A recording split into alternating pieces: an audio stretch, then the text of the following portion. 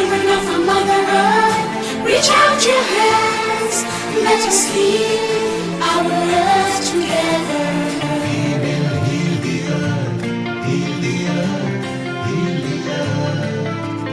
We will heal the earth, heal.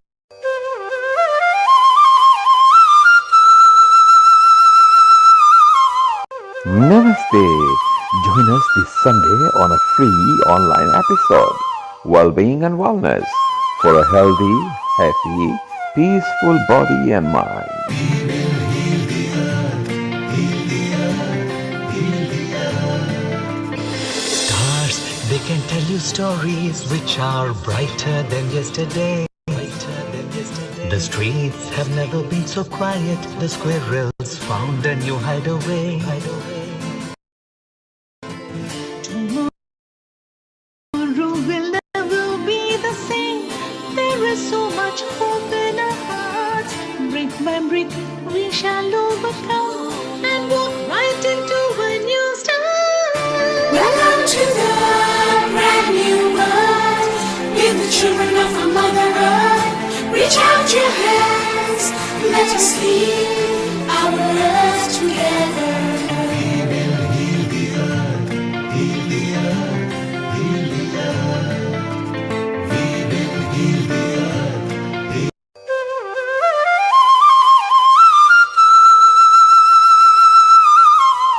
Namaste. Join us this Sunday on a free online episode, Wellbeing and Wellness, for a healthy, happy, peaceful body and mind. We will heal the earth, heal the earth, heal the earth. Stars, they can tell you stories which are brighter than yesterday. The streets have never been so quiet. The squirrels found a new hideaway. Tomorrow will never be the same. There is so much hope in our hearts. Brick by brick, we shall overcome and walk right into a new start. Welcome to the brand new world. With the children of our Mother Earth, reach out your hands, let us heal our earth together. We will heal the earth, heal the earth, heal the earth. We will heal the earth, heal.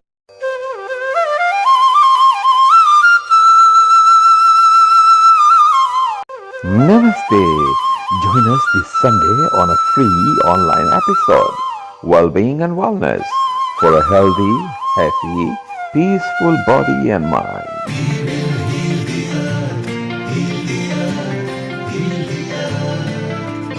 Stars, they can tell you stories which are brighter than yesterday. The streets have never been so quiet. The squirrels found a new hideaway. Tomorrow will never be the same. There is so much hope in our hearts.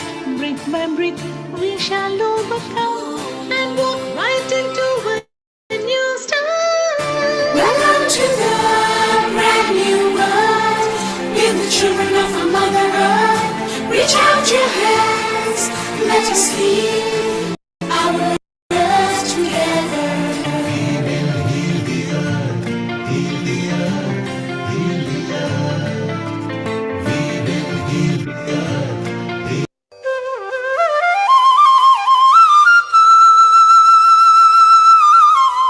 Namaste.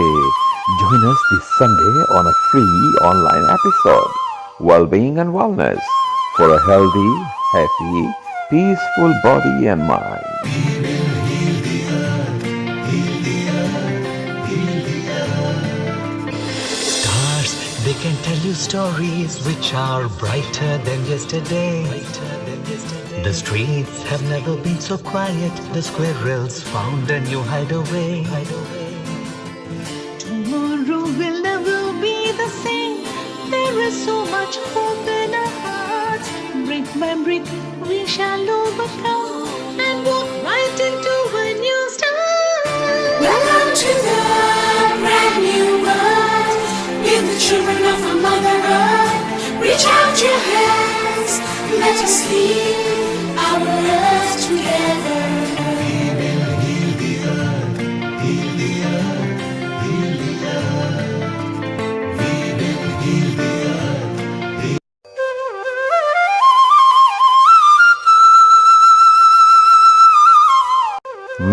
Namaste. Join us this Sunday on a free online episode, Wellbeing and Wellness, for a healthy, happy, peaceful body and mind.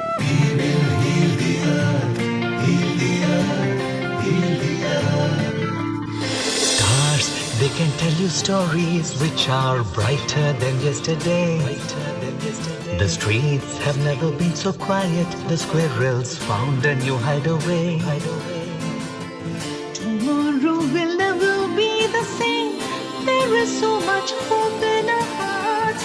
Brick by brick, we shall overcome and walk right into a new start. Welcome to the brand new world. With the children of our Mother Earth, reach out your hands. Let us heal our earth together. We will heal the earth, heal the earth, heal the earth. We will heal the earth.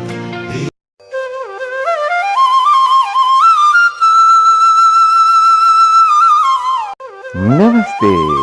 Join us this Sunday on a free online episode, Wellbeing and Wellness, for a healthy, happy, peaceful body and mind.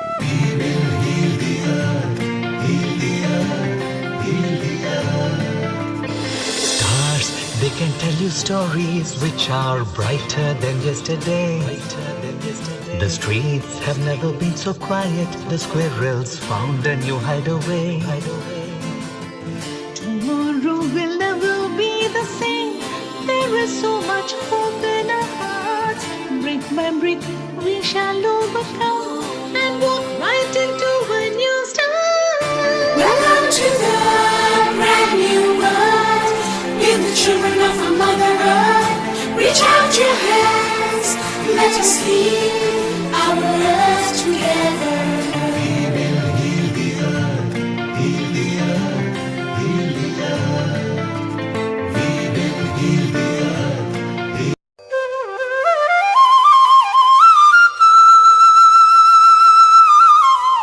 Namaste. Join us this Sunday on a free online episode, Wellbeing and Wellness, for a healthy, happy, peaceful body and mind.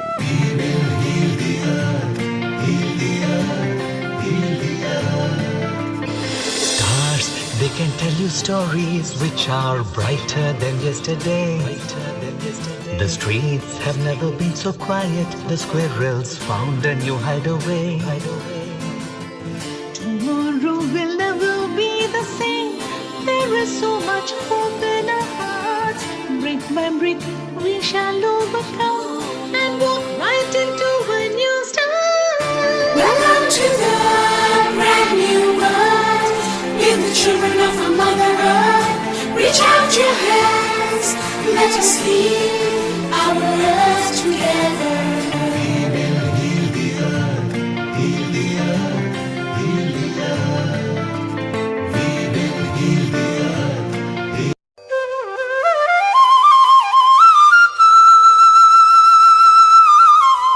Namaste. Join us this Sunday on a free online episode, Wellbeing and Wellness, for a healthy, happy, peaceful body and mind.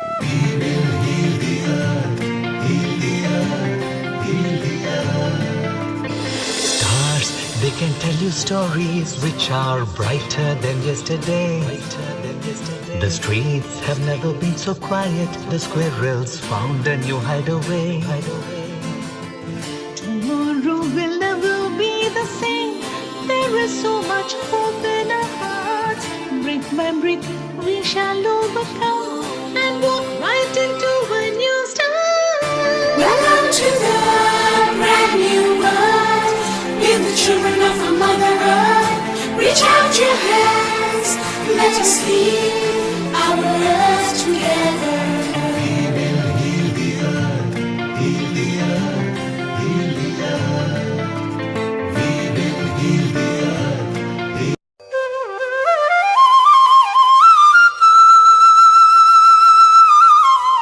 Namaste. Join us this Sunday on a free online episode, Wellbeing and Wellness, for a healthy, happy, peaceful body and mind.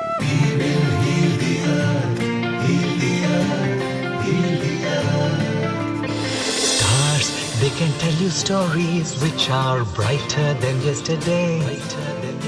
The streets have never been so quiet. The squirrels found a new hideaway. Tomorrow will never be the same. There is so much hope in our hearts. Brick by brick, we shall overcome and walk right into a new start.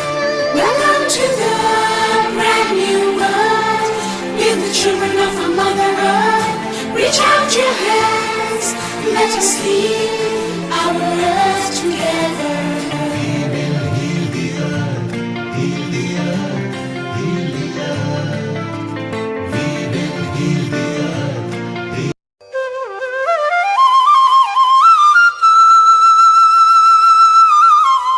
Namaste. Join us this Sunday on a free online episode, Wellbeing and Wellness, for a healthy, happy, peaceful body and mind.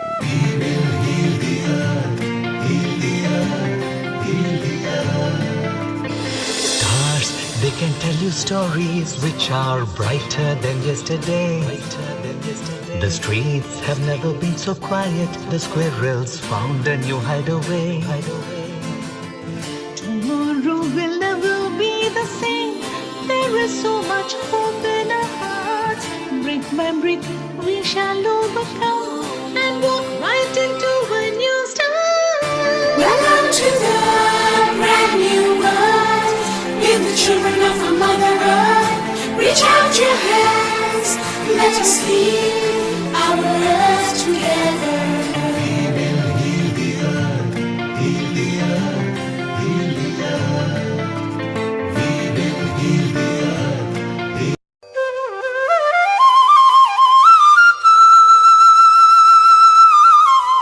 Namaste. Join us this Sunday on a free online episode, Wellbeing and Wellness, for a healthy, happy, peaceful body and mind.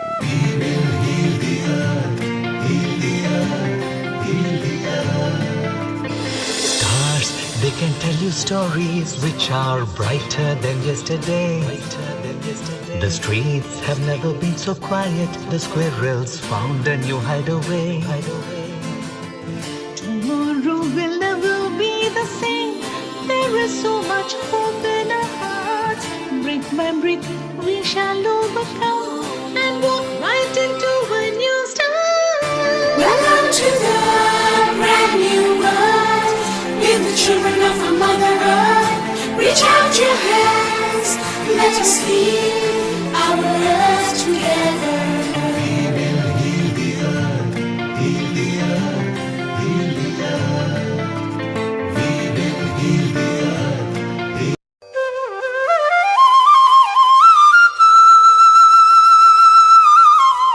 Namaste. Join us this Sunday on a free online episode, Wellbeing and Wellness, for a healthy, happy, peaceful body and mind.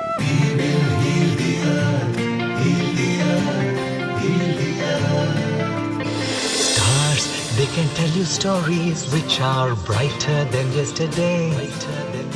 The streets have never been so quiet. The squirrels found a new hideaway.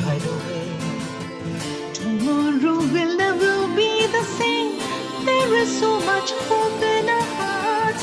Brick by brick, we shall overcome and walk right into a new start. Welcome to the brand new world. We're the children of our Mother Earth. Reach out your hands, let us heal our earth together.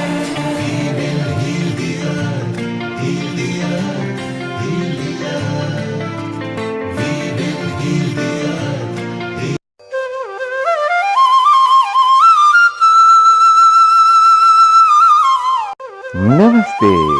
Join us this Sunday on a free online episode, Wellbeing and Wellness, for a healthy, happy, peaceful body and mind.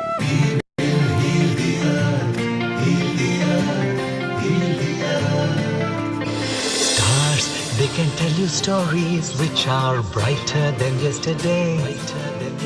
The streets have never been so quiet. The squirrels found a new hideaway. Tomorrow will never be the same. There is so much hope in our hearts. Brick by brick, we shall overcome and walk right into a new start. Welcome to the brand new world. We're the children of our Mother Earth. Reach out your hands, let us heal our earth together. We will heal the earth, heal the earth, heal the earth. We will heal the earth.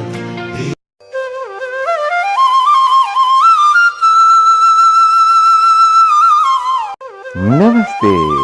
Join us this Sunday on a free online episode, Wellbeing and Wellness, for a healthy, happy, peaceful body and mind. We will heal the earth, heal the earth, heal the earth. Stars, they can tell you stories which are brighter than yesterday. The streets have never been so quiet. The squirrels found a new hideaway. Tomorrow will never be the same. There is so much hope in our hearts. Brick by brick, we shall overcome and walk right into a new start. Welcome to the brand new world. We're the children of our Mother Earth. Reach out your hands, let us heal our earth together. We will heal the earth, heal the earth, heal the earth. We will heal the earth.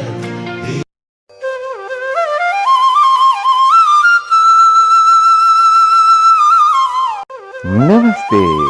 Join us this Sunday on a free online episode, Wellbeing and Wellness, for a healthy, happy, peaceful body and mind. We will heal the earth, heal the earth, heal the earth. Stars, they can tell you stories which are brighter than yesterday. The streets have never been so quiet. The squirrels found a new hideaway. Tomorrow will never be the same. There is so much hope in our hearts. Brick by brick, we shall overcome and walk right into a new start. Welcome to the brand new world. We're the children of our Mother Earth. Reach out your hands, let us heal our earth together. We will heal the earth, heal the earth, heal the earth. We will heal the earth.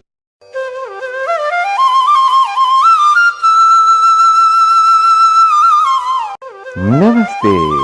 Join us this Sunday on a free online episode, Wellbeing and Wellness, for a healthy, happy, peaceful body and mind. We will heal the earth, heal the earth, heal the earth. Stars, they can tell you stories which are brighter than yesterday. The streets have never been so quiet. The squirrels found a new hideaway. Tomorrow will never be the same. There is so much hope in our hearts. Brick by brick, we shall overcome and walk right into a new start. Welcome to the brand new world. We're the children of our Mother Earth. Reach out your hands, let us heal our earth together. We will heal the earth, heal the earth, heal the earth. We will heal the earth.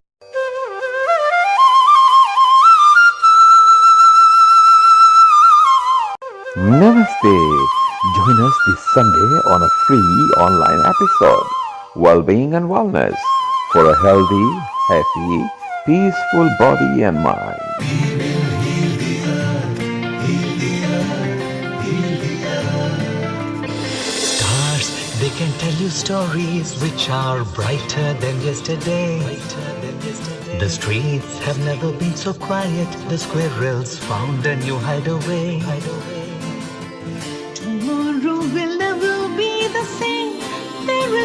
much hope in our hearts. Brick by brick, we shall overcome and walk right into a new start. Welcome to the brand new world.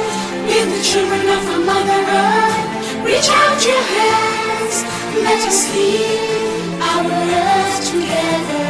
We will heal the earth, heal the earth, heal the earth.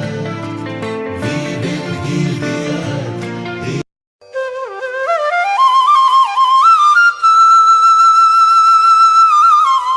Namaste. Join us this Sunday on a free online episode, Wellbeing and Wellness, for a healthy, happy, peaceful body and mind. We will heal the earth, heal the earth, heal the earth. Stars, they can tell you stories which are brighter than yesterday. The streets have never been so quiet. The squirrels found a new hideaway. Tomorrow will never be the same. There is so much hope in our hearts. Brick by brick, we shall overcome and walk right into a new start. Welcome to the brand new world. We're the children of a Mother Earth. Reach out your hands, let us heal our earth together. We will heal the earth, heal the earth, heal the earth. We will heal the earth.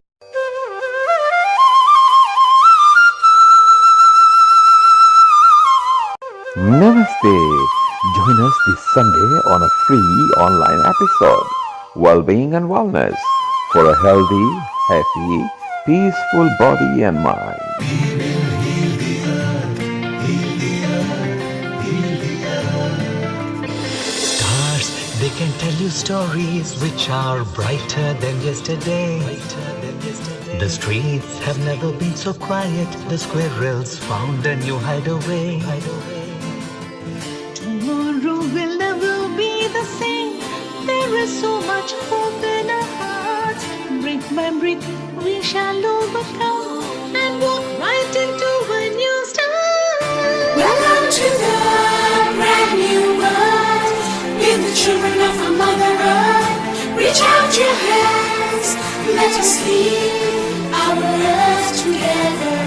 We will heal the earth, heal the earth, heal the earth. We will heal the earth.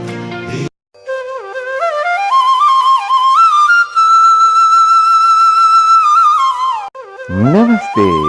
Join us this Sunday on a free online episode, Wellbeing and Wellness, for a healthy, happy, peaceful body and mind. We will heal the earth, heal the earth, heal the earth. Stars, they can tell you stories which are brighter than yesterday. The streets have never been so quiet. The squirrels found a new hideaway. Tomorrow will never be the same. There is so much hope in our hearts. Brick by brick, we shall overcome and walk right into a new start. Welcome to the brand new world. We're the children of a Mother Earth. Reach out your hands, let us heal our earth together. We will heal the earth, heal the earth, heal the earth. We will heal the earth.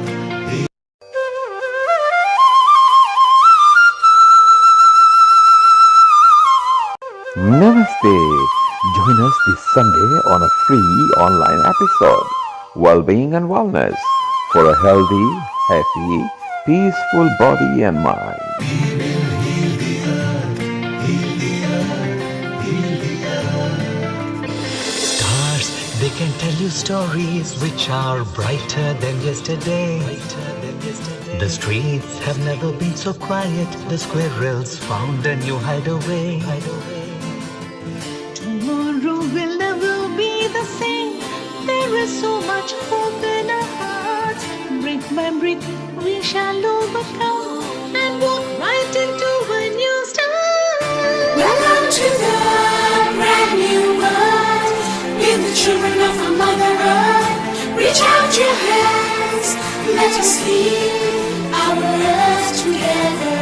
We will heal the earth, heal the earth, heal the earth. We will heal the earth.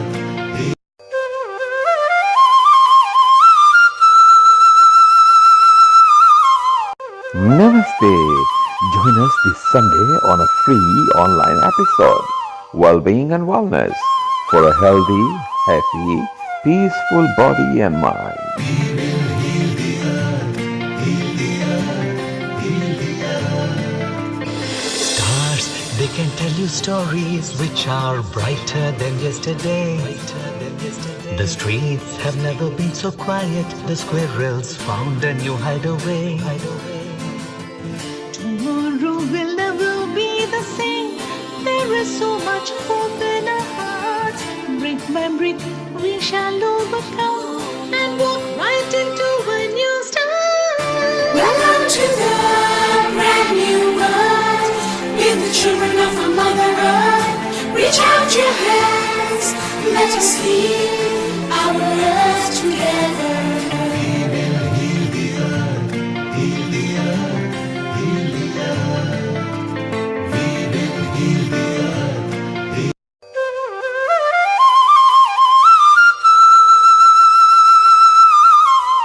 Namaste. Join us this Sunday on a free online episode, Wellbeing and Wellness, for a healthy, happy, peaceful body and mind. We will heal the earth, heal the earth, heal the earth. Stars, they can tell you stories which are brighter than yesterday. The streets have never been so quiet. The squirrels found a new hideaway. Tomorrow will never be the same. There is so much hope in our hearts. Brick by brick, we shall overcome and walk right into a new start. Welcome to the brand new world. We're the children of our Mother Earth. Reach out your hands, let us heal our earth together. We will heal the earth, heal the earth, heal the earth. We will heal the earth.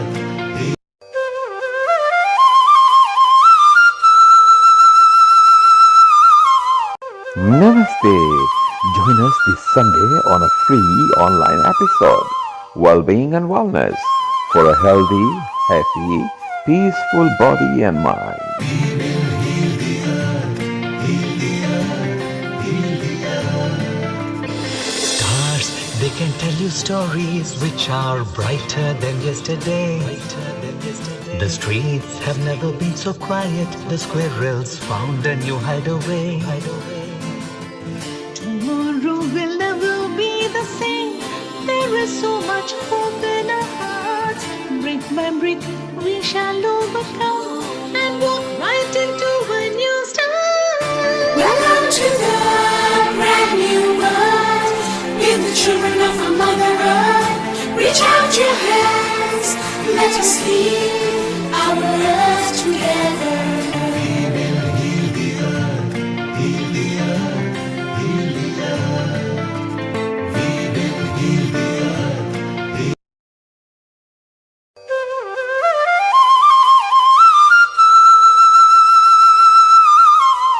Namaste. Join us this Sunday on a free online episode, Wellbeing and Wellness, for a healthy, happy, peaceful body and mind. We will heal the earth, heal the earth, heal the earth. Stars, they can tell you stories which are brighter than yesterday. The streets have never been so quiet. The squirrels found a new hideaway. Tomorrow will never be the same. There is so much hope in our hearts. Brick by brick, we shall overcome and walk right into a new start. Welcome to the brand new world. We're the children of our Mother Earth. Reach out your hands, Let us heal our earth together.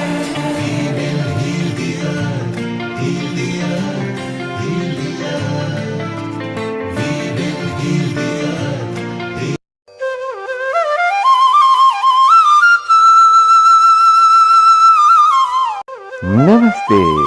Join us this Sunday on a free online episode, Wellbeing and Wellness, for a healthy, happy, peaceful body and mind.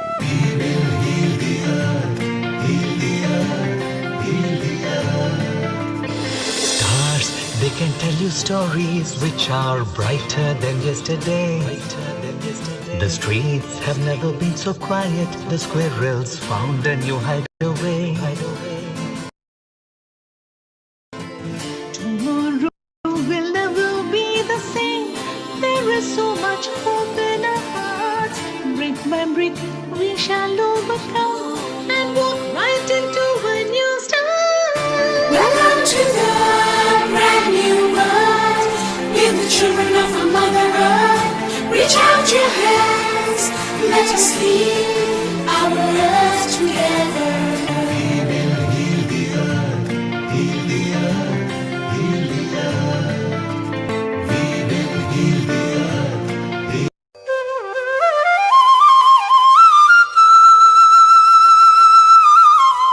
Namaste.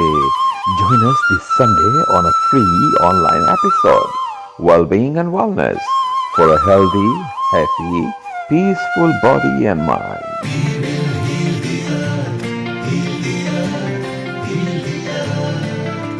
Stars, they can tell you stories which are brighter than yesterday. The streets have never been so quiet. The squirrels found a new hideaway. Tomorrow will never be the same. There is so much hope in our hearts. Brick by brick, we shall overcome and walk right into a new start. Welcome to the brand new world. We're the children of a Mother Earth. Reach out your hands. Let us heal our earth together.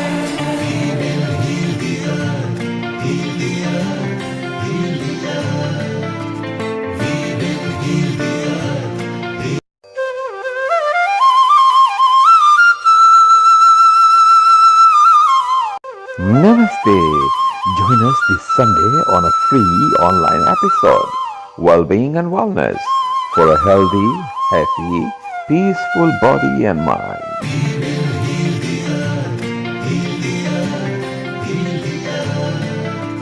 Stars, they can tell you stories which are brighter than yesterday. The streets have never been so quiet. The squirrels found a new hideaway. Tomorrow will never be the same. There is so much hope in our hearts. Brick by brick, we shall overcome and walk right into a new start. Welcome to the brand new world. We're the children of a Mother Earth. Reach out your hands. Let us heal our earth together.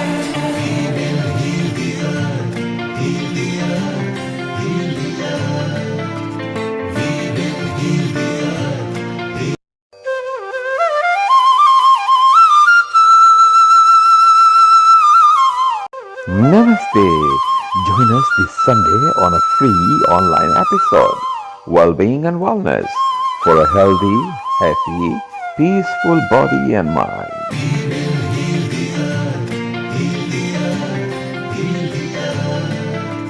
Stars, they can tell you stories which are brighter than yesterday.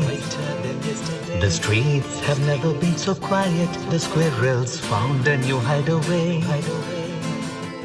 Tomorrow will never be the same. There is so much hope in our hearts.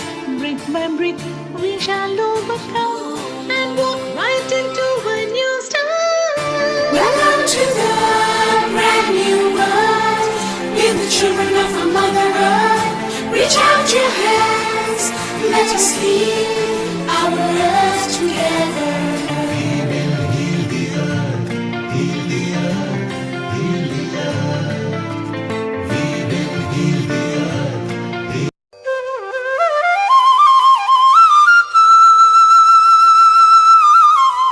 Namaste.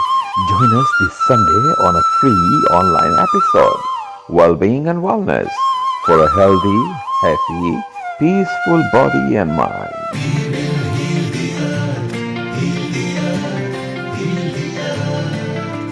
Stars, they can tell you stories which are brighter than yesterday.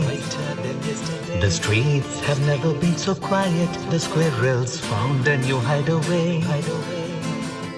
Tomorrow will never be the same.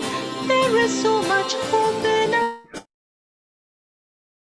10, 9, 8, 7, 6, 5, 4, 3, 2, 1. And hello and a global namaste to everyone around the world. Welcome to Healing Our Earth. And we are looking forward to giving you and presenting to you an amazing show today, full of wellness. Now, if you're looking to find tips, advice, any kind of knowledge to help you improve your health, well, today is the day for you, because you're going to end up finding out lots of really amazing information and also meeting some really fantastic guests. So we look forward to definitely introducing you to our next guest. Before we start, I'd like to say, why don't we start off with a little prayer, just to perhaps, add a little bit of peace and happiness around the world. Let's see if we can just start off with a little prayer and maybe ask for blessings from our gurus. So, Guru Brahma, Guru Vishnu, Guru Devo Maheshwara, Guru Sakshat Param Brahma, Tatsmai Shri Guruve Namaha. And with that, I just thought it'll be fantastic, because these people who are going to be joining us today, our special guests, they're all gurus, all of them packed with knowledge, packed with so much knowledge that they're going to be just pouring their knowledge out to you so that you can transform your life in the most positive way possible. As we know, Healing Our Earth is all about spreading love, joy, and happiness around the world. Our aim is to, of course, develop friendships, unity, peace, and of course, main thing is to make your life a better life and our planet's life a better life.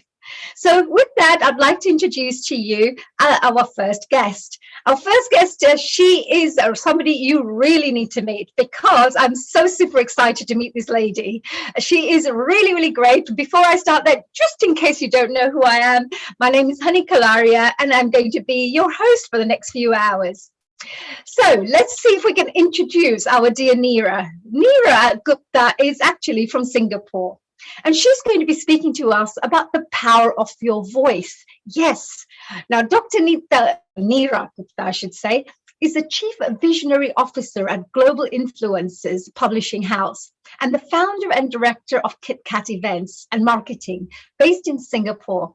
Now, being a women empowerment ambassador, she started a small initiative called My Voice in June 2020, just about a year ago, in the midst of the COVID pandemic.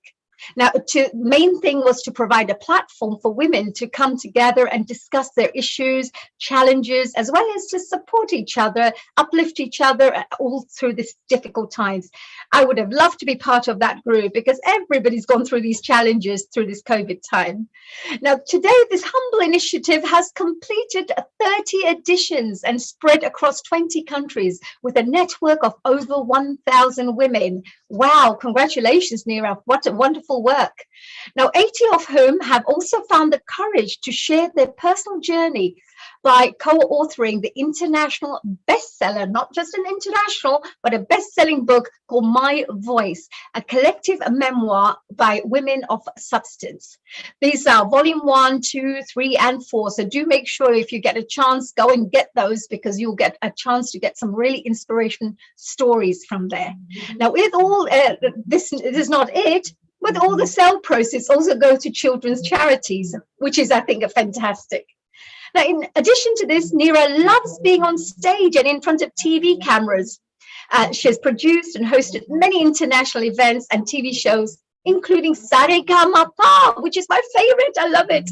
And of course, Antakshari for Z Network. She recently also acted in a multi-award winning film, Love Yours Truly. Oh my God, what a talented, packed lady we have with us today. A global namaste to you, dear Neera. Hello. Global namaste to you, honey, and global namaste to everybody who is joining us today. A very good morning, global namaste to those joining us from UK and Europe, to those who are joining us from India and the Middle East. It is a good evening, and to those joining us from Australia and Asia, it is late good evening or good night, as I would say. And to those joining us from, North America, a very, very early good morning and namaste. So thank you, everybody, for listening to us, and thank you for having me here today. Oh, Neera, that's wonderful. I just realized as you were saying good morning and a good afternoon and a good evening, wow, our family has grown a lot, hasn't it? We went from the UK and moved on to the USA and then to Hong Kong and Singapore and Australia, and we're in Africa and we're all over the place. So thank you for reminding us that. Thank you. So, Neera, tell us, you have such an amazing background and what an inspiration you are to women around the world, including the rest, and not just women, everyone really. And this thing about the voice, you really put a lot of emphasis on something called my voice. Now, can you tell us, why is having a voice so important? Why is that so important? Well, you see, honey, we all have an opinion. We have a view or simply thoughts about things that happen to us or around us. Now, some of us think about it, some of us talk about it, but majority do nothing. But what if you're that one person who does something and takes charge of the situation, turning challenges into inspiration? Wouldn't you want to be heard and even help those who dare not speak? So, by gaining our voice, we'll discover just how much worthy we are, what we possess, and that each of our stories is so unique and it lends a value in a way that nobody else could. You see, our voices are one of the most valuable possessions that we have. It's an essential tool for communicating, and it's been true for centuries or generations, right? It's a tool of how we communicate with the world around us.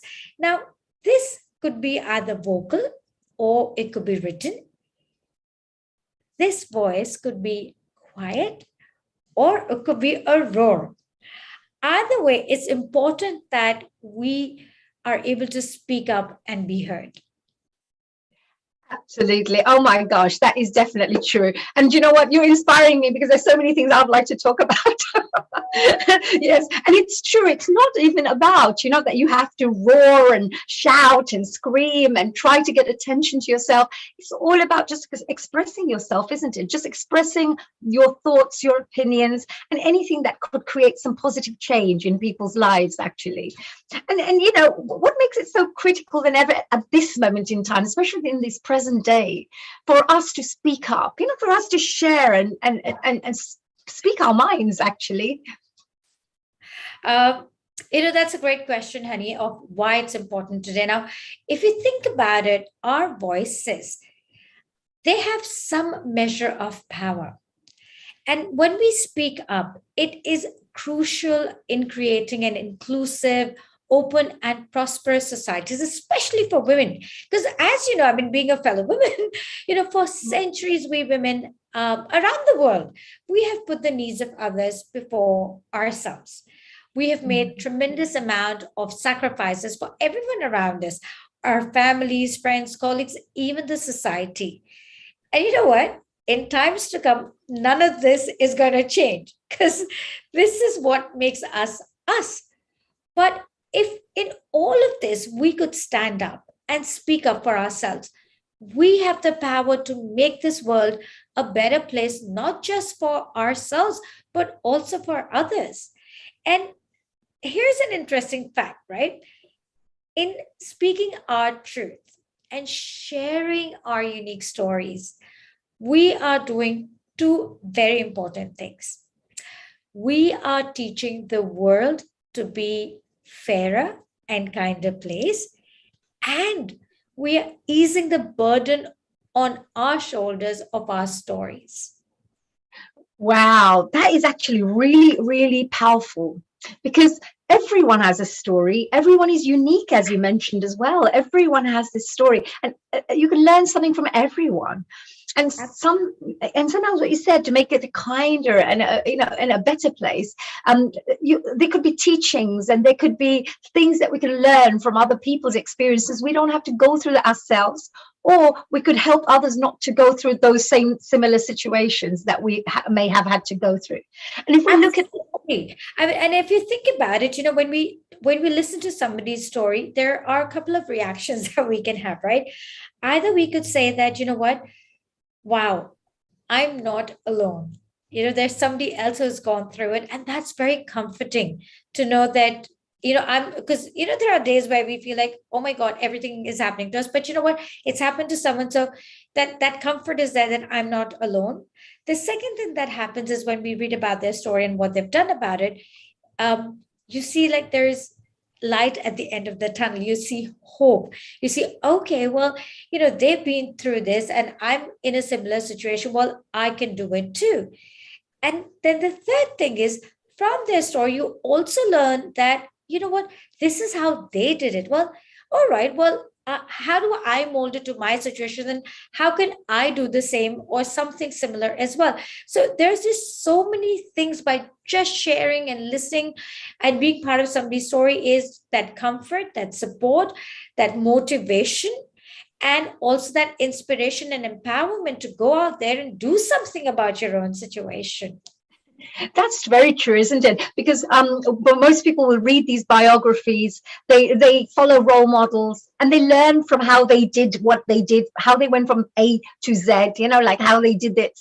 And for us to be able to save years of our time, if we just read those stories, we may be able to get some amazing tips that will help us to not go through those same mistakes, same challenges, because they've already shared. This is how we overcame it. This is how we did this. So you're absolutely right. When you share your story, you're actually allowing people to even have answers to deal with certain situations without having to go through years of pain and suffering. That is a very good point. And how do people express themselves? Because there are different ways that people express. Of course, I'm not talking about maybe going on radio and giving interviews or whatever. How do people get themselves to start expressing? Because there are people who are very quiet, may not have the confidence. They've already taken a lot of beating with everything going on around them. So the strength that they need, the inner strength that they need to go out there to speak about what they wish to speak about. What kind of guidance would you give to them? Honey, if you think about it, incredible people throughout history have used their voices to create change. Now, there's this huge misconception that you have to be famous or you have to have million followers these days on Instagram to be able to empower someone or make a difference in other people's life. But in truth, that there are many different ways that you could do it. They could be, big ways or small ways that you can use your own voice for the betterment of communities throughout the globe, despite how young or old you are. And again, that doesn't matter either these days. And as we were saying, now more than ever, life is changing at so many different levels that it is time for everyone to share their stories. Now, again, to your question, how does somebody do that, right? Now, you don't have to be a writer. You don't have to be an orator, or you don't have to be, like I said, famous. That people think that, oh, you're worthy of the story. Everybody has a story. Even the simplest and the most mundane stories can raise spirits and inspire people who listen or read those stories. And it's all about taking that step and going ahead and say, you know what, I want to do this. And it literally, it's all about that. And what we're doing here today, right? Literally what we're doing here today is sharing that voice. The fact that you're talking to me and you're talking about this, and this whole initiative that has been going on. And I believe this is like the 105th or 106th episode. Yes, we're so excited. Yeah, we just celebrated our 100th century, of events, which was so fantastic and so amazing to enjoy. Yes, thank you. And this is what it is. It is all about sharing these voices. Every person who comes there, they're able to share their voice. Every person who's listening is in a way changed after they have attended a session like this. And this is the whole point of sharing and expressing our voices. And like you said, the first and the foremost thing is to talk to somebody, especially with the whole thing about pandemic and everything. People didn't have these opportunities, but now more than ever, like we said, it's important for you to share your feelings, what you're going through, and even listen to other people, listen to what's happening in their lives, and genuinely be there for themselves. And the beauty about pandemic, and I know I'm using the word beauty, pandemic has brought in a lot of different things, a lot of negative emotions, and everything else that is going and making us nervous. But at the same time, it's given us that opportunity to step back, realize what's important to us, and reflect on who we are. And this is literally how we came up with the concept of my voice, which you use in the introduction. Yes, I was actually going to ask that. How did you come out with that? Because, to come out with such an amazing, it's so simple yet so powerful. Because my voice, you wouldn't even think that, oh, well, you would take it for granted that, oh, here you are speaking to people, sharing little stories. But actually, your voice could become a real strong instrument, or a powerful instrument to be used in the way that could transform lives in such an impactful way. So how did you come up with this idea? I was really intrigued to know. Absolutely. So going back, the whole world was grappling through pandemic and everything, and we had lockdowns, and everywhere else there were lockdowns. And what we realized when we were talking to our friends, and we realized everybody was suffering in some way or the other. Of course, things like working from home and homeschooling, and not being able to meet your friends, and also that fear of being infected and what's going to happen. There was just so much happening, and not being able to meet our families overseas. We realized that mental health was really suffering, and we were seeing this in our friends. And I said, you know what, we're doing all of these Zoom calls to meet each other and say hello, and we're doing events. I said, why don't we just do something where we women could just come together, talk about things that matter to us, discuss our issues, our challenges, and you know what, just lend a listening ear or a helping hand to each other. And that's where the concept of my verse came about. And we said, we just want to create a safe space for women where we could agree, disagree, or agree to disagree, but without any judgment whatsoever. An opportunity for us to be ourselves. And this basically gave birth to the platform of My Voice, which was for like-minded women to come together and just have fun or talk about it, or just let yourself go. And literally it started with few women in our network, and now, as you know, that we've done 30 sessions. We have over 1,000 women from 20 different countries. Not something that we had planned, not something that we had intended to either. It was not our aim or objective at all. It was literally to help women around us. And it just grew, and we realized the power that we have of the voice. And we said, you know what, it doesn't have to be me or my partner Shikha or us talking about it. We said, no, who are we to talk about things?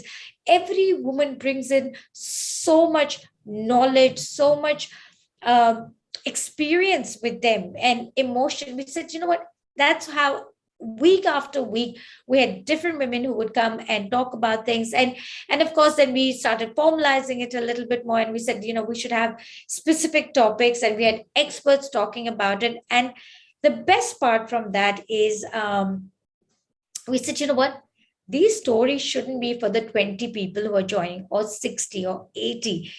This needs to go out into the world. All of those stories were so amazing, so inspiring.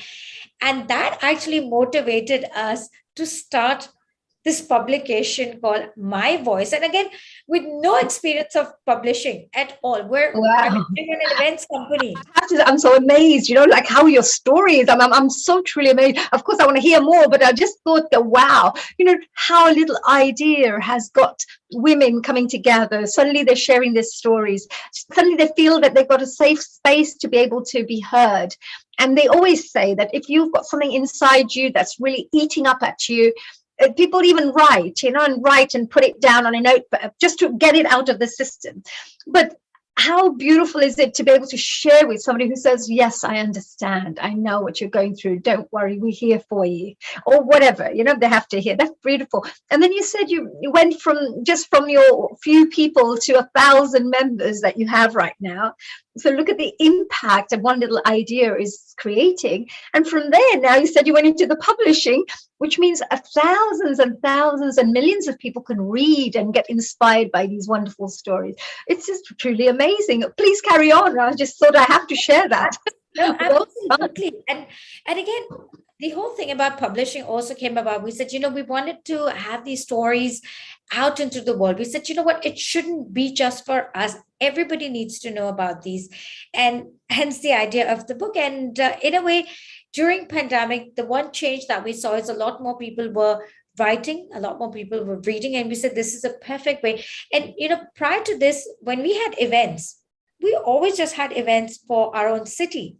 There was no concept of virtual events and people from all over the globe. It was all about traveling. Now we could all be sitting in the comfort of our homes and be connected to everybody. And this is what a book does as well. And so we said, what, we want to get these stories out. And we're like, how are we going to do this? And we went to publishing houses to actually publish. And we realized that it was very difficult as first-time publishers or first-time authors. So how do you get your stories out? And we realized there was this huge gap for somebody, because the first thing we were told by some of the bigger publishing houses is like, who's representing you? We're like, nobody. We don't have any literary agent. We're like, what's that? And it was very hard. And we said, but these are beautiful stories. We don't have to be famous. I mean, again, stories of Oprah or Michelle Obama. I mean, they're amazing stories, but I can't relate to those, right? Now, these stories are relatable stories. These are stories of everyday women who have done things in their life which are extraordinary. And nobody wanted to publish in that sense because it's a risk. And we said, you know what? We're going to do it ourselves. And that's what we did. We went ahead, we found out, we got the right team of editors, of Amazon specialists, because there's a whole thing of how do you put it out there, marketing and PR, because we realized, you know what? If we don't do marketing for this, our 10 friends are going to buy the book. And that's pretty much it. Nobody else will ever find out about these inspiring stories, right? No, that's absolutely right. And you did self-publishing. And when you do self-publishing, at least you're in charge and, you can do whatever you want with it. You don't have to have a publisher saying we can't have this and we can't have that. You can literally be free to express whatever you want. So maybe there was an opportunity there as well, something positive. No, absolutely. And the thing was that now we had a team. So we had legals, like contracts and everything. They're so important in these, day and age and everything. We got the whole team together and we have 3 different levels of editing because it's a lot of work. We didn't realize it, to be very honest. It wasn't, we didn't think it was going to be that hard, but it is. But it's been so rewarding, especially for me. I'm very lucky and I am so full of a gratitude that I get to hear all of these stories from so many different women. And it was interesting you brought that point up, and I want to share one very interesting example. I was talking to this one lady in Australia, and I'd known her for many years, and I was talking to her about sharing her story in the book. And she said, you know what, Neera, I love your concept, but I'm not ready to open my kimono yet. And I said, you know what? I respect that. But I told her, I said, look, you know what? I absolutely respect that. And I understand. But I told her, I said, look, I'm going to give you one piece of advice and you can, take it or not. I said, I know you're not ready yet to share, but do yourself a favor and like you said, write it down, journal it. I said, just write it for yourself. After that, you want to delete it, you want to burn it, you want to tear it, you want somebody else to read it. I said, I'm not asking you to publish it. Write it for yourself, because once you have written it, what you're feeling today when you're talking to me, you're not going to be feeling that. You will be a different person by just writing it down, by just penning it down. It makes so much of a difference. And she said, you know what, Neera, she thanked me and she said, this is a great piece of advice. And I told her, you don't have to tell me what you've done, but it is so important to be able to, for ourselves, to unburden that. And same goes for my own story. When we were talking to people about writing their stories and sharing their stories in the book, people asked me, they're like, Neera, are you writing? And I said, well, you know what? I'm writing, but I'm not sure if I will publish. And guess what? I was like, I'm the biggest hypocrite. Here I am. Yes, that's right, Nira.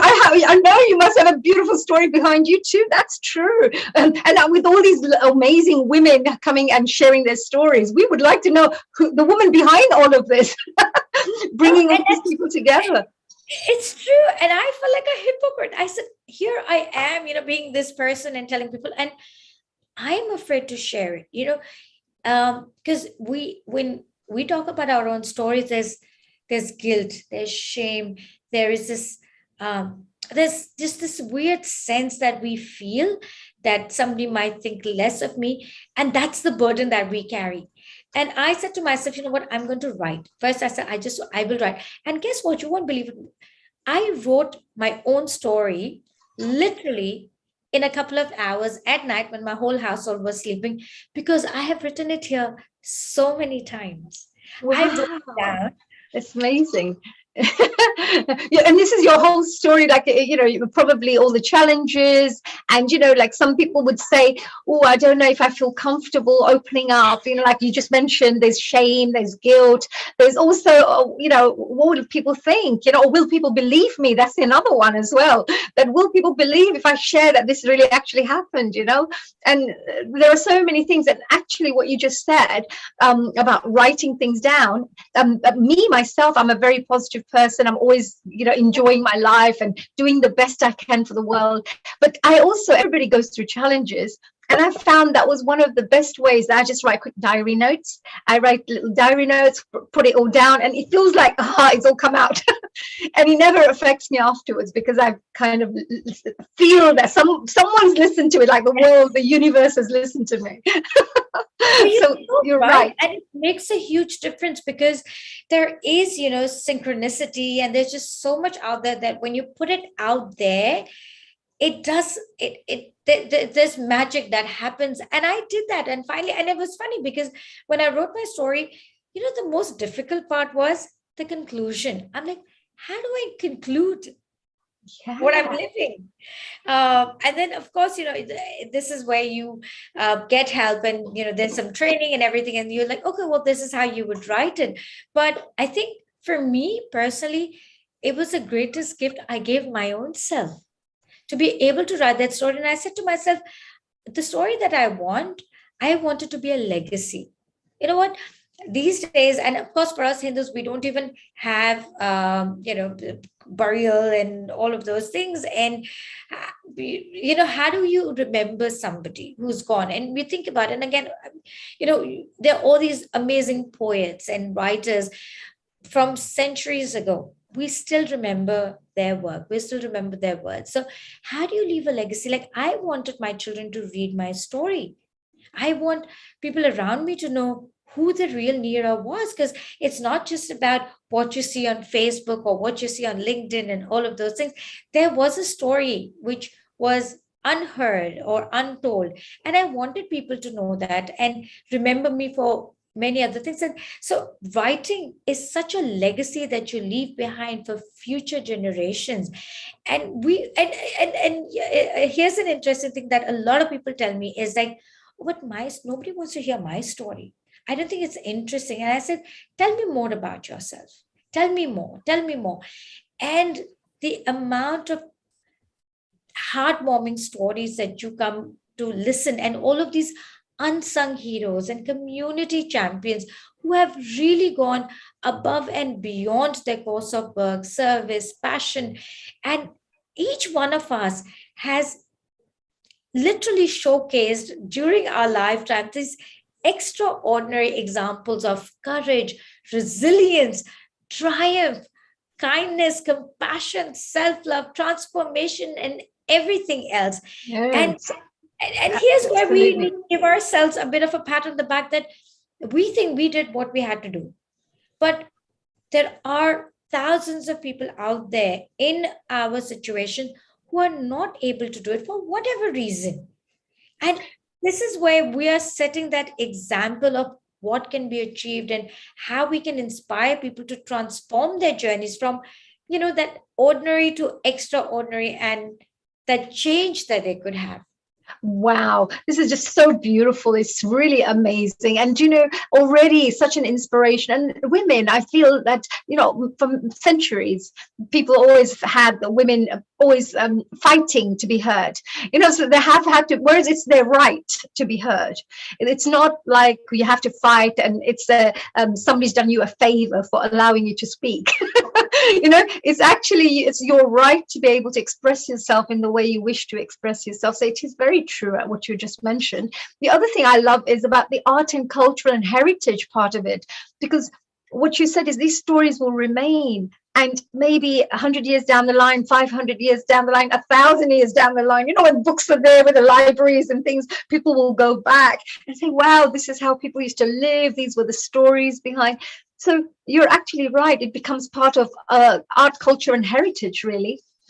And you mentioned about the fact that some of these women were from Australia and other places around the world. So again, you have these global stories coming on board as well, Yes. which are human interest, but with the cultural and tradition connected to it as well in different parts of the world that they may bring on board. So, I mean, sounds absolutely fantastic. And you yourself as well, Neera, you sing as well. Do you sing? You've got such a beautiful voice. Is that meant to be secret, or are we meant to be able to share that with the world, right?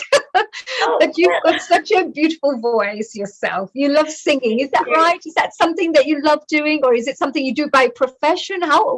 What is this no, thing no. about you and your beautiful voice? Thank you. No, not at all by profession at all. I mean, I love being on stage, and I love comparing and hosting lots of different events. And of course, we have a little group of people that we get together when we could actually sing, and now we can kind of sing a little bit, but we do get together and we share music, and we again, music just brings people together. And music again is such a global language for people that it is a way for us to connect with each other. And doesn't matter if we speak the language or we don't speak the language, music is a global language. And I genuinely believe, and again, with the work that I did with ZTV, bringing Saregamapa, a show that is loved by so many people, to bring that to the community and bring local artists to come and get their share of fame, to be in front of Yes, millions and of why people. not? And why not? Because everybody needs a little sense of achievement. Everybody loves to feel like they've been able to express. And if they've got a talent that's a hidden talent there, why not share with the little world so that they can also be appreciated and inspired by it as well? So it's a very beautiful thing, actually. And you mentioned about the music, dance, creativity, anything within the creative sector. It's a great way to bring people together, make friends, etc. It is, and the beauty about music is that um, it doesn't have a language, if you think about it, right? It is global. And the Hindustani classical music's different, the Carnatic music's different, and then you have opera, which is so different, and then you've got the Italian and the Chinese opera, and then there's hip hop, and there's just so many different types of music. that we could spend a lifetime trying to understand that, and still there would be something new to it. And yeah, so no, I definitely like singing. Yeah. uh, Oh, well, we I, have to. We can't let you not sing a few, a couple of songs here for us, oh, because if you can sing so well, we must listen to your beautiful voice, right? And I have to say, Seema Bhatia, I wanted to say a very big thank you to Seema, because I know that she's the one who invited you here. Seema is a really amazing family member of ours here on Healing Our Earth, also one of the hosts, and she coordinates a lot of wonderful guests who comes on the platform. So we're so grateful to our dear Seema Bhatia, and hopefully she'll come a little bit later on. Maybe I'll interrogate you with a few questions, maybe. oh yeah, she's amazing, and she was in fact one of the speakers at an event that we recently held, which was My Voice Forum Global, where again it was a 3-day event where we had people from all of the world who attended this event, and we spoke about the whole idea was self. So it was self development, self love, and self care. And she had a session under self care, and it was an amazing, amazing session. So she's wonderful for sure, and a big She is. thank you to her. She's a very beautiful soul, I have to say, and so full of knowledge as well. So tell me, Neera, if you could perhaps sing, and I've got quite a few questions after then as well to ask you. But if you would like to perhaps, is there any particular song that you would like to share? Because I know songs will change people's moods. It'll help people to, uplift people through any kind of songs. Any songs that you would like to share? Well, I have a Hindi song, so I'm not sure if all of the audiences will understand this. But like I said, music has no language. So if you're okay, I'll sing a little bit of it. And Oh yeah, go ahead. We're global now. We have a global family. we're white, black, yellow, green. It doesn't really matter. We're like one. So don't worry. Any different cultural backgrounds, we all appreciate each other's traditions, cultures, everything. So do go ahead. I'm sure there are audience members around the world who will absolutely love hearing your song. And yes, and I do want to apologize to anybody who is a trained singer if they think that I'm out of tune. So because this is all for fun, right? This is all for fun. Okay, so here I go. Let me sing. नहीं नहीं नहीं ये बातें है पुरानी हो कैसी पहेली है ये कैसी पहेली जिंदगानी थामा है रोका इसको किसने हाँ ये तो बहता पानी हो कैसी पहेली है ये कैसी पहेली जिंदगानी ला ला ला ला ला ला ला ला zu zu zu zu zu zu zu zu zu पीले इसे उसमें नशा जिसने पिया वो गम में भी हंसा. That's it. Oh my God, that was just amazing. I loved it. I want to sing it. Do you know what I loved watching?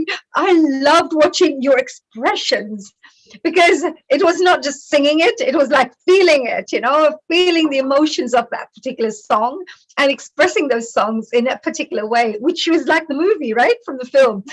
Amazing song. What a fantastic choice. Come on, you have to sing another one for us. Could you feel ready for another one?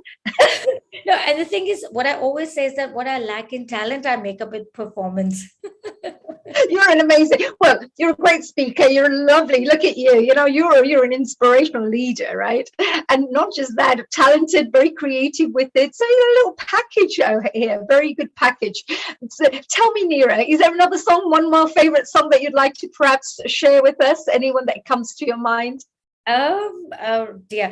Oh, how about we just go to the questions that we have? Okay, sure. So it's like, sure, no problems. It's okay. Yeah, sure. I had a couple of questions actually, because I'll tell you what, I made a couple of notes here because I thought, oh, she's got quite an interesting thing here. You talk about voice. There are people around the world who may be going through really, really tough stuff, and they're going through challenges.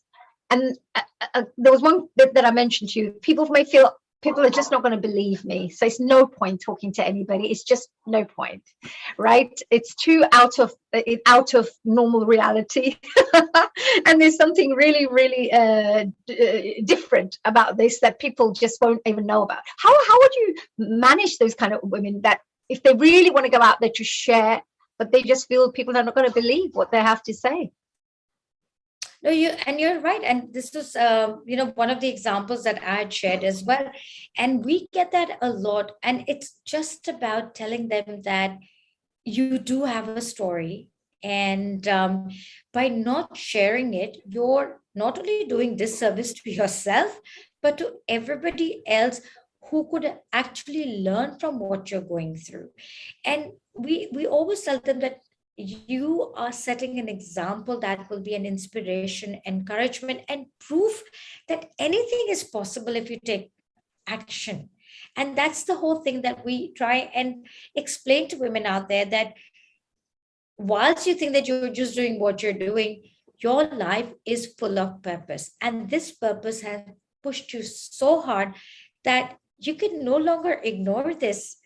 And this is where we say, that there have been changes in the mindset and increase in self-worth.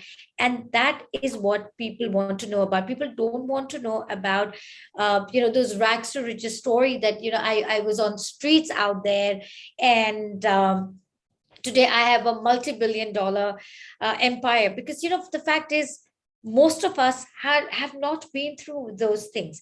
We haven't been through those challenges. We have everyday problems, and we need everyday solutions. And this is what we give each other, is what we have done and gone through in our life, and being able to share that. And that's what we try and tell people. And it doesn't have to be those drastic stories. It doesn't have to be that, you've achieved so much in life and that you're CEOs and you're this. No, you're an ordinary person, but you have achieved extraordinary things in your life, which others can learn from.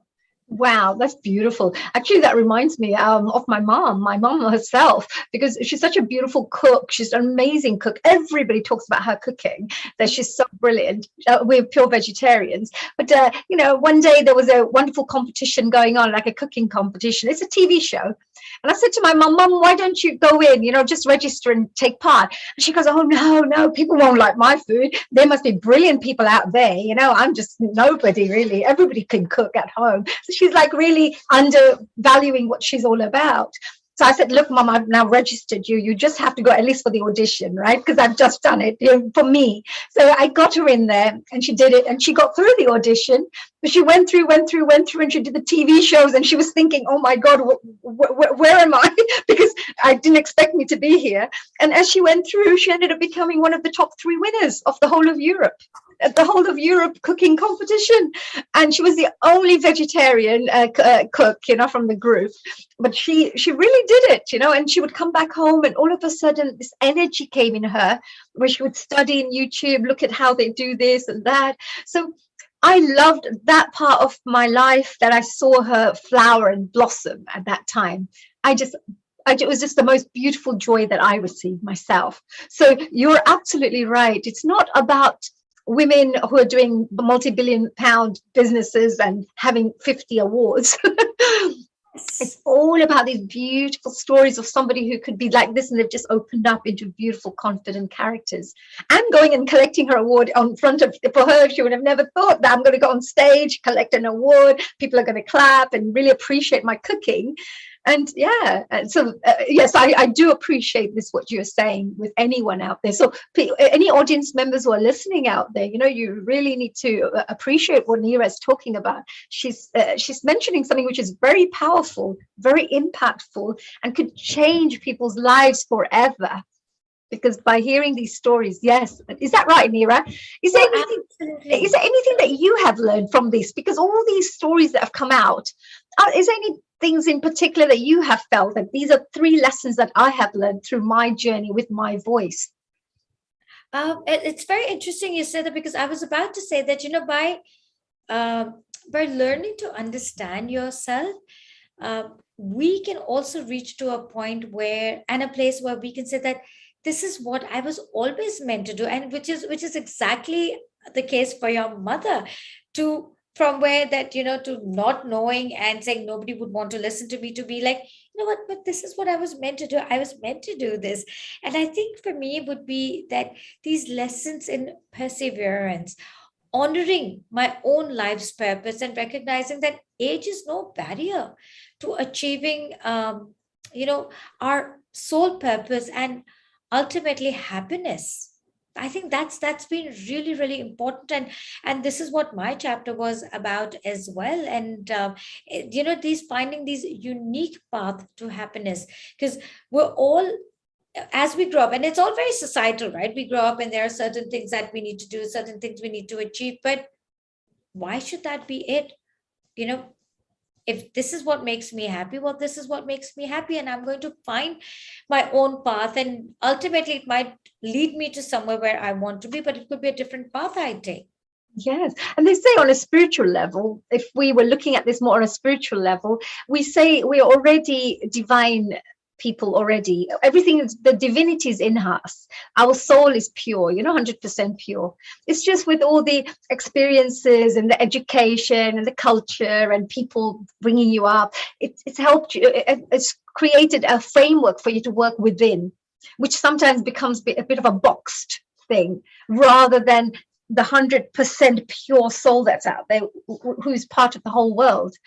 It doesn't mean that you can't do this and you can do this and you are better doing this and you're more successful if you're a doctor, or all of these things are preconceived ideas which are put into our mental framework. Okay. Isn't that right? Would you say that? Because at the end of the day, we are divine souls who are perfect, but we've forgotten that. Oh, absolutely. And funny you say about doctors, because I grew up with the whole framework of, boys become engineers and girls become doctors. So I grew up to become a doctor. Like, I'm a qualified dentist, and I haven't practiced in many years, but because I realized that that wasn't my sole purpose, I had to find it. And it's not like I knew what I wanted to do in life. And yes, it probably took me a long time to find that, but hey, it doesn't matter as long as you find it at Yeah. some point of time. I know I have found my life's purpose, and I urge every person to deep down go in and think about things that they want to do. And I'm not saying give up your jobs, give up your families. We can't do all of those things. I get that. But we need to live every day for ourselves. We can't continue to live for other people and do what's expected of us, because those expectations will never go away. And the more we get into that, the more we are going to sink deeper and deeper and deeper. So we need to start living an authentic life for ourselves. We have to think about ourselves. Like, every morning I do, and especially at nighttime, I do a gratitude prayer for myself. And the first thing, you will believe it or not, I thank God for me, for the life that I've been given, for the person that I am, for what I'm giving back to everybody in my life. And I thank myself first, Yeah, because I love that. Thank you, God, for making me so wonderful. Thank you for me being so brilliant. Thank you for all the wonderful work I'm doing. And I think it really makes you feel good. it absolutely does, because you know what? Yourself. We think about us the last, and we are the most important person.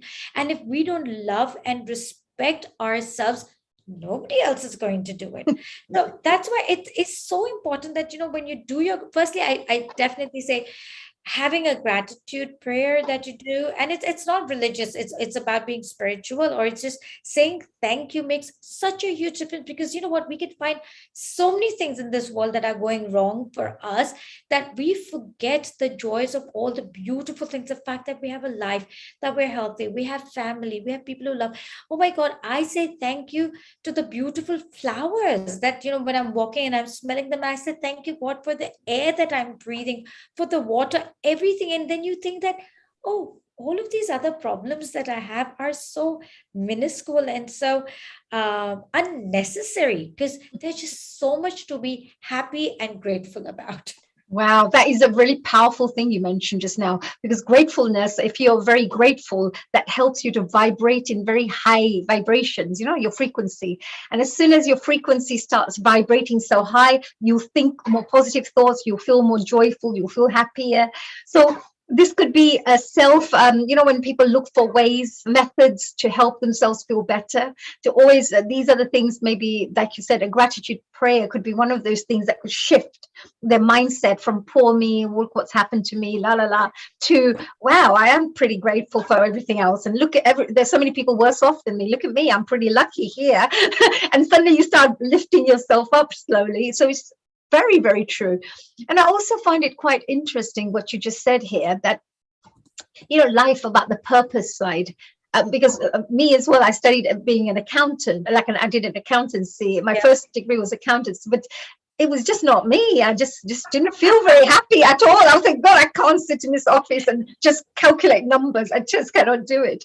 So, you know, I was like a talker. I was like, loved conversations. I loved networking. I loved people. So, you know, then I went into doing public relations, which was perfect for me. I just loved every lesson I would go into. I'd be so happy. So all I'm saying is, if you're in the right place, it changes the way you are. The other one feels like a struggle and trying to get through the exams and here is like, ooh, this is easy stuff, because it comes so naturally. So I think you're absolutely right. I think people need to understand what their purpose is, what they feel hopeful for. But one thing I normally say to people is, what makes you feel joyful inside? That will give you it's a gauge. So you'll know, do I want to do this project? Well, I don't really feel like I should do it because everybody's asking me. No, because you're not feeling it. Whereas something else comes up and suddenly you think, oh my God, I'd love to do that. That is so exciting. Suddenly you feel all joyful and uplifted. You know that's the thing you need to move towards, because it's something making you happy.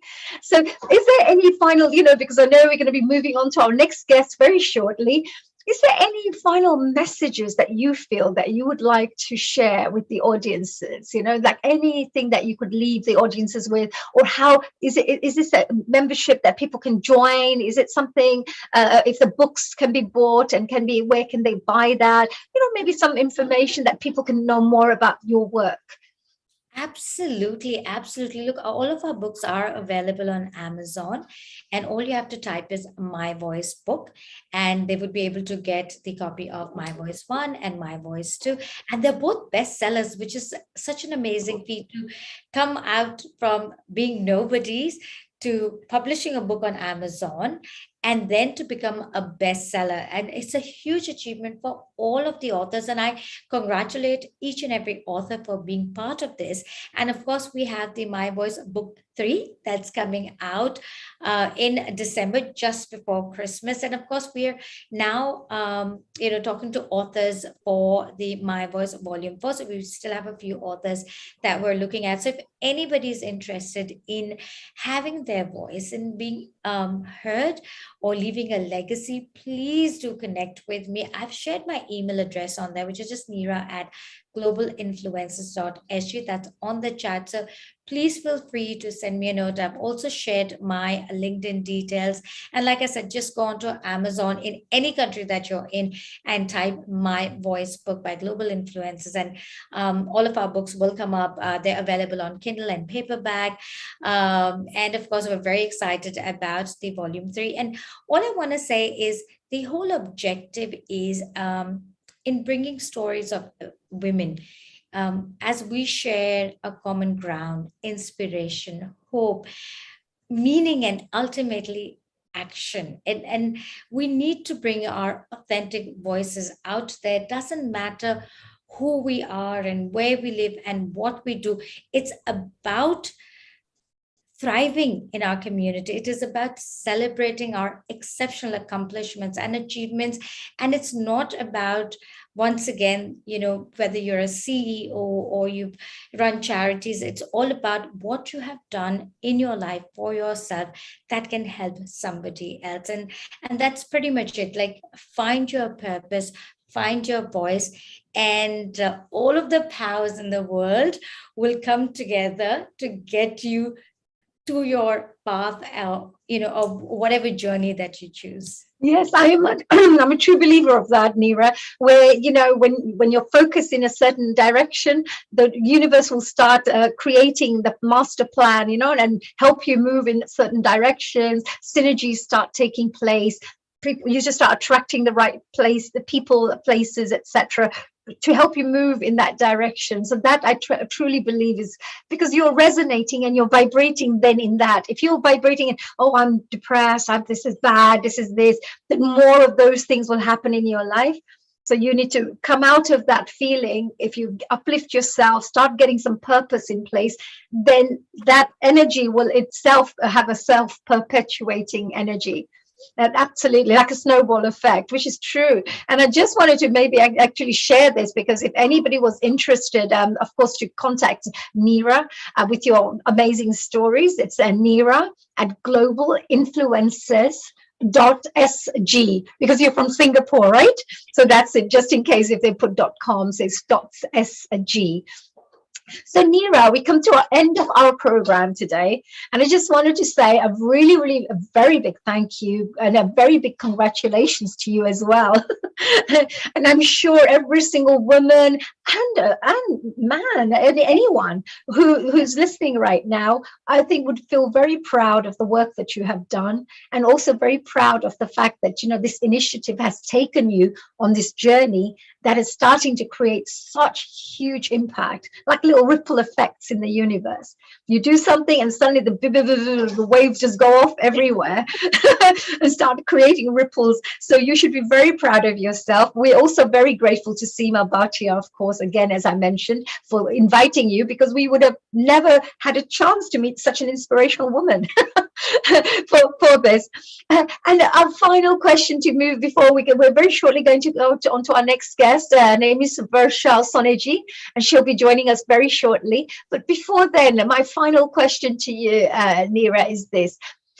If, for example, somebody is interested in joining the groups like yourselves, or even setting up maybe something for themselves in a local area, it doesn't have to be maybe so big, global, for example, and they feel that, oh, maybe I should set up a little local group for myself to start having that support, etc. What any ideas? Maybe, this is something that women out there who are right now don't want to become members right now, but wish to take a step forward.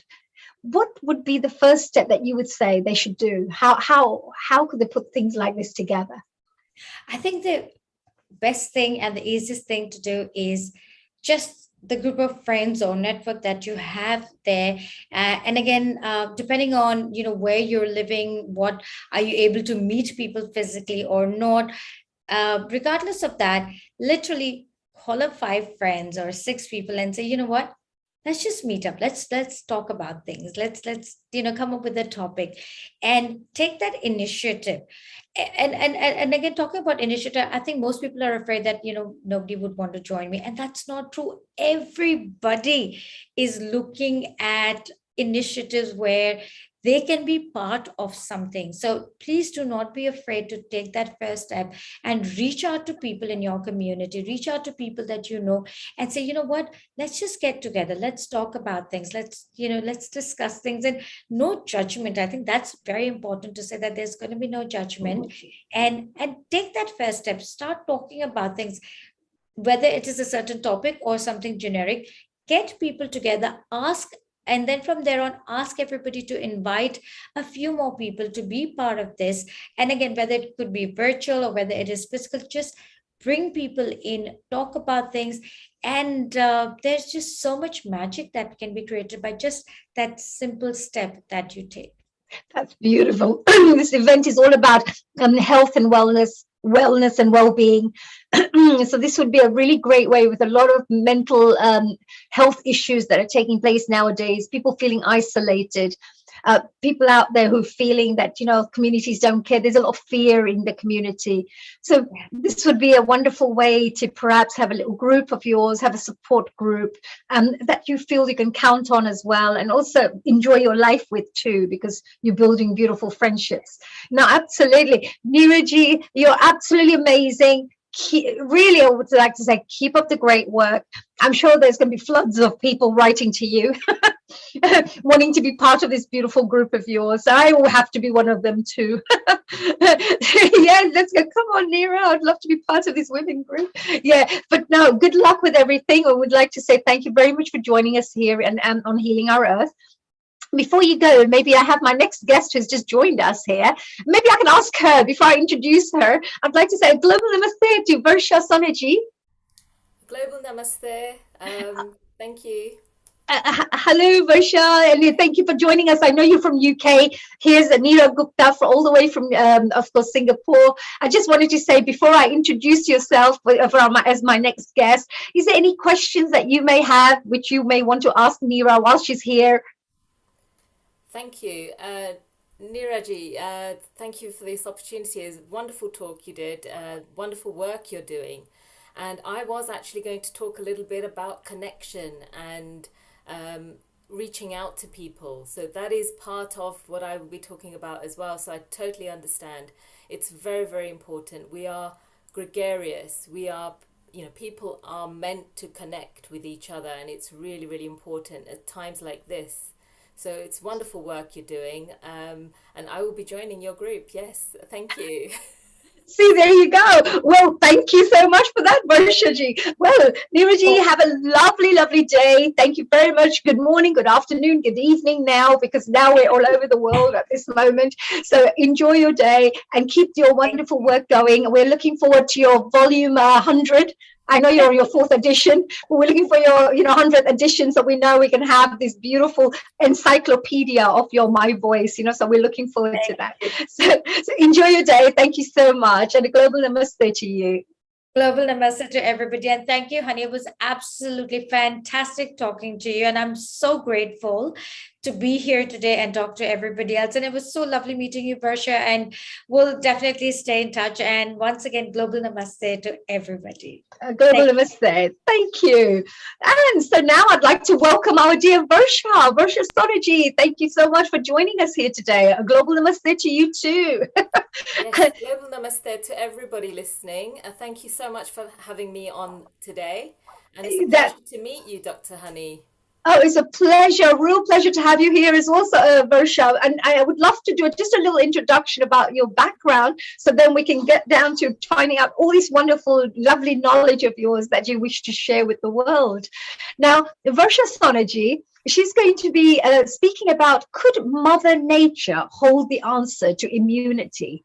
Wow, that is really, really powerful. I'd like to really know more about this, because nowadays with COVID, there's so many people who talk about how to boost up your immune system. So this could be a very, very important topic for you to be able to listen to. Now, Varsha Sonaji, she's a medical herbalist and natural medicine advocate.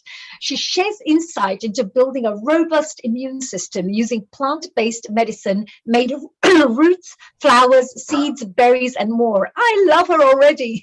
This is my kind of lady. I really enjoy this kind of topics.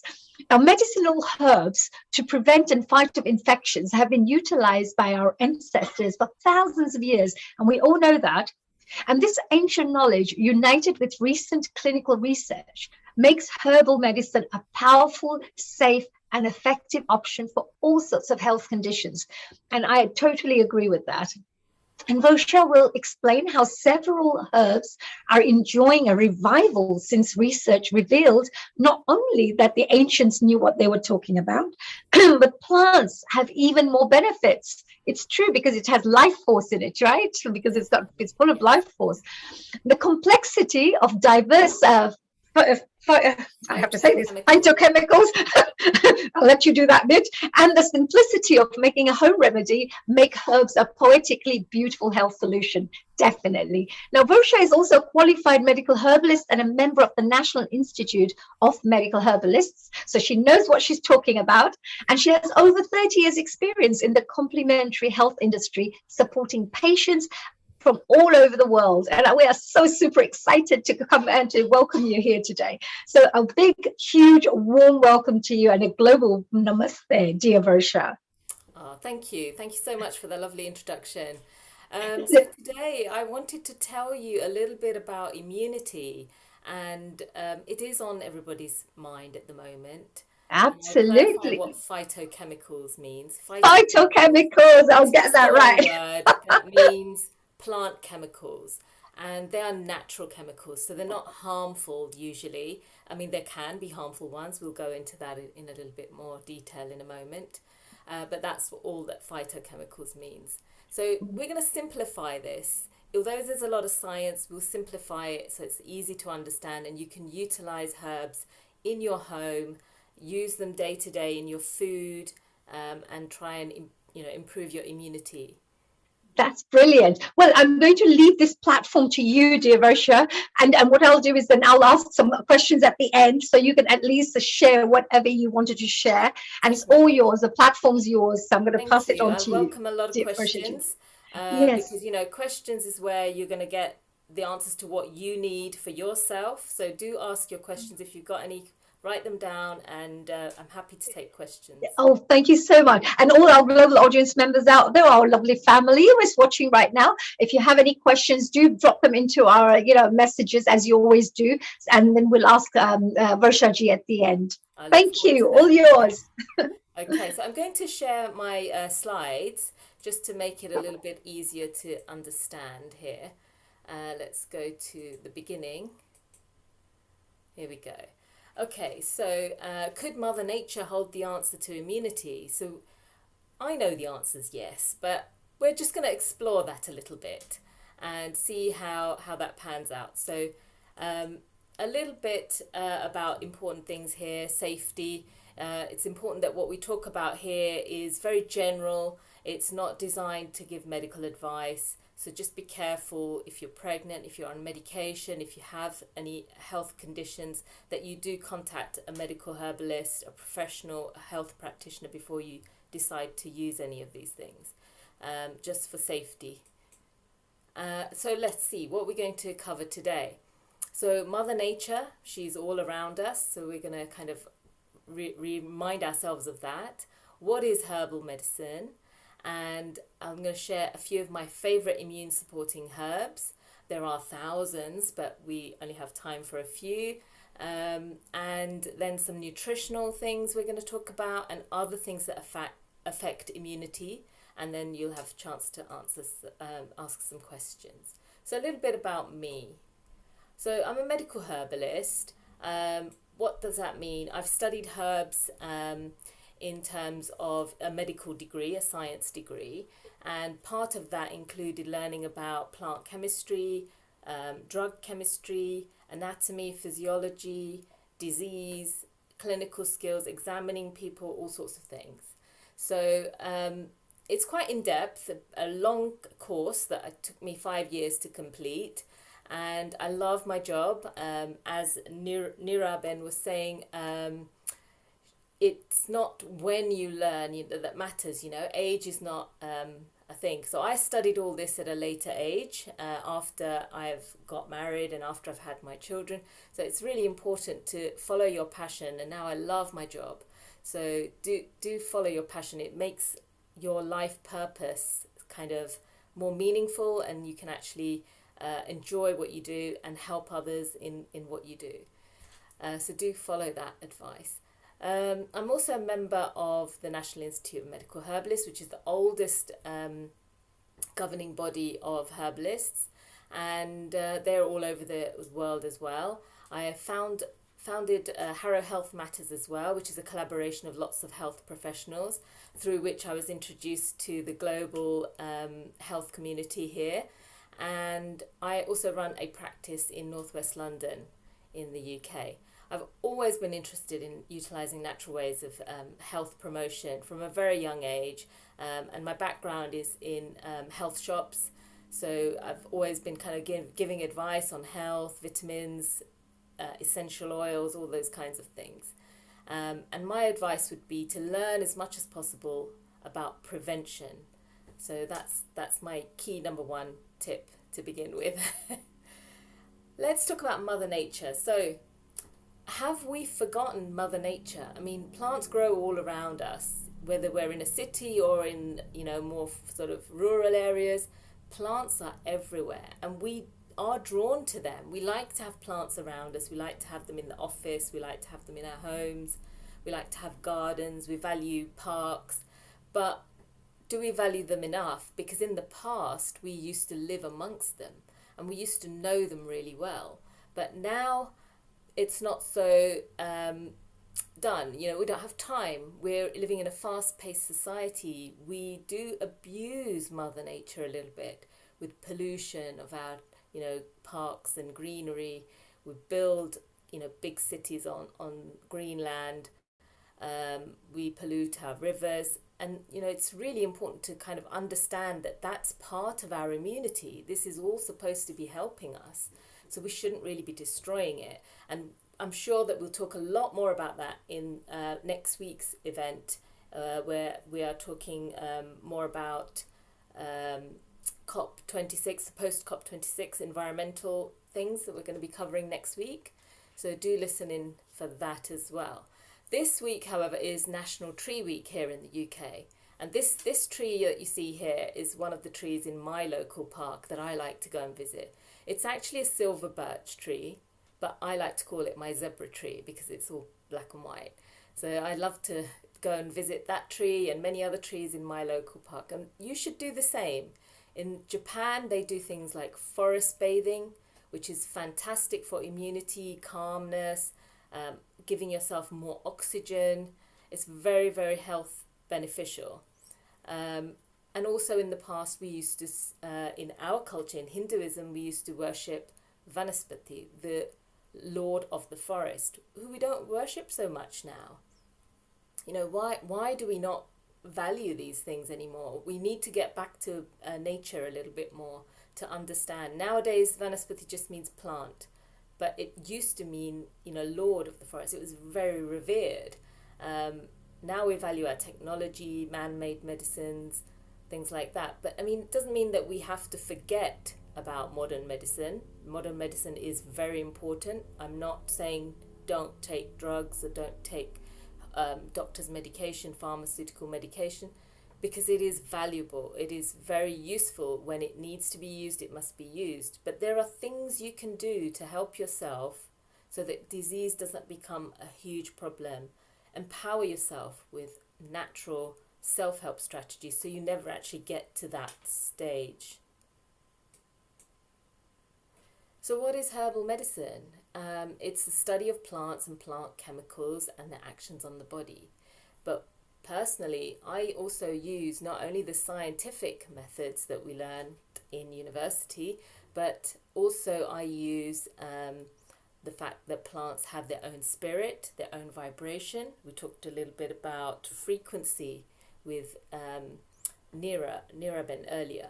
So plants also have a frequency. They are alive. They have a life force, and that life force and its personality will have an impact on our health when we intake those plants.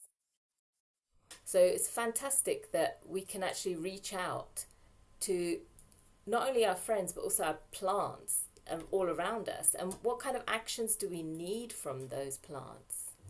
So the phytochemicals, the plant chemicals we talked about earlier, they have different actions. Different plants have different chemicals, some have multiple chemicals, and they all have different actions. And the ones we need for immunity are these ones in the yellow boxes. So we need things that stimulate our immune system. In other words, they're actually helping us make more immune cells, the fighter cells. We need immune modulating. Sometimes immune system can go too fast and too arrayed. We need mucolytic herbs, things that break down mucus.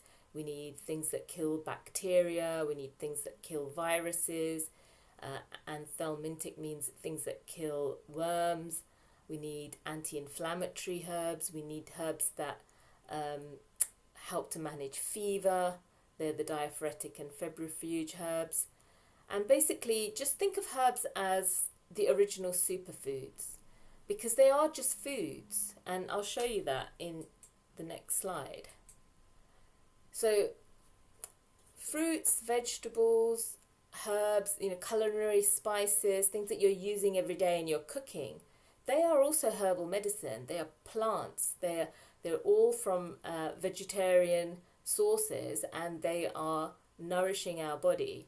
So there's the nourishing side, and then there's the super nourishing side, which is the herbal tonic. So they're the foods that have a lot more benefit. So you might have heard of things like, oh, let's have goji berries or dates or something like that is going to build up iron in your body. So those are kind of herbal tonic foods, and you're trying to move to a more potent level each step of the way. And the more potent you go, the more stronger the phytochemicals that are in there, and the more action they have on the body, till you get to a point where you have very toxic plants, which have very high levels of phytochemicals, and herbalists do use them in very, very small drop doses as well in severe cases, things like cancer and things like that.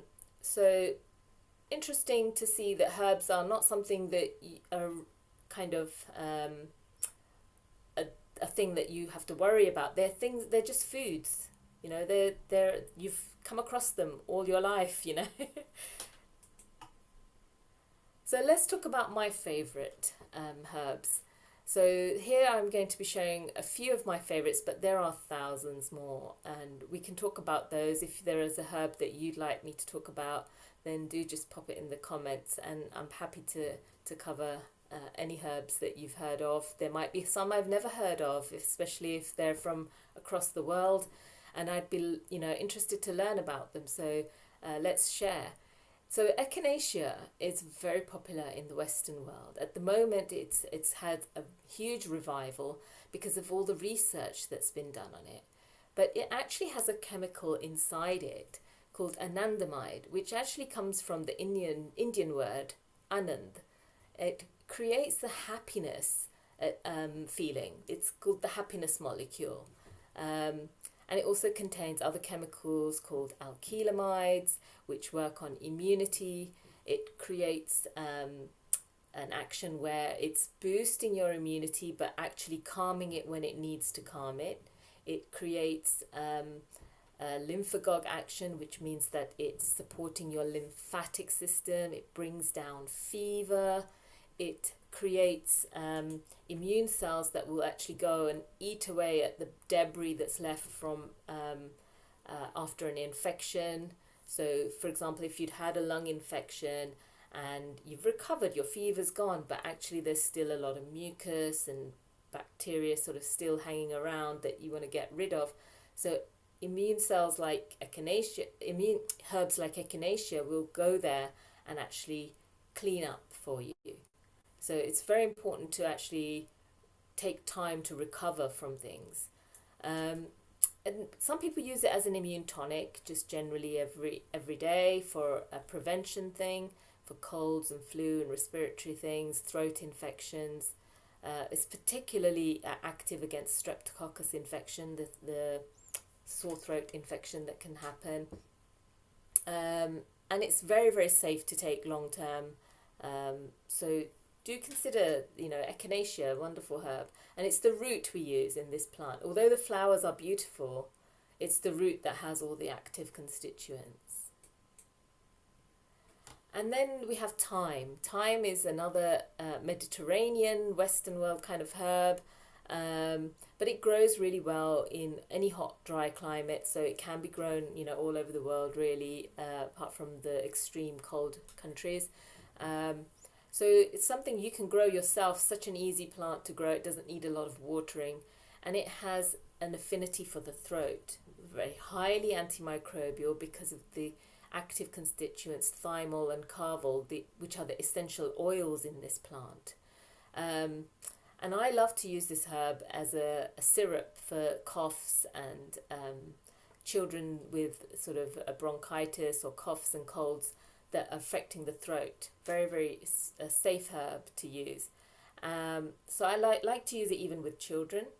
And you can make a tea from it. You could use it as, I've shown you in the picture here. You just take a spoonful of that, add hot water and make a lovely tea. You can add a bit of honey to it as well if you wanted to. And it's just a lovely soothing herb. It smells great. So it's a lovely thing to take. Enjoyable tea. And then my other favourite herb for immunity is elderberry. And elder, the tree elder, is an amazing tree because it actually is very generous. Mother Nature has made it a very generous tree. It gives us berries in the winter and flowers in the spring. And they both have amazing health benefits for the immunity.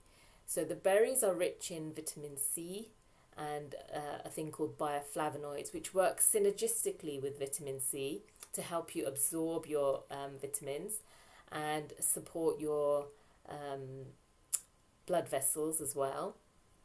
And the flowers have an amazing property of inducing sweating. So herbalists like the idea of someone who's got an infection to actually have a fever, induce a fever, and actually allow that natural course to happen where the temperature rises, sweating occurs, and also the heat, the couple of degrees higher body temperature can denature the proteins within the bacteria or the virus. And that's your body's natural way of killing bacteria. So it's just supporting your body to do its natural thing. And that's the difference between, natural medicine and drug medication, where drugs often suppress symptoms. So you end up actually being ill for longer, or you have a recurrence of the condition, or it changes and becomes something else, like an autoimmune condition. So this is a nice way of actually supporting the body to do its natural thing.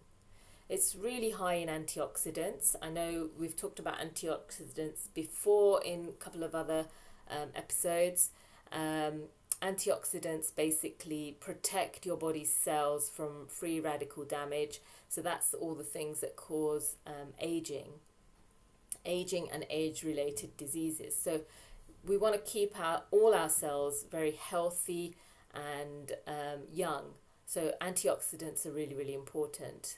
So vitamin C is one of those, and vitamin A, coenzyme Q10, lots of antioxidants exist, and they're all found in beautiful, colourful fruits and vegetables and plants and herbs. So a lovely, lovely herb.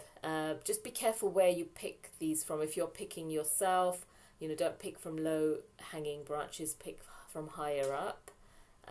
Just be careful of people spraying things, chemicals. So just if you're wild picking, then think about that. But it'd be nice to have an elderberry tree in your garden if you have a garden. So that'd be nice. The other fantastic herb that's available everywhere, all over the world, is garlic. And this is super, super fantastic because I've looked into a lot of research into garlic. And garlic, I found, has amazing, amazing properties, because when you go to the doctors and you get an antibiotic, it only kills bacteria. But actually with garlic, it kills bacteria, it kills viruses, it kills fungus, and it kills parasites.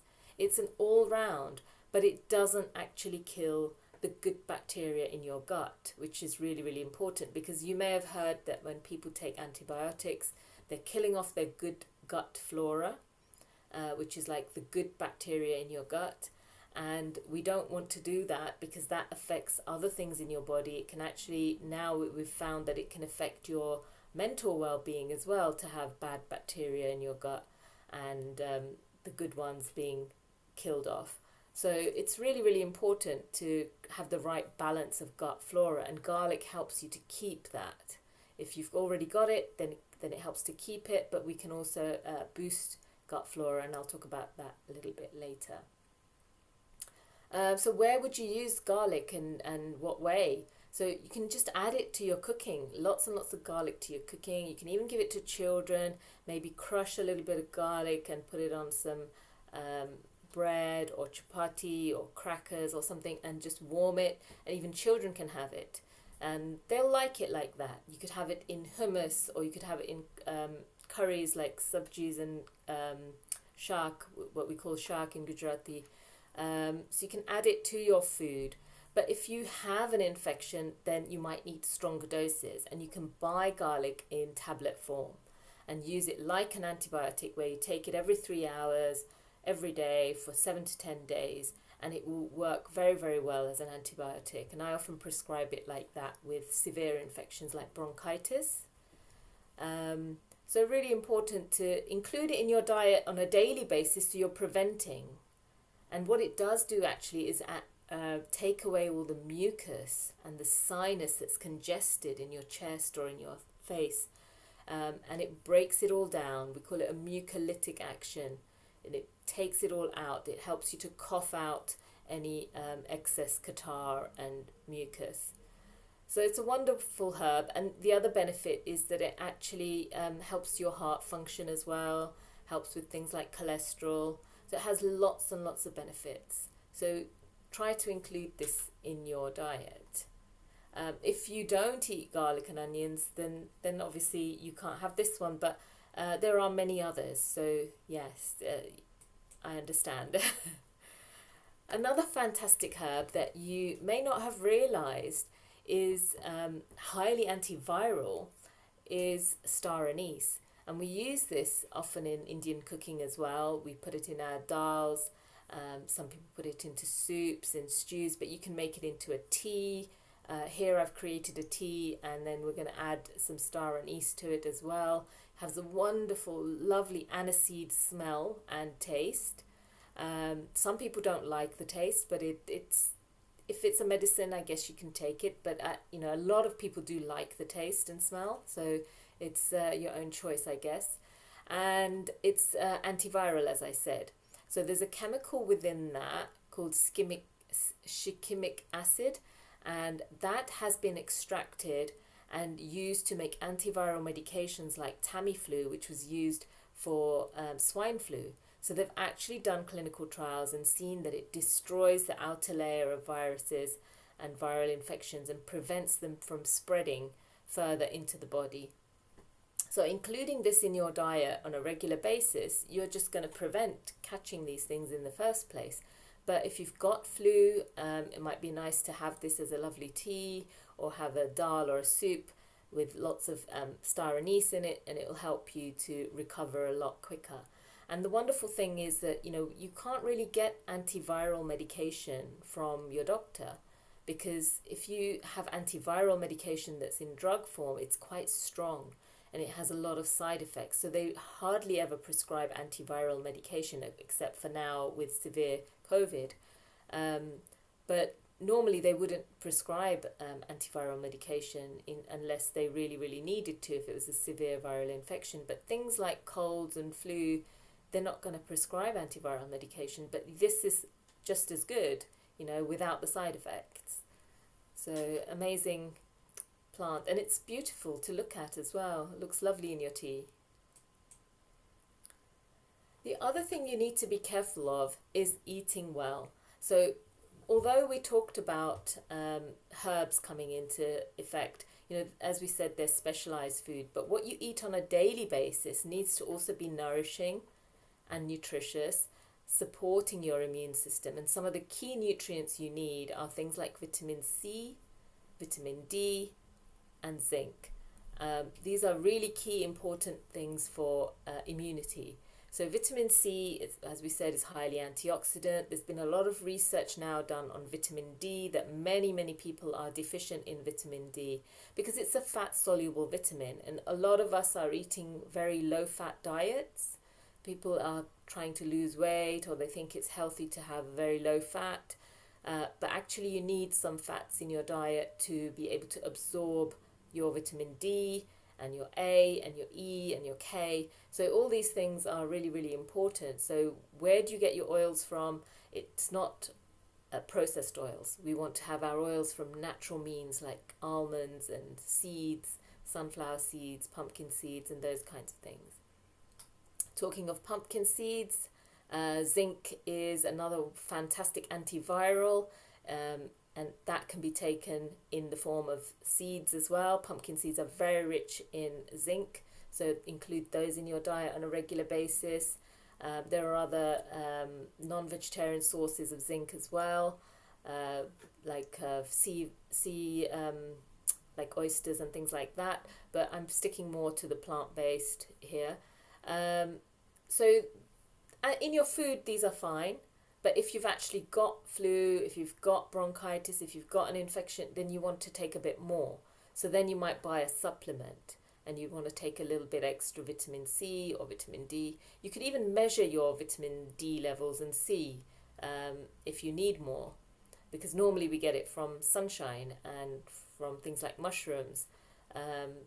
But if you don't have enough, then it's important to top it up with supplements. But try to address the whole thing through diet at the same time, because you don't want to be on supplements long term. You just want them at a short term to boost your immunity at that time. So eat the rainbow. So we talked about phytochemicals. Well, the rainbow basically is an easy way of remembering to get all your phytochemicals, your nutrients, your plant chemicals, because each color represents different things. Like yellows and oranges represent things like beta carotene, reds represent lycopene, blues represent bioflavonoids like blueberries and aubergines and things like that. So try to have a variety of color. Green is so rich in magnesium and iron. So try to include all the different colors of vegetables in your diet.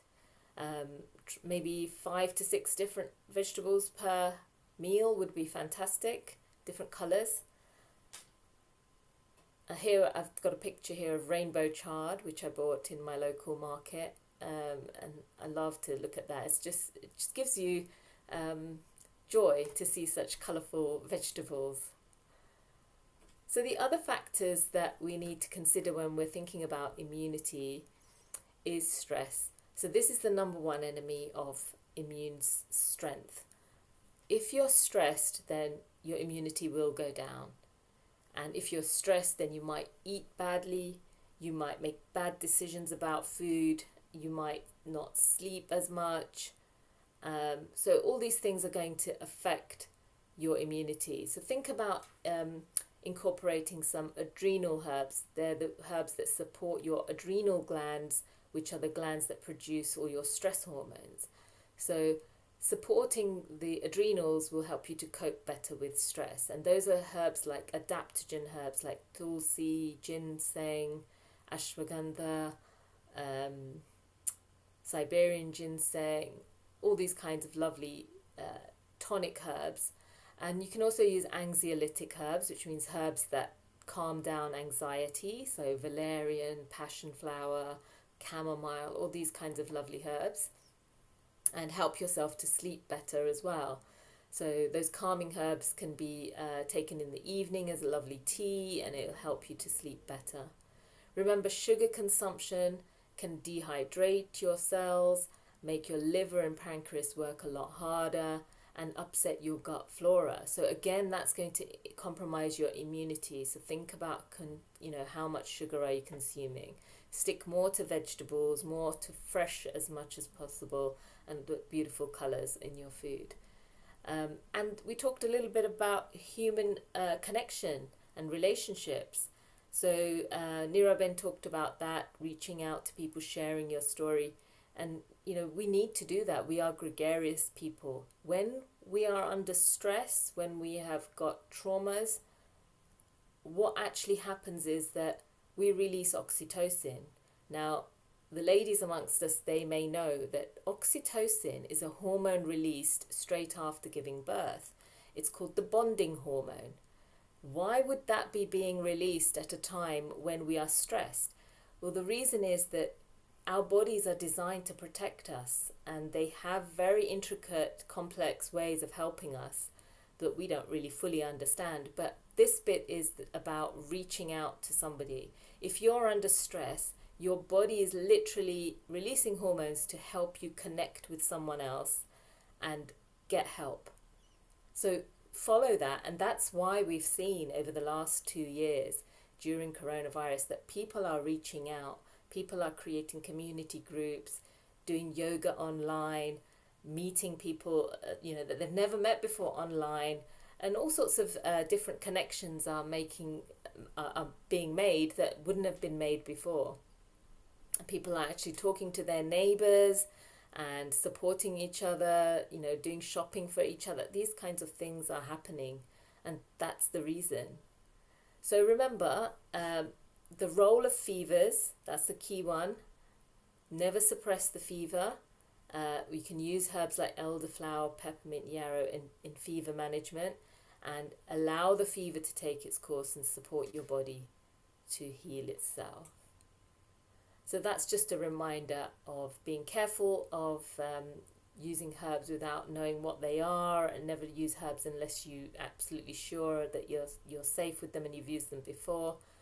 If you're using any medication or you have any health conditions, or if you're pregnant or breastfeeding, then it's really important that you get advice before you take on any herbs. This is how you can contact me. And I'd really like to say thank you to Dr. Lalit Soda, who actually introduced me to this lovely global family, and to Mr. Neil Kumar, who's organised everything for me to be here, and my lovely host, Dr. Hani Kalaria. Thank you ever so much for inviting me here. I really have loved this opportunity. But I will take questions now. Wow, what a lovely presentation, Varsha. Gee, it's just so much knowledge, all jam-packed into that one presentation. And, health is wealth.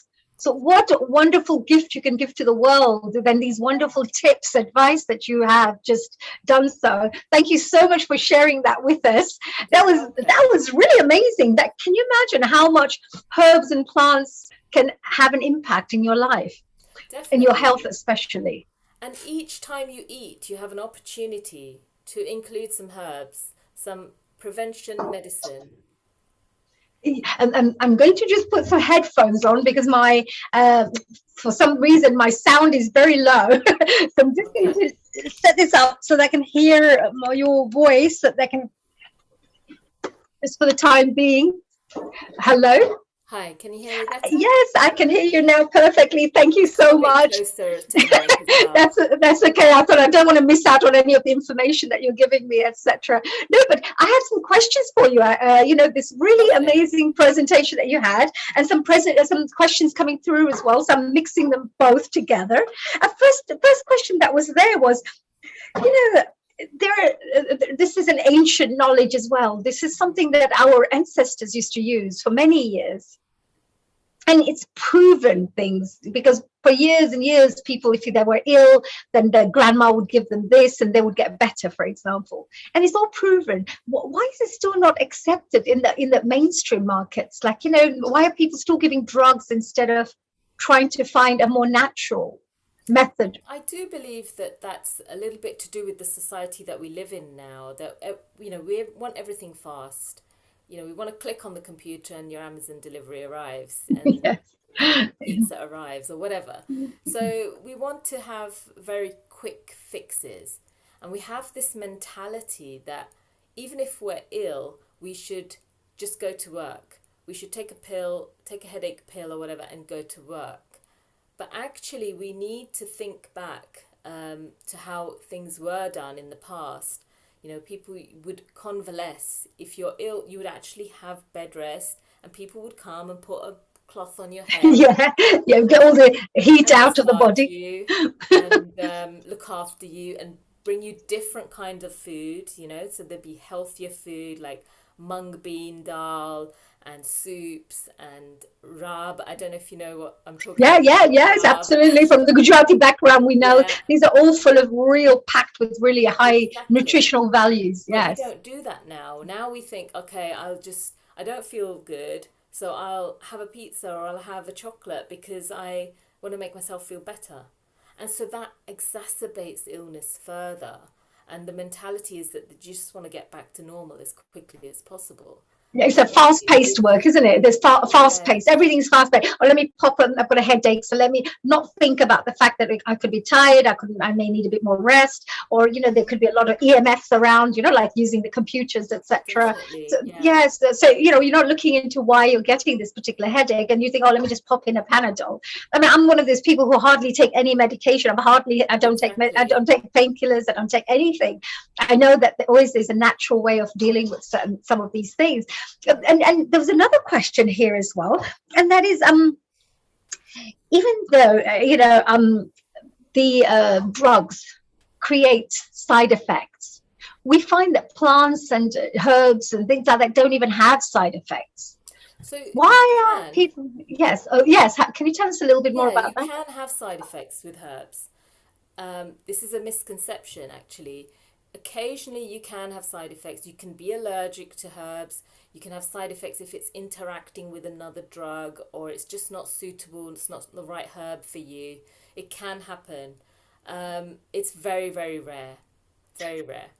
The reason Right. that is the case is because what I was telling you about phytochemicals, plant chemicals that exist within plants in numerous amounts. So within an orange, for example, you have vitamin C, you have bioflavonoids, you have fiber, you have a bit of beta carotene, you have so many different things, some potassium and so forth. And one thing works with another thing to create a synergistic balance. Whereas if you take out one chemical from it, like just the vitamin C, and just took that in a high dose pill, it's going to actually be quite acidic for you. So then you get the side effect.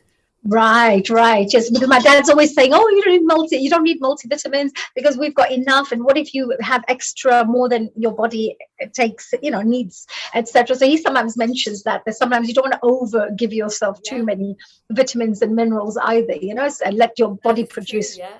So Yeah. getting your vitamins from food is the best way because you're not going to be able to overdo it unless you're just eating one group of food continuously.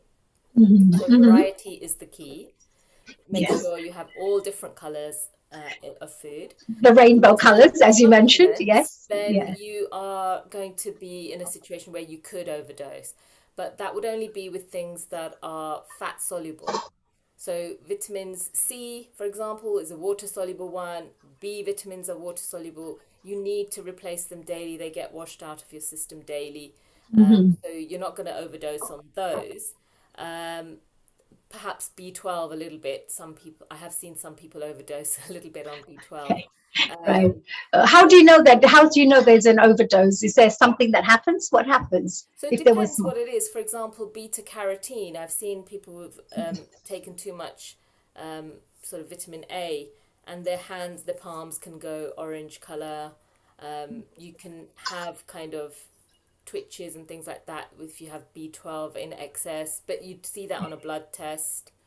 So yes, you can overdose. So this is why I say it's always best to use food and only use supplements short term to help you whilst you're addressing the food. Right, very interesting. Yeah, that's very interesting idea. And you also spoke about, like elderberries. I believe you mentioned that we can also grow them in our gardens. Are there any kinds of herbs and plants that you would recommend that we could grow in our own gardens, which would be easy to grow because we live in UK, for example, Yeah. and other people are living in more maybe sunny countries, and everybody's got like different climates everywhere.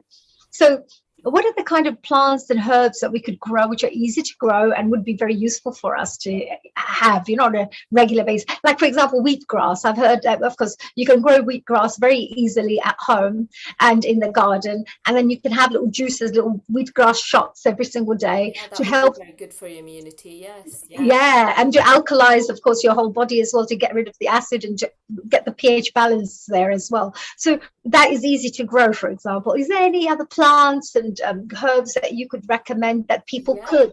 So elderberries grow really easily as well. If you plant a small tree, it will, thrive in this country, definitely. It grows easily everywhere. Um, what else? Echinacea is a little bit harder to grow, but it takes 2 years for that to flower. It flowers every 2 years, and then you need to kind of get the root, but don't take all the root. Allow it to regenerate as well. It's very important to be sustainable. So you take part of the root, you dry it, and you can make that into a medicine. You could easily grow things like chamomile, peppermint, all those kinds of herbs. You could grow some lung herbs. There's a lovely herb called inula, which is really warming for the lung. And there's things growing around you all the time, you know, even in the streets when you go for a walk, you see things like plantain, you see things like, what else do you see? Like burdock, which is a lovely cleansing herb. Um, on your journey, you know, out and about, you will see these. And I take people on herb walks to identify these plants and learn more about them. So that would Oh, be a fantastic thing. Look for a herb walk in your area, or get yourself a flora book, because when the plants are in flower, they're much easier to identify. So you'll see, you know, from the flowers, they're all color coded, and you can actually go out for a walk, see a plant and look it up. Or you can get apps as well now where you can actually just take a picture of the plant and it will tell you what it is. right. That's a really Lots of great idea, isn't connecting it? with nature. Yeah, it's such a good idea that you can get to know a little bit more about the kind of plants and herbs that could really help to boost up your own immune system, to help to Yeah, boost up your health. And it's really worth, because we talk about learning things. We read the newspaper every single day. We read this, that.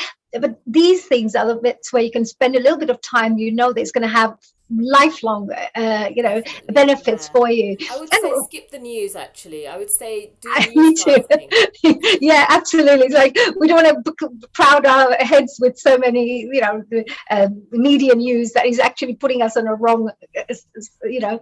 Uh, mindset, yeah. yeah, I It's very definitely. negative, you know. Maybe just watch the news once a week. You don't need to be rewatching it over and over again, because these things will have an impact on our stress, and then the stress will have an impact on our, gut flora, our sleep, and everything else that's going to help us with our immunity. And the number one thing I would say actually is fear. You know, this fear that we've got inside us, we need to let go of that and really trust our bodies that, if you cut yourself, your skin will heal. When you were a kid and you injured yourself, you can't even see that scar now. Yes, It absolutely. does Body have the has. power to heal. Yeah, it's a You've got to believe in it. natural method that comes through. That's absolutely right. And Rosha, we got so many questions coming up from all over the place, by the way. A whole load of them coming through. Let me ask a couple of these for you. Sarita from Kampala, Uganda. She wants to know if turmeric powder is better raw. Sorry, a turmeric powder is better, or raw turmeric is better, and what are the differences between the white and yellow raw Okay. turmeric, please? Fantastic question. Thank you, Sarita.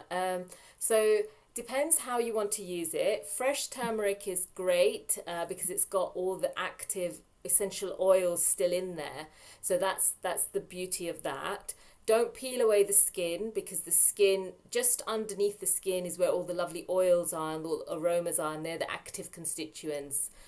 So important to keep those. Just take away the milder, dirty bits, and then keep a majority of the skin. Um, in terms of dried and powdered turmeric, that can be very useful because it's concentrated. The water content has been removed, but some of the oil is lost. So you need to add black pepper to increase its bioavailability. So that's the turmeric, the Latin name curcuma longa, that's the bright yellow one. And then you have the lighter yellow one, or the white one. Some people call it the white one. That's from the same family, but it's not actually curcumin. It's not actually turmeric. It's called zeodari. We call it amba hardar. Yes, I've heard of amba harder. Yeah, when they're But cooking, you use amba yeah, harder. and Yes. we can put that into like a pickle. We could make it with just sort of brine, salt water, and chop it up and keep that. And again, it's a wonderful herb for skin. It gives the skin a beautiful glow. If you are prone to acne and things like that, then it's fantastic for that. But the turmeric, the bright yellow turmeric that we use in our shak and dars and whatever and curries, that is highly anti-inflammatory highly anti-inflammatory. It's had the most research done on it out of all the herbs, and Yes. it's been found to be very useful for sort of prevention of tumors from growing bigger, because it blocks the angiogenesis, the way that the blood vessels are growing towards the tumor. It stops that. It's anti-cancerous in that respect. It's anti-inflammatory. It helps with sore throats. It helps with joint pains, arthritis, rheumatism. It's so versatile. You can use it on your skin, all sorts of things. Yeah. Absolutely. And when I get a little eczema sometimes because you have dust allergy or Hmm. false jewelry, sometimes you wear it and then suddenly you come up with a little rash because of it. So I always use turmeric. I put turmeric powder and mix that and put that in for a Yeah. few days, and it just gets rid of everything. So it's so Yeah. beautiful. You don't even have to use skin. Sometimes medical ointments can thin Of your course. skin. Yeah.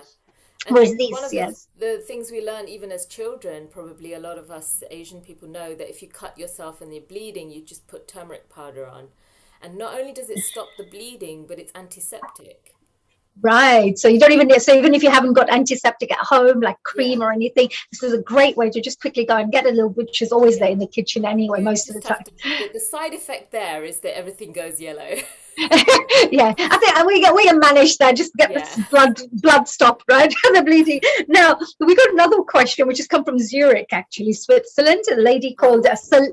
Selena. So hello, Selena. Thank you for your wonderful question. I just wanted to say that she wants to know what's the best herbs and spices to consume during this COVID season. I'm sorry, the cold season. The COVID season, yeah, cold season, Cold because of the season. winter. Yeah, because of the winter in Switzerland is pretty cold too, as you know, and here So she's winter's looking for coming up. herbs and spices.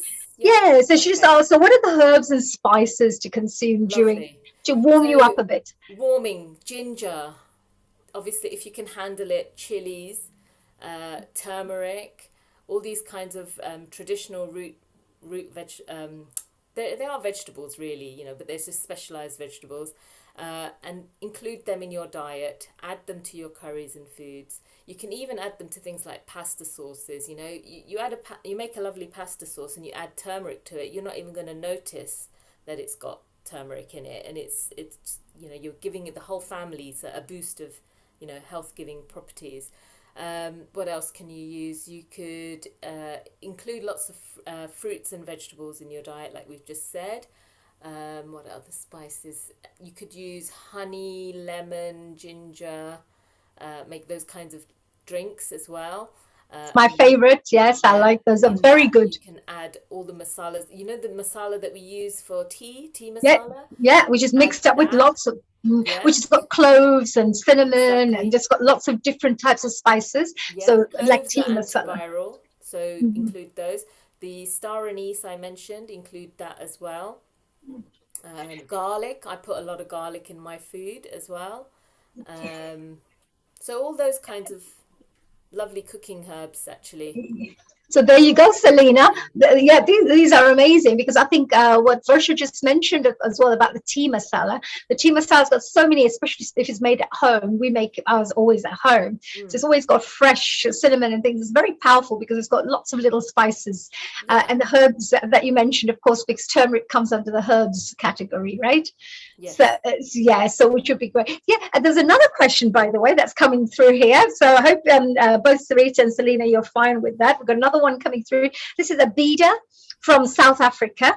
And she says that, are there any tips that you could share to boost immunity during this pandemic times? Yes. So when the pandemic first hit, a lot of us herbalists got together to decide on how we can help. And there are much more eminent herbalists than myself. I can't consider myself a baby herbalist, No, but you are amazing. We're so proud to have you here. thank you. But there are other, herbalists around the world, and we did all gather, and we did actually come up with a plan. And some key herbs that are really, really vital are things that we've talked about, but also andrographis, which has been found to, it's a very bitter herb, but has been found to be very useful. I wouldn't claim to cure COVID, but it's going to help. what else? I have a list actually, so I can just refer to that if you don't mind. Yeah, sure. Of course, that will be great. So this is, I think, for almost everybody who's out there, all our audience members, you'll probably find this very, very useful because, of course, we're living in during our pandemic times at this moment as well. Always new types of variations coming out that also we hear. So Varsha, yeah, for all our audience members worldwide, what would A they be able key to herb use? for respiratory health is thyme, which we've talked about. Elecampane, which is a lung warming herb. So very, very important to actually keep the lungs warm. And one of the key ways to do that in the cold season is to, I know we're all wearing masks across the world, but maybe having a scarf so that cold air is not going directly into the lungs. Always try to breathe through the nose. Practice with the pranayama if you're not used to doing that. And making sure that the breath is warm when it goes in, basically, because your nose, kind of warms the air before it actually goes in. If you breathe straight through the mouth, you're going to get cold air hitting the lungs, and that's not going to help. Elderberry has highly antiviral properties. Echinacea as well, and another fantastic herb, which is a mushroom, we class mushrooms as part of the herbal family, is reishi. Reishi you may have heard of. It's a herb that is designed to boost your immune cells, your white blood cells, so you're ready for infection. And also when you have an infection, you're going to deplete all your white blood cells, so you need to replace them and help them grow back quickly as well. We have a lovely herb called dong quai, a Chinese herb, and that increases the little tiny hairs inside your nose and your throat and your lungs. And those little hairs are destroyed by coronavirus. So we need to make sure that they are strong and they grow back quickly, and that's what this herb does. Those hairs are things that expel mucus and help to push things out of the lungs. If they're destroyed and you've got coronavirus, you can't cough things out. So that's why it's important to have good cilia. They're called cilia, and they're little tiny hairs. So we include that. Sage is a lovely herb as well for drying up mucus. If it's very, very wet lungs, then that can help. Licorice, we call it jetimad in Gujarati. And that's highly antiviral as well. So you could take a piece of that on a daily basis as well. You've got to be a little bit careful with that in terms of high blood pressure, because it can raise your blood pressure. So if you are somebody that is prone to that or on blood pressure medication, then maybe avoid licorice. Although garlic balances that out. Garlic lowers your blood pressure, so you can have it I with see. So garlic. when somebody's got high blood pressure, they can have lots of garlic as well, Yes, right? that's right, yeah. So another little tip there. The garlic is the stuff that breaks down all the sticky mucus and helps it to be expelled as long as your little hairs are still there. Then we have Chinese skullcap, another fantastic herb, which prevents the immune cells that come to the area of infection. And once they've done all their work, they die there, then it helps to clear up the debris. Oh, right. So it cleans up like all the toxins that could kind of, build up in your body. It gets rid of all the things that are not necessary. White blood cells as well. The white blood cells that have fought for you, they unfortunately die there as well. So you end up with a lot of gunk that you want to clear out. And this Chinese skullcap does that for you. So, fantastic herbs there. Use them, in your daily life if you can as a prevention. I make a lovely prevention kind of mix. As well, a lot of my family and friends have been on this mix. A lot of my patients as well. So, is it something that people can order, or is it something that people can find out more about? So I try to tailor it because a lot of my medicine is very unique, like bespoke. It's not designed for just off the shelf. So, like I said, if I've got licorice in it and someone's got high blood pressure, then I amend it and make sure that we Right. include. So Yeah. very, very powerful. It's amazing. So individually take. That's why I say that, all our ancestors and ancient grandmothers and everybody, the Yeah. amount of knowledge they used to have, they used to know a bit of this much, put a bit more of these herbs, knowing what that person needed. So it's very, Yeah. very And the individually tailored. family Beautiful. recipe would work for you because your genetics were of that family. So, your grandmother's recipes will work for you and your children and your children's children, but might not be right for me because, I'm from a different family. So I'm used to different herbs and different genetics. So, Yes, yeah, yes. keep A to your very good family point. traditions. I would say reach out to the older members in your family and try and find out about your family traditions. Yes, no, it's very true, isn't it? Because sometimes some people have diabetes, they have heart issues. So you know that, well, these herbs and these plants will help you more to keep a stronger heart, for example, or Exactly. etc.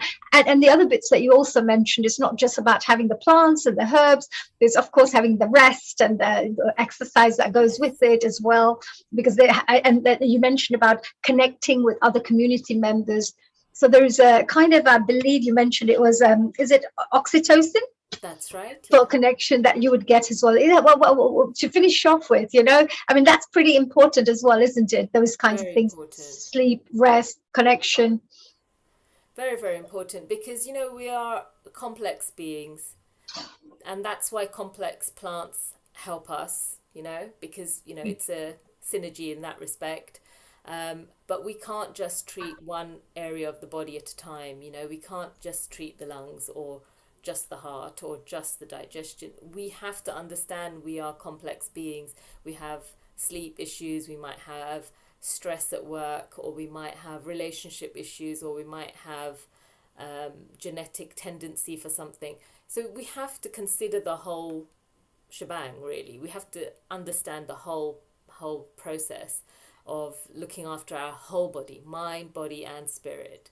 Which Wow. is why it's so important to be part of a lovely family like this, where we can, share our experiences, and help others, and it gives you a sense of purpose, which is very important in your own well-being.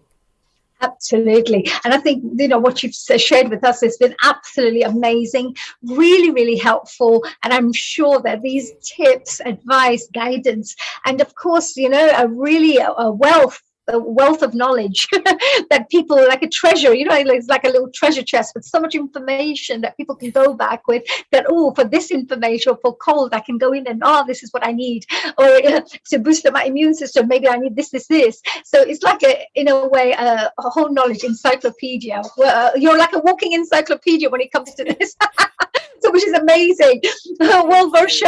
Varsha, I just want to say, Varsha ji, thank you so much for joining us here today.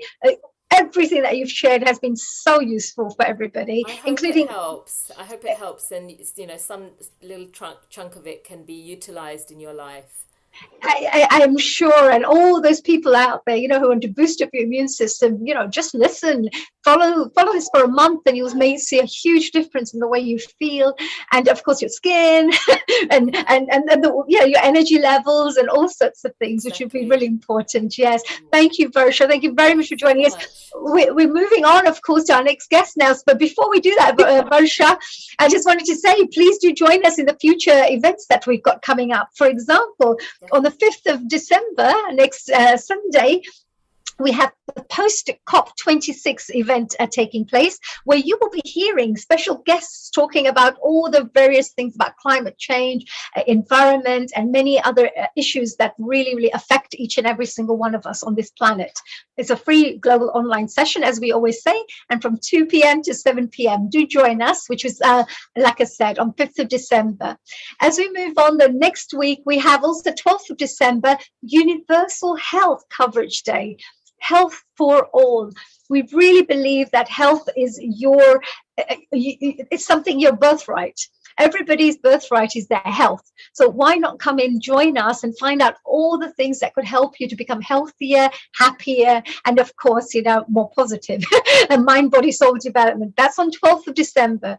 Then we move on the 19th of December with the festive vegetarian kitchen. Oh, you're going to love that. You're going to have this beautiful, delicious recipes all for the festive season, Christmas coming up, and you will have some really great chefs all sharing their wonderful recipes with you and giving you tips on cooking and, of course, all the wonderful things when it comes to the food that we all love. So that's 19th of December. And don't forget, on 26th of December, we have Festivity 2021. Yeah, it's the end of our 2021, and I hope our 2022 is going to be a lot more better than our 2019 and 2020. So Festivity 2021 will be a really fantastic. It's a celebration. We will be celebrating Christmas, but Bollywood style. So do come and join us. You do not want to miss that one. You're going to love it. It's going to be fun. And that's not it. We carry on because in the new year's we have, of course, the Festivity 2022. Our entertainment and joyful celebrations will continue from Christmas to the new year. So do join us. These are fantastic events that are all lined up for you, our audience, our members, our family. So do join us. So Varsha, I hope you're going to join us. Any of those did you find any of those interesting for yourself? All of them. I have come to every single one. My Sundays are booked now. Oh, that's wonderful. Thank you. That'll be brilliant. We've also got Amalia just joining us right now. Amalia is all the way from Singapore, by the way, and Farsha is from UK. Hello, dear Amalia. We wanted to say a global namaste to you all the way from Singapore. Thank you for joining us here. I know you must have been listening to Varsha speaking about all her plants and spices and how to... Tell, is there any comments before we go on to speak to Pareen? I'm sorry, I just came on because I was actually discussing plant medicine with other people. Actually, yes, it's midnight here, and we just had a very lovely gathering of women who love plant medicine. So we were discussing that while this was happening. So I'll watch your replay, Varsha, and unfortunately I missed it. Well, is there any of the final tips that you can talk to before we talk to a wonderful, gorgeous lady who has just won, by the way, a special beauty pageant just yesterday? So we're so proud to going to be speaking to Pareen Somani very shortly, a gorgeous lady and a very beautiful soul. So we're going to be talking to her very shortly. So Amalia, is there any question that you'd like to ask Varsha before we say bye-bye and move on to Pareen? Well, so many questions with regards with plant medicine. You just do the whole range. Do you work with flower essences as well? I have worked with flower essences. I'm not trained in that, but I do work with them for myself and the family. But I love flower essences because they work on the energetic side. They work on the emotions, and it's so important to take that into account when you see somebody who's going through some kind of trauma, because all these kinds of health issues develop from past traumas, right? It's to do with regret, forgiveness, some kind of problem that's happened in the past that's emotional and held inside. So it's really important to express those and to understand that we all have very unique personalities as well.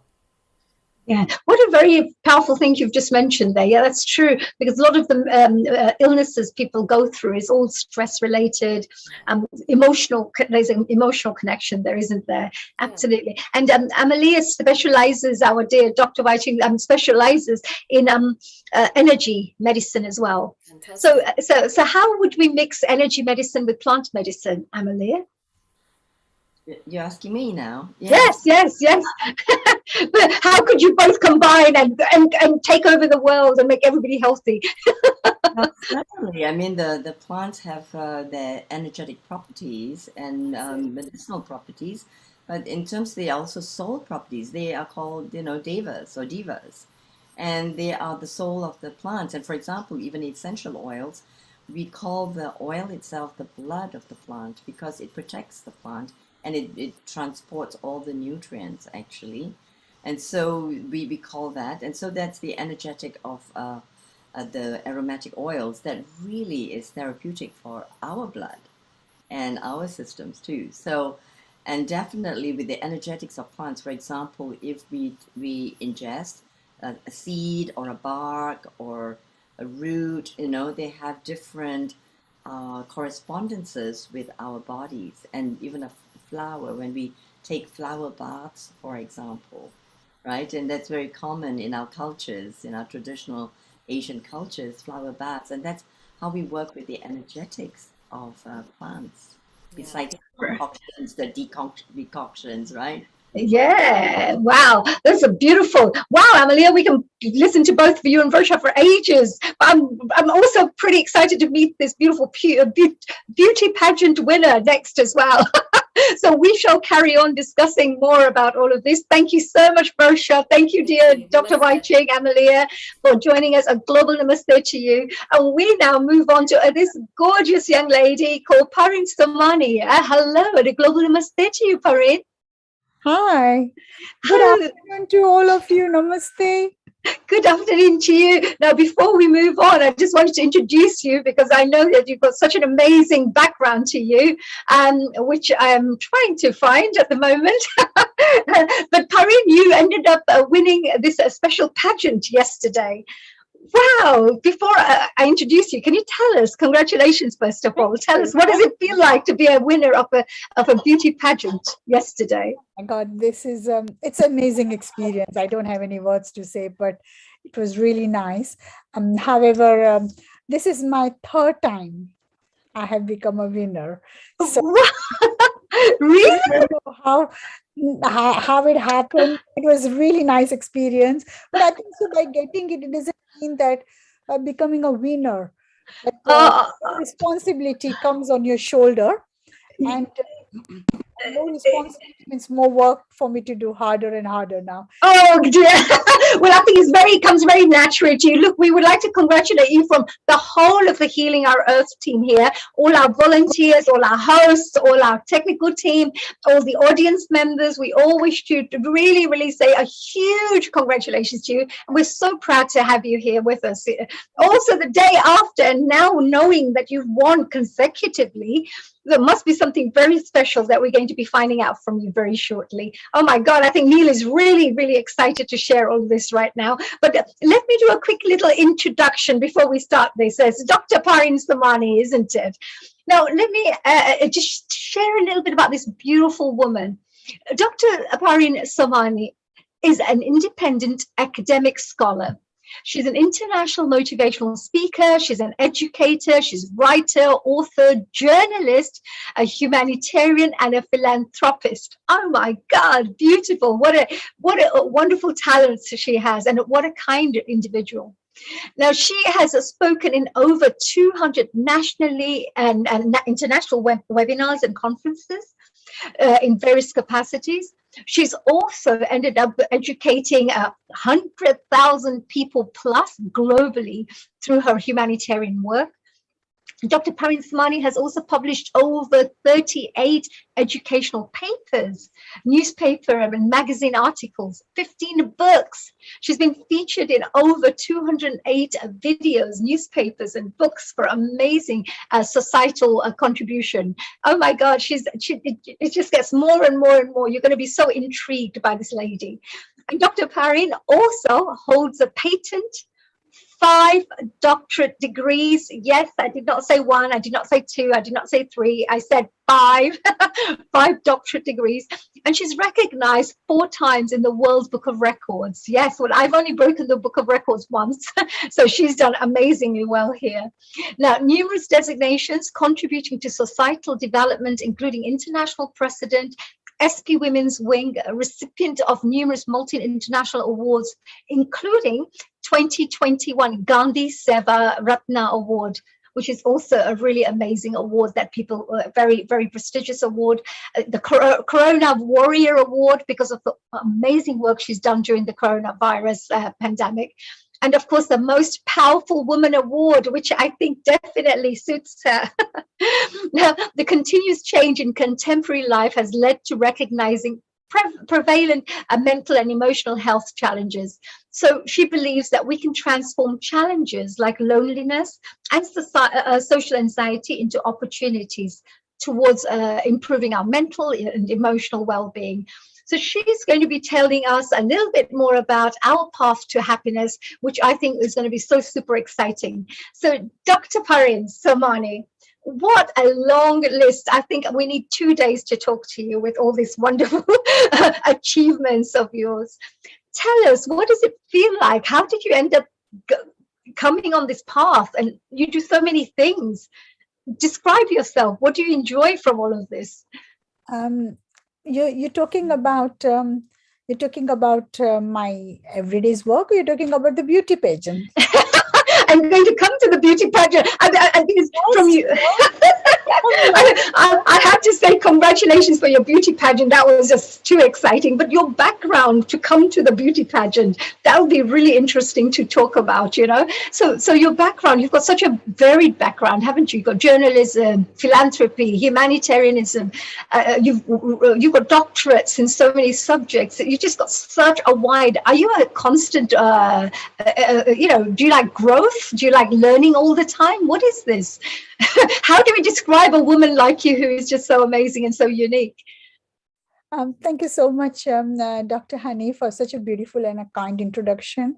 I think I would say the journey, the life journey, takes me where I work. But I think the journey of my academician happened when I had in 2011, when I had a second attack of cancer, and that was my turning point. How I changed my career, because initially I'm a media person. I'm coming from the television and a media line in 80s, where I was a TV presenter in Ahmedabad Doordarshan and All India Radio Akashwani reporter and a presenter in the All India Radio. And then I become a writer.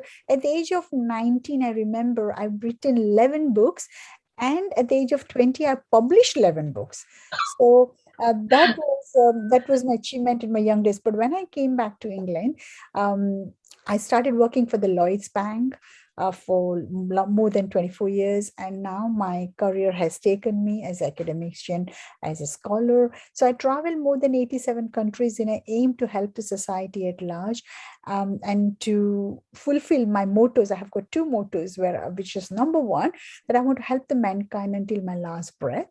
And the number two, which is by working together, we want to make a positive global change. And that's what, like working with everyone like you, or like NGOs, governmental and non-governmental, and academician like universities, colleges, that has given me the inspiration and motivate how I can support them. So 2011 was my turning point to become, and this beauty pageant is not my cup of tea. It just came on my journey, where I was being approached by the media people that please, well, you do a lot of things on the education and the women empowerment, but we want to bring the people, the women from the small villages. Are we able to take your name, use your name, and have you on that pageant name tag that Dr. Somani is a contestant, and so more people will join. And with the name, people were only getting like a 4 or 5 entries or 6 entries in those days. And even though like yesterday, there were only 5 misses, not more than that, but they did not use my name.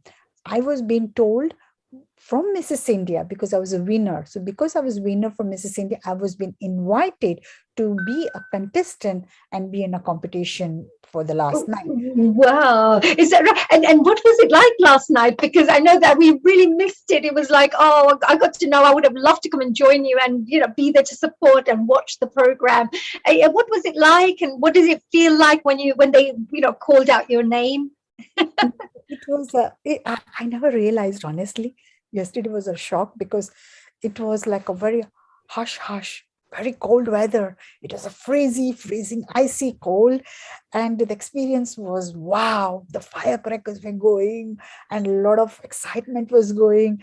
Good experience, but not the same experience what I had it in India of when I won Mrs. India and Mrs. Universe International. Yes. Oh, of course, there's a different look, feel already. In India, there's thousands and millions of people. Here, It's a little bit more smaller. It's a little bit, and also with coronavirus, it's a little different. But it was a good experience. My family was with me, and my good friends were there. So it was a nice, and I missed you as well. I really wish I heard a little late, because it was such short notice. And I thought, oh my God, if I knew this, I would have been there. front row and going.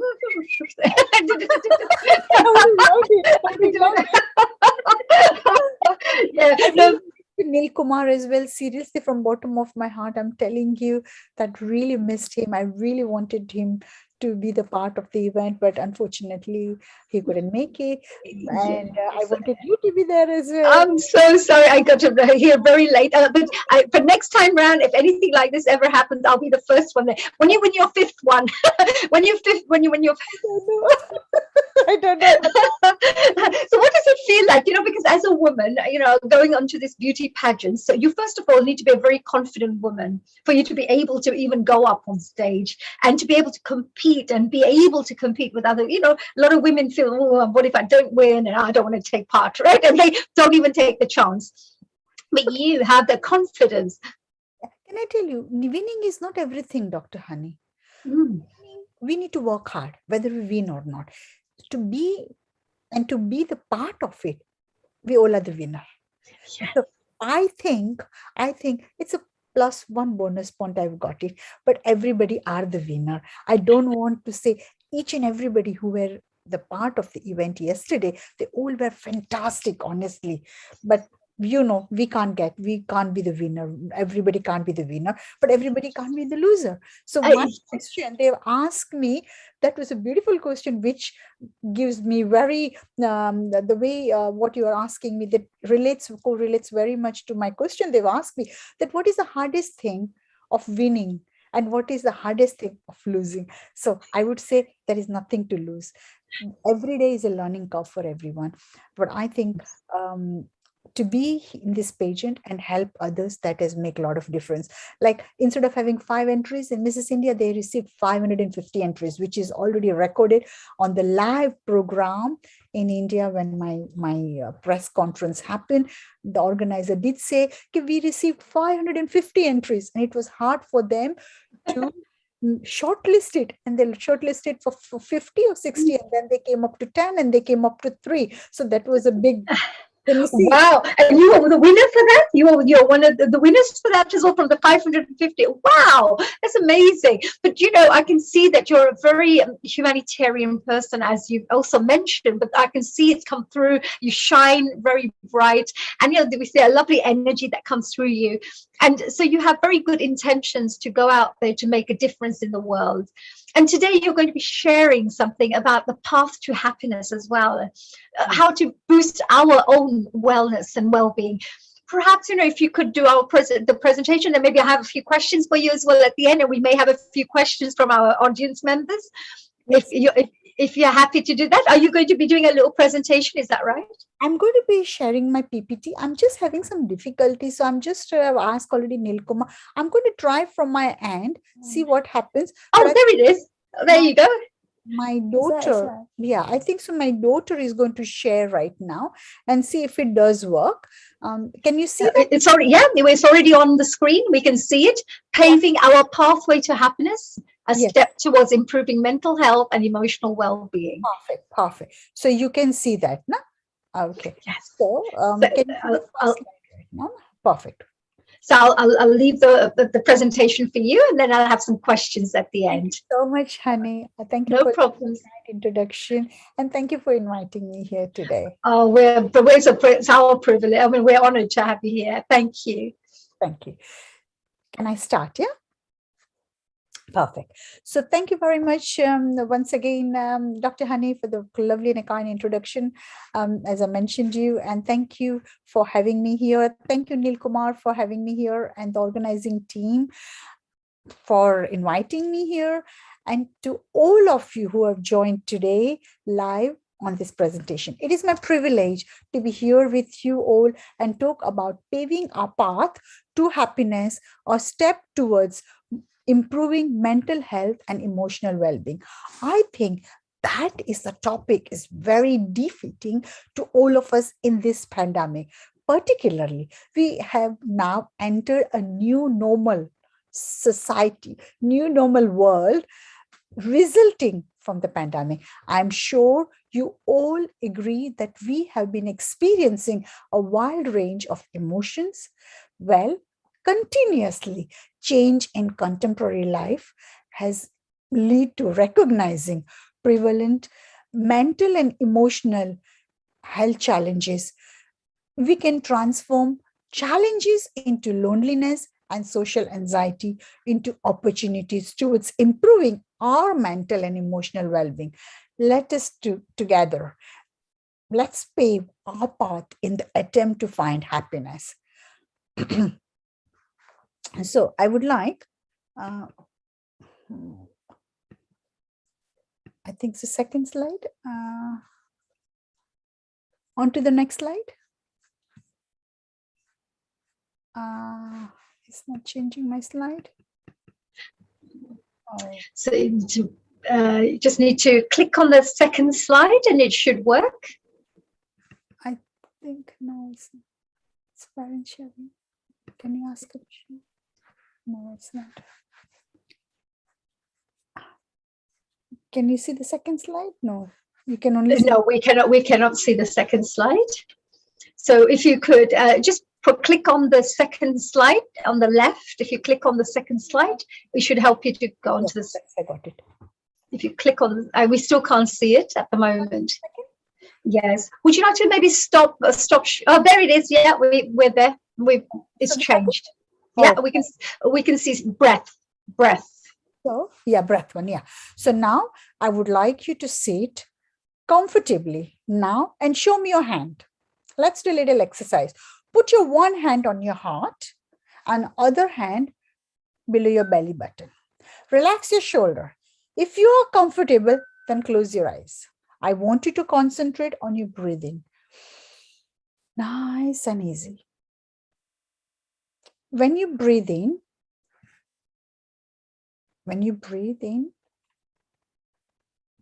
just say, I am in excellent physical health. And when you breathe out, I want you to say, I am mentally energized. Breathe in and say, I'm excellent physical health. And now breathe out. I'm mentally energized. Think about the moment you're experiencing right now. Forget about the past. It has gone. Do not worry about the future because it is an illusion. Just concentrate on the here and now. Now gently open your eyes. Welcome back. Our words are very important. Many minds in the society have been conditioned to forget the positives and dwell on the negatives. Let us only utter the positive words. What we say manifests. So every morning when you wake up, for 5 minutes, breathe in and say, I am in excellent physical health. And breathe out by saying, I am mentally energized. And do the same when you go to sleep. This will really help you. So every day, we experience a multitude of emotions. We experience the multitude. I think, one second, can we have a... If you could click down and you should be able to move on to the next. Are you getting a third slide? No, now what is mental health? It was there. Can you go back? Because it's on mental health at the moment. Yeah, it needs to go. That's it. That is a slide. Okay, so it is changing. Perfect. I think so. My system, I don't know what's happening with my internet today.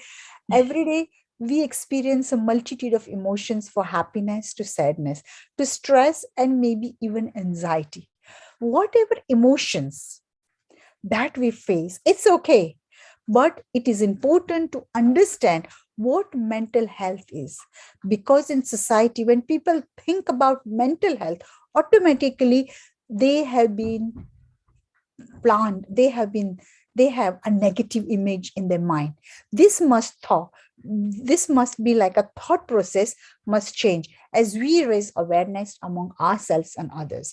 So what is mental health? I want you to think about what is mental health. So it is defined as a state of a human being, of a well-being in which an individual realizes his or her own abilities, can cope with the normal stresses of life, can work productively and is able to make a contribution to his or her community.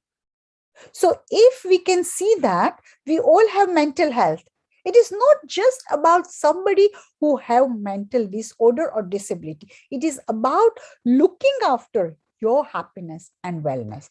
Therefore, it is very important that we all look after our psychological and emotional well-being, not only now, but for the future. So it is referred as to our cognitive and emotional well-being behavior. So in other words, how do we think and how do we feel? That is very important. How we think, behave, and feel.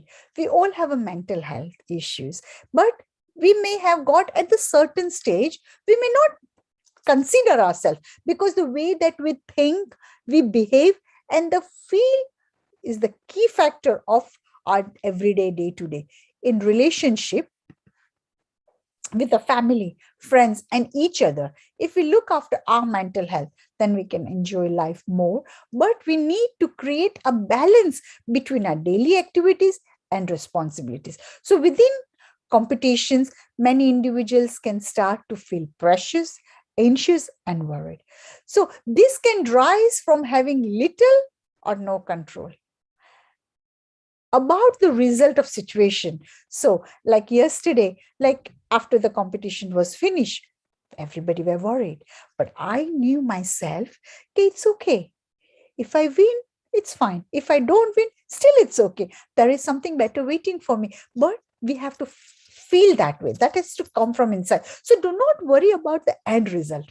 Enjoy the journey and take joy in every moment you are going through. So if you think about a car tire, it runs perfectly with the correct pressure. Without enough pressure, it can deflate, while too much pressure can cause the tire to become unstable or burst. So therefore, like the tire, we must ensure that we take enough pressure to motivate us and help us run efficiently. But to exert, do not have too much pressure on ourselves that affects our health. So stress can have many influences on us. You can see there is a positive and a negative stress. But remember, some stress at the low level of stress can be useful and healthy in order to achieve a particular goal. So in a positive form, it can be proven to improve by psychological health and facilitate performance. It is considered as an important factor to motivate individuals. It can help people to adapt to a situation, and it can be as a result of a reaction of surrounding environment. When we talk about the negative stress, see, high level of negative stress is not a good, but remember, without the negative stress, what can we do? Like high level of stress can result in biological and psychological and social problems, which can lead to a serious illness. So negative stress can go to a highest level, which can be cause a illness, and a stress level can doesn't help you, but it will bring you down. So when stress is caused by internal perceptions of a student or within ourselves as educator, it can produce anxiety, negative emotions, and feelings. This can lead to stress, pain, and sadness. If it persists, it can lead to a serious psychological disorder, such as post-traumatic stress. So it is important for each and everybody. But I'm telling it's important to recognize a sign of burning out, as it happens very gradually in 5 stages.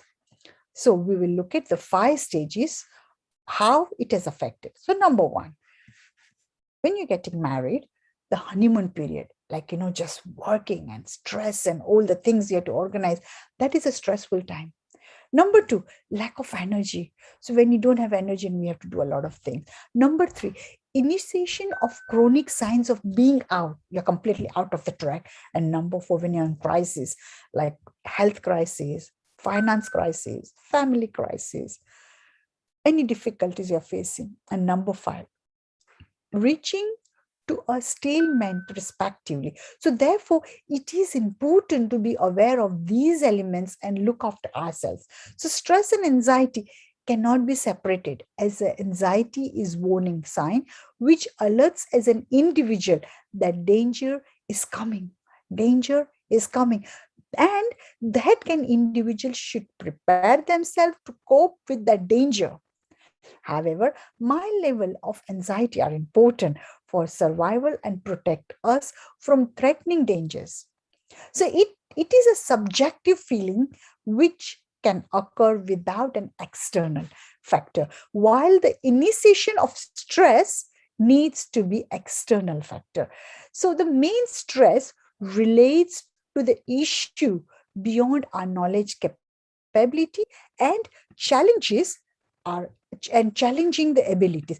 So when we are looking at all the stages, the amount of stress individual experiences can be presented in different ways.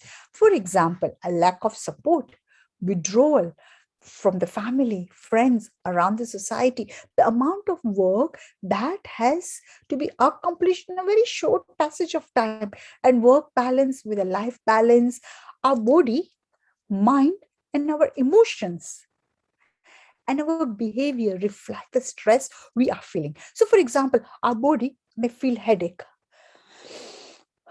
breathlessness, fatigue, different types of things when we're feeling. Our mind may feel worry, negativity, hasty decision, etc.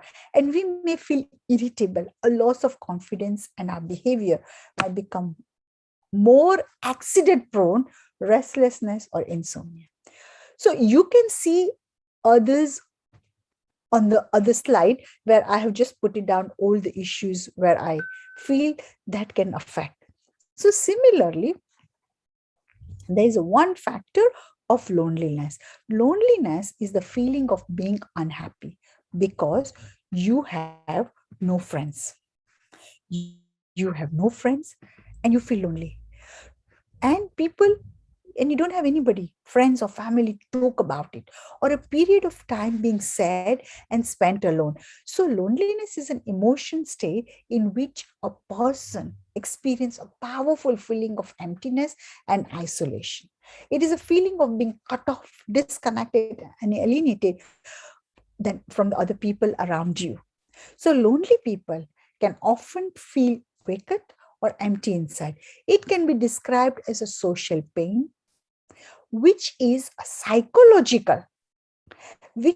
psychological mechanism which motivates individuals to seek social connection.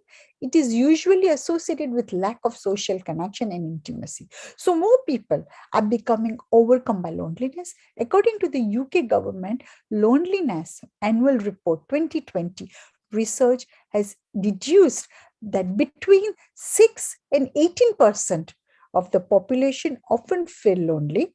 Other studies have shown that approximately one of the population people die before the time due to loneliness. It has been proven within studies that loneliness is as damaging to our health as smoking up to 15 cigarettes per day, and loneliness is worse for you than obesity. So how we can look after our mental well-being? So we can say that all by helping ourselves and make necessary changes. Wherever we feel that we need to do, we have to change necessary changes to make ourselves happy. We should aim to be active. For example, exercise ability to minimize some of the emotional intensity that we feel. It helps us to clear our thoughts and ideal with our problems in a calm manner. We should stay calm and take control of the situation, because every problem there is a solution. If we think we can do something and believe in ourselves, then surely we will find a solution. This in itself is an act of empowerment, and this self belief will result in the solution that you can believe in. So remember, managing mental and emotional health can be eased by ensure that we have a good family support, good system, good people around us where we can have good friends, the good network who you can share your concerns with. So you will find encouragement and a fresh perspective through which you can view the situation in a different way. Therefore, use technology to video calling somebody and talk to the people. Never doubt your ability.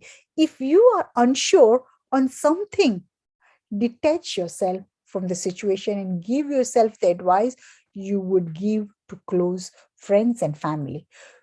Do the activities that you enjoy. Engage in the hobby that makes you feel happy and find a fulfillment. Simultaneously, we should avoid unhealthy habits and help each other. We must realize that we cannot always change a situation. So we should concentrate on the aspect of life we can change and do your best in every situation.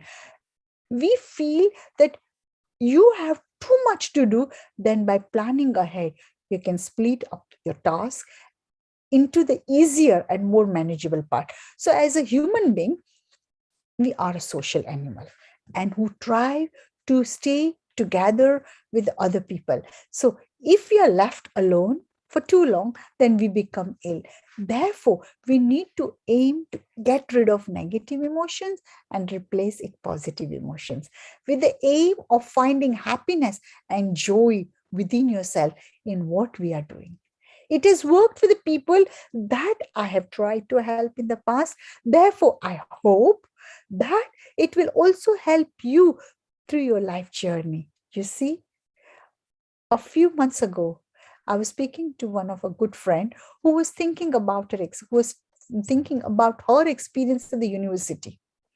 While she was talking, she said that she always felt like stressed and she was avoided by all her friends, and she felt that she never fitted in that university. She felt that she's left out. I could feel the sadness that she was experiencing from within her voice when she was telling me her experience. She said that often she would ask herself, what's wrong with me? I thought for someone to ask themselves that, it's not the right, that question itself is a very painful. So I started to research the topic of stress and other negative emotion after speaking and after listening, sharing the story what she was telling me. I really wanted to understand how we can get rid of it. So that was a question, and that's why I started working on this research. So transform, get rid of it, transform to a positive energy. I discovered that all that people want in life is to be happy. We all want to be happy. We all want to have a smile on our face. But because we have got so much piled up on the top of our head, we don't know what to do. That is the initial human desire, to be happy. It is this want for happiness that binds us all together. We all want to be happy. None of us want to suffer. Am I right?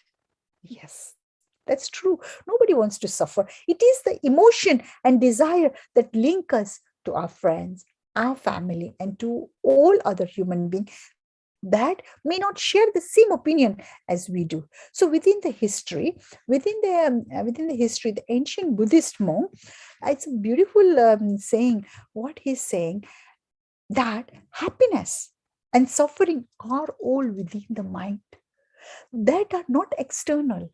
This explains that the happiness is not external found through the object or in the different people. Happiness is internal. It's internal and it is in the mind. Therefore, if the happiness and suffering are within the mind, then the cause of happiness and suffering also live within our mind. The ultimate difference between the people that are unhappy and stressed and the people that are not is the way we see the world. It all depends on us, how we look at the world and how we want to take the world further.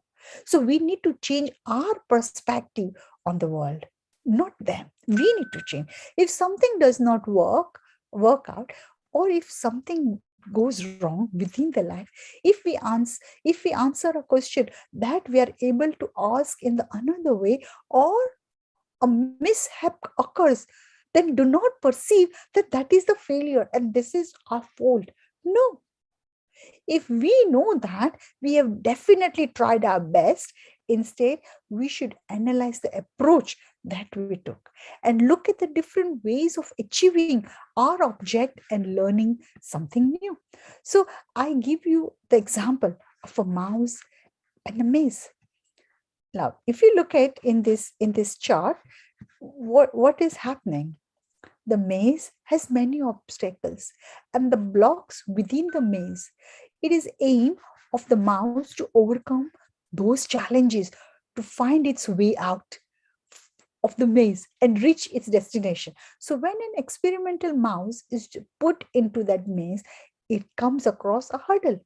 It turns around and looks for an alternate path. It tries a different avenues and tries something else. It helps in doing that every time it reaches a block. However, human like us, what we do, we'll go back and make the same mistake again and again and again and again and repeat what we have always done. Therefore, we should not be afraid of the change. Mahatma Gandhi said beautifully, a beautiful quote, that be the wish you want to see the change. So we should not be afraid of trying new things because we want to see the change and thinking outside the box. The most successful people in the world have been rejected many times, but they continue trying and do not give up.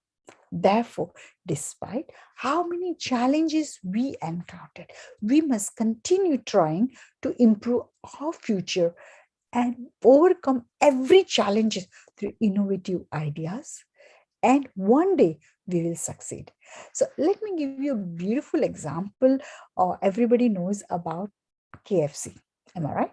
Everybody knows about that. Let me tell you a little story about it. The example of Colonel Harlan Davis Sanders was an American businessman. I'm sure you may have heard this story in the past as well.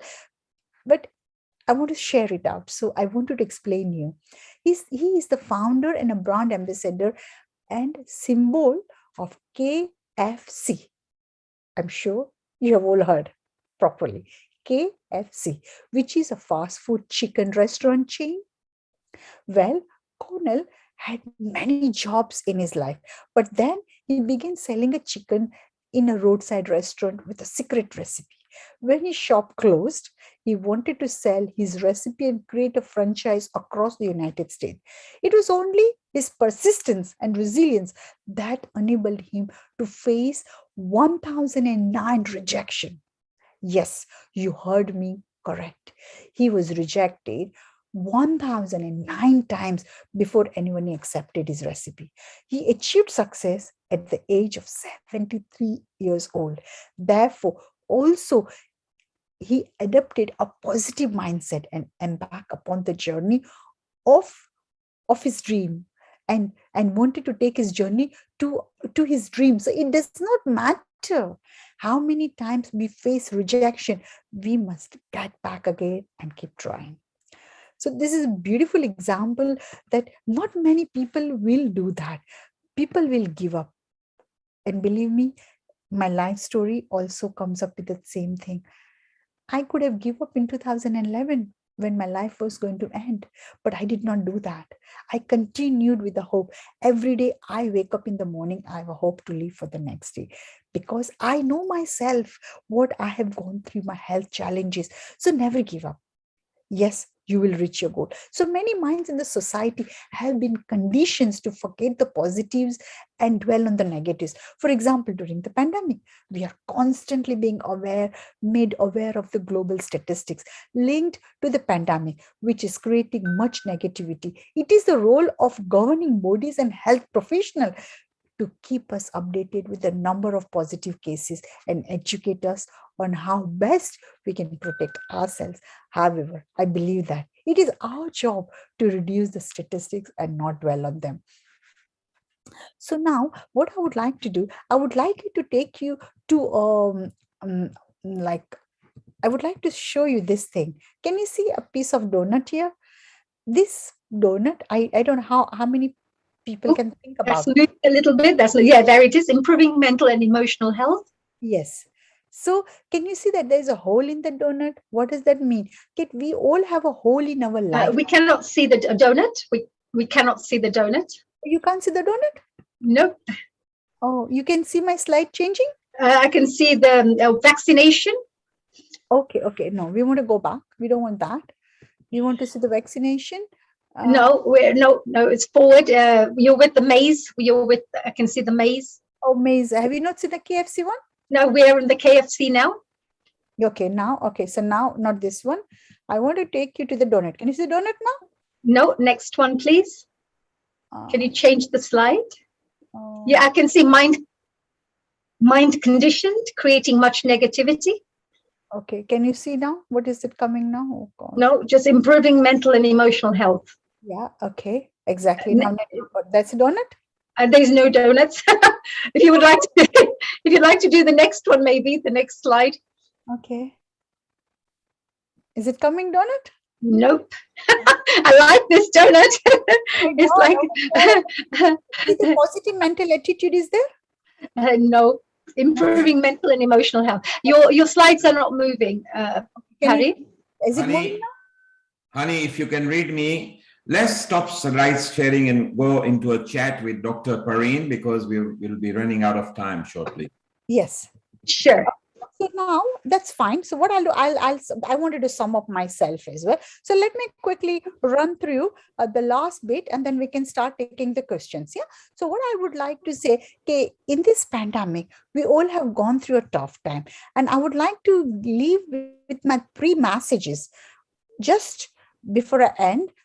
That from the personal perspective, we all have a mind, heart, and a soul. The mind is intelligent but cannot work alone. The soul is peaceful but cannot work alone. And the heart is loving and tender. If you combine intelligence and peace together, you get fulfillment.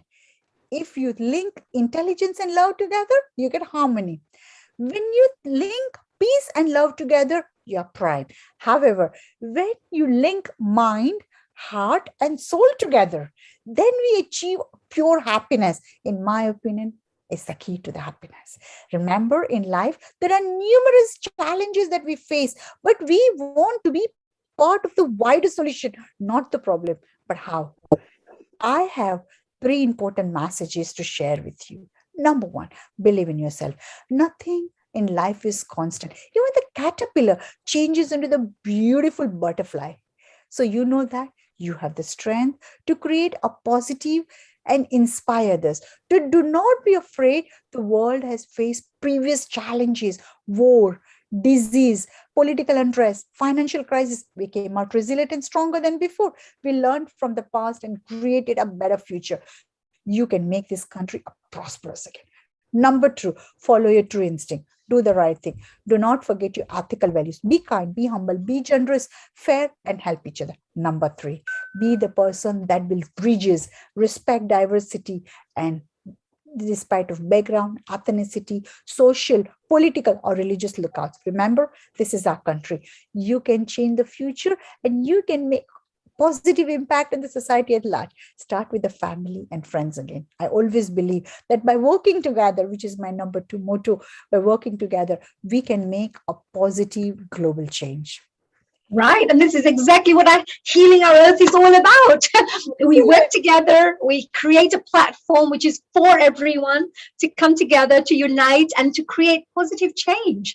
And all humanitarians coming together to do the best they can, and Yes, each one doing their part, and together hoping that we can create maximum, impact. absolutely. Yeah. Oh, Dr. Perry, that was so amazing. Lovely presentation. I know a few little technical hitches here and there, but the content and the substance of what you had to share was amazing. Really, really very, very helpful. And actually, I loved what you were sharing about the mind and the soul. And then you said the mind, soul, and because I'm very much about mind, body, soul. I like all three working together. I always highlight that with anyone I speak to, that it's important to have all those three working together very strongly. You mentioned something about if the heart and the mind. Can you repeat that one again for us a bit more slower? Yeah. So when we have a mind, body, and a soul together, what happens when we think about our, because see, when we are thinking about the mind, body, and soul, what happens? Mind, heart, and soul. So when the mind is intelligent but cannot work alone, the soul is peaceful but again cannot work alone. And the heart is a loving tender. If you combine intelligence and a peace together, you get fulfillment. If you link your intelligence and a love together, you get harmony. But when you link peace and a love together, you are prime. However, when you link your mind, heart, and soul together, then we can achieve the pure happiness, in my opinion. This is Oh, that is amazing. I love that. I'm going to take back that teaching with me forever. That's a very beautiful teaching, and I really love it. It's very, very connected to what we're about, because we all want to try to do the best we can, but it's important to remember it's no point just being a spiritual person and just be peaceful, because you won't be able to maybe make right choices, or you may be a bit too naive sometimes because you're just thinking peace, peace, peace, but not thinking, is this the right decision to make for this particular. So you need to have that. And the third thing is, if you were very peaceful, and let's say you're very intelligent, but peaceful and intelligent, fine, but not very kind and not very compassionate, you may end up making decisions which are not good for the humanity. You may think, oh, it's good for my company or good for myself, so peacefully loving and making money intelligently, but not really thinking of the world, and having an impact on the world. So I think that is a very powerful message that you have shared there, Dr. Pareen. Not just a pretty face, not just a beauty pageant winner, but a really wonderful brains behind the whole thing as well. I can see you had 5 doctorates, Dr. Pareen. Which are the 5 doctorates that you hold? Yes, I wanted to add one thing, which I know you told. The sixth one, I've just received it on 21st of November from International Internship University, which is not added on the website because, since this has happened, I was traveling from India to here and a lot of things were happening. So I've got 6. So first one, I have done PhD in the International Leadership Management. First one. Yeah. Number 2 PhD, which I have done in the media, because I'm coming from the media and journalism. And number 3, I have got the honorary degree for a PhD in the global education from Sweden. Number 4, I've got the honorary degree for the honorary doctorate in humanitarian. Number 5, I've got a doctorate in Delete, literature of doctor, from Mother Teresa University. And the one which I've received it on 21st of November, I've received from IIU, again the same thing, Doctor of Literature in the education field. Wow. This is just such an amazing, we are so blessed, each and every single one of us here at the Healing Our Earth, that we get a chance to meet such amazing people around the world. Also, you are from UK, you are traveling as well, you do a lot of traveling. I know you mentioned over 87 countries you've worked in. Yes, I remember that. And so that was amazing. But the point is that we have this talented individuals who are maximizing their true potential, being amazing role models in society, also creating maximum impact for the world. We are very proud to have those people joining us and sharing their wonderful knowledge with the rest of the world here. Thank you. And we have a question that's come through for you, dear Dr. Pareen. And this gentleman is, his name is Aspen from Norway. So I thought just before we finish off, I think we had a few, but maybe this one we can answer.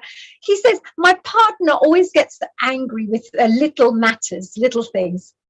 And I try to stay as calm as possible. And later she keeps apologizing.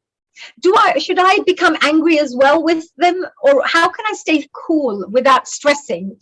Because it seems like the girlfriend or the partner keeps, really stressing him out, but he doesn't know how to react and how to deal with this situation. Any tips that you could give for this? I would say, in a situation like that, see, we all have an argument some or other way with our family, our partner, with everyone. But I think so, silence is the best way. If the situation arises, don't say anything. Just for a moment, don't mention anything, and be on their agenda. Be on their agenda what they like us to do. And if we do according to their agenda, believe me, argument will not happen. What a lovely, yes, that's great. Who can argue with somebody who's silent, right? Who can argue with somebody who says, yes, I agree. And then you can't argue with that, right? My dad does that actually with my mom a lot. Got it right. So he's a wise man. He's a wise man. Yes. And I can see beautiful ladies are sitting and their beautiful smiles. I can see there. And you know what? That is the true thing. Am I right or wrong, ladies? Absolutely. And before, I perhaps, introduce my next host, who's going to be taking over very shortly with some other interviews that are taking place. I just wanted to ask Dr. Parun, you talked about inner happiness. I thought that inner happiness was a very, very important point, because a lot of people think that happiness will come from getting money or achieving a goal or getting a award or something. They think outside happiness is the happiness that they strive for. But that inner happiness that you talk about, could you describe what people could feel? Because, I know that blissful feeling, but I just want to ask yourself, what do you think means inner happiness? No, inner happiness, if you're talking about my personal opinion, inner happiness comes within yourself. Money is the object. Name and fame is the object. Today you won, tomorrow you may not win. It's okay. But inner happiness to help someone and that smile on someone's face, what you've done for them, the person will remember you for your life. So the happiness is not telling everyone, oh, I'm happy. No, the happiness comes by sharing your experience, helping someone, being on the part of their happiness. And that is something, that's my way of thinking. That's beautiful. So you get joy from giving joy to others, and you experience the joy yourself by helping others. Yes, I think yesterday, this is a live example I'm giving you. A lady called one of our team member from Healing Group as well. Sumi was a part of the contestant too, and her name was called out as the first person on the list yesterday, and she received one of the title holder as well. So when she received it, everybody were watching, everybody were worried and thinking, myself, my daughter, this is my observation of my daughter is telling me, Mom, you were so cool and calm. You did not see anything. I said, there's nothing for me to worry. If I get it, I get it. If I don't get it, I'm happy for everyone who are getting it, because their happiness is my happiness. Wow, what wise words we have here. That really puts it all into a nutshell, telling us what a beautiful soul you are as well, dear Dr. Pareen. Very, very, very enjoyable presentation. Thank you so much for that. We have our wonderful ladies who are joining us right now. So before I even introduce them, I just invite them to come and maybe ask a couple of questions if they wish to. Hello, my dear Sheila from USA, my dear co-host, my dear sister, Healing Our Earth family member. How are you? I'm good. It's so good to see you all. How are you doing, honey? Really well. It's good to see you looking so glowing and so beautiful. And I have my other two sisters, another sister, Sharon, dear, from USA. Hello, Global Namaste. Namaste, everyone. What a beautiful presentation. I'm feeling just, relaxed and in this sense of silence, and also a sense of stillness and a sense of spaciousness. Thank you so thank you very much. Thank you. Absolutely. I told you, all the ladies will absolutely appreciate that. And we've got, of course, our Dr. Wai Ching Amalia, who's also joined us all the way from Singapore. As you can tell, it's quite a multicultural family now that we all come together to enjoy with the focus on transforming lives positively. Thank you, Dr. Pareen. That was so inspiring. And I do the same work too. And just that it's just beautifully inspiring for me, and just to be comforted by your words also, that we are doing on the same path to do this work. Thank you so much Thank you for the lovely. so Is there any final questions? Any question that we could ask Dr. Pareen before we take over and move on to dear Sheila taking over the rest of the slot with Sharon? So is there any questions, ladies, that you would like to ask Dr. Pareen? I always say any interrogation questions that we need to interrogate Pareen with. She's a journalist, she's a humanitarian, she's a philanthropist, she's got, as she mentioned, 6 doctorates. She's, somebody who teaches people about health and well-being. She's amazing. So is there any questions that you may have? Yes, my dear friend please Barbara go here. ahead. Barbara, who's joined us, she has a question. Oh, okay. So we've got Barbara. So Barbara's going to be joining us very shortly. Hello, Barbara. A global namaste to you. I know we will be speaking to you shortly, but whilst you're here, is there any questions that you would like to ask Dr. Pareen? Yes, I wanted her to review just the piece about peace. The inner peace comes from which 2 combinations did you say? You said harmony comes from the intelligence and the loving heart, right? Peace. What I say, that if you combine intelligence and peace together, you get peace. That equals harmony. That's a fulfillment. But if you combine link intelligence and love together, that's a harmony. Love and intelligence. What are the 2 that you linked that equaled peace? You said it right at the very beginning. You said intelligence, and you mentioned intelligence and something creates peace. I said intelligence and peace together, you get fulfillment. That's great. What creates peace in the world? I keep watching Gandhi, be the change you wish to see.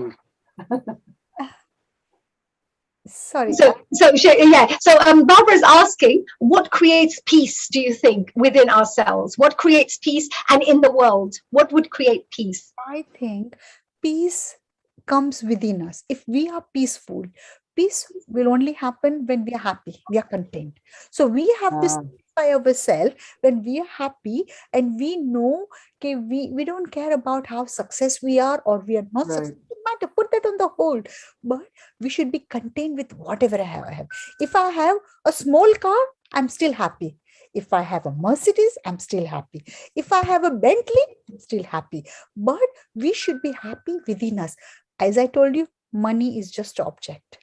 Name, fame, your name is just that will come and go. But contentment is the main thing that will give you a peace in your mind. And the world peace, we know how it is. Everything is going haywire with the COVID, with all the fightings around the world. Taliban's, what is it? We are creating. What's happening with the media? There's only little message, 1 line, and we make it 10 lines. And that 10 lines give anxiety to us. And then the peace is gone away from us. So why are we watching the news? Why do we not convert that news into the positivity? Very wise words. Thank you so much, dear Dr. Pareen. Thank you. I remember the beautiful quote, as I mentioned, you of Mahatma Gandhi: be the change you wish to see in the world, because you want to see the good change in the life. So you be that. And that's always a touching quote for me. And that's really nice. And I would like to say a very, very big thank you here to Neil Kumar and Dr. Honey. Honestly, I really enjoyed it. And I don't have any words to say, but Neil Kumar has connected me to so many people. And one of you, Dr. Honey, that are connected to you before I came on this program even. So it was really nice that the person himself, he himself has created a group of healing people. Can you see that? And see beautiful people from US, from like Singapore, and all these people are here from UK, different part of the world. People are here. What shows here that we are one global family. Thank you so much, Dr. Parin. That was a really fantastic way. Now, you were listening to Dr. Parin Samani there. She was absolutely amazing, as you heard. If you missed any of this presentation, you really have to go back and watch this whole presentation again, because she had some really great tips and advice to share with the world. Again, congratulations from each and every single one of us for winning the pageant yesterday. And thank you for the invitation. Sorry, I couldn't make it.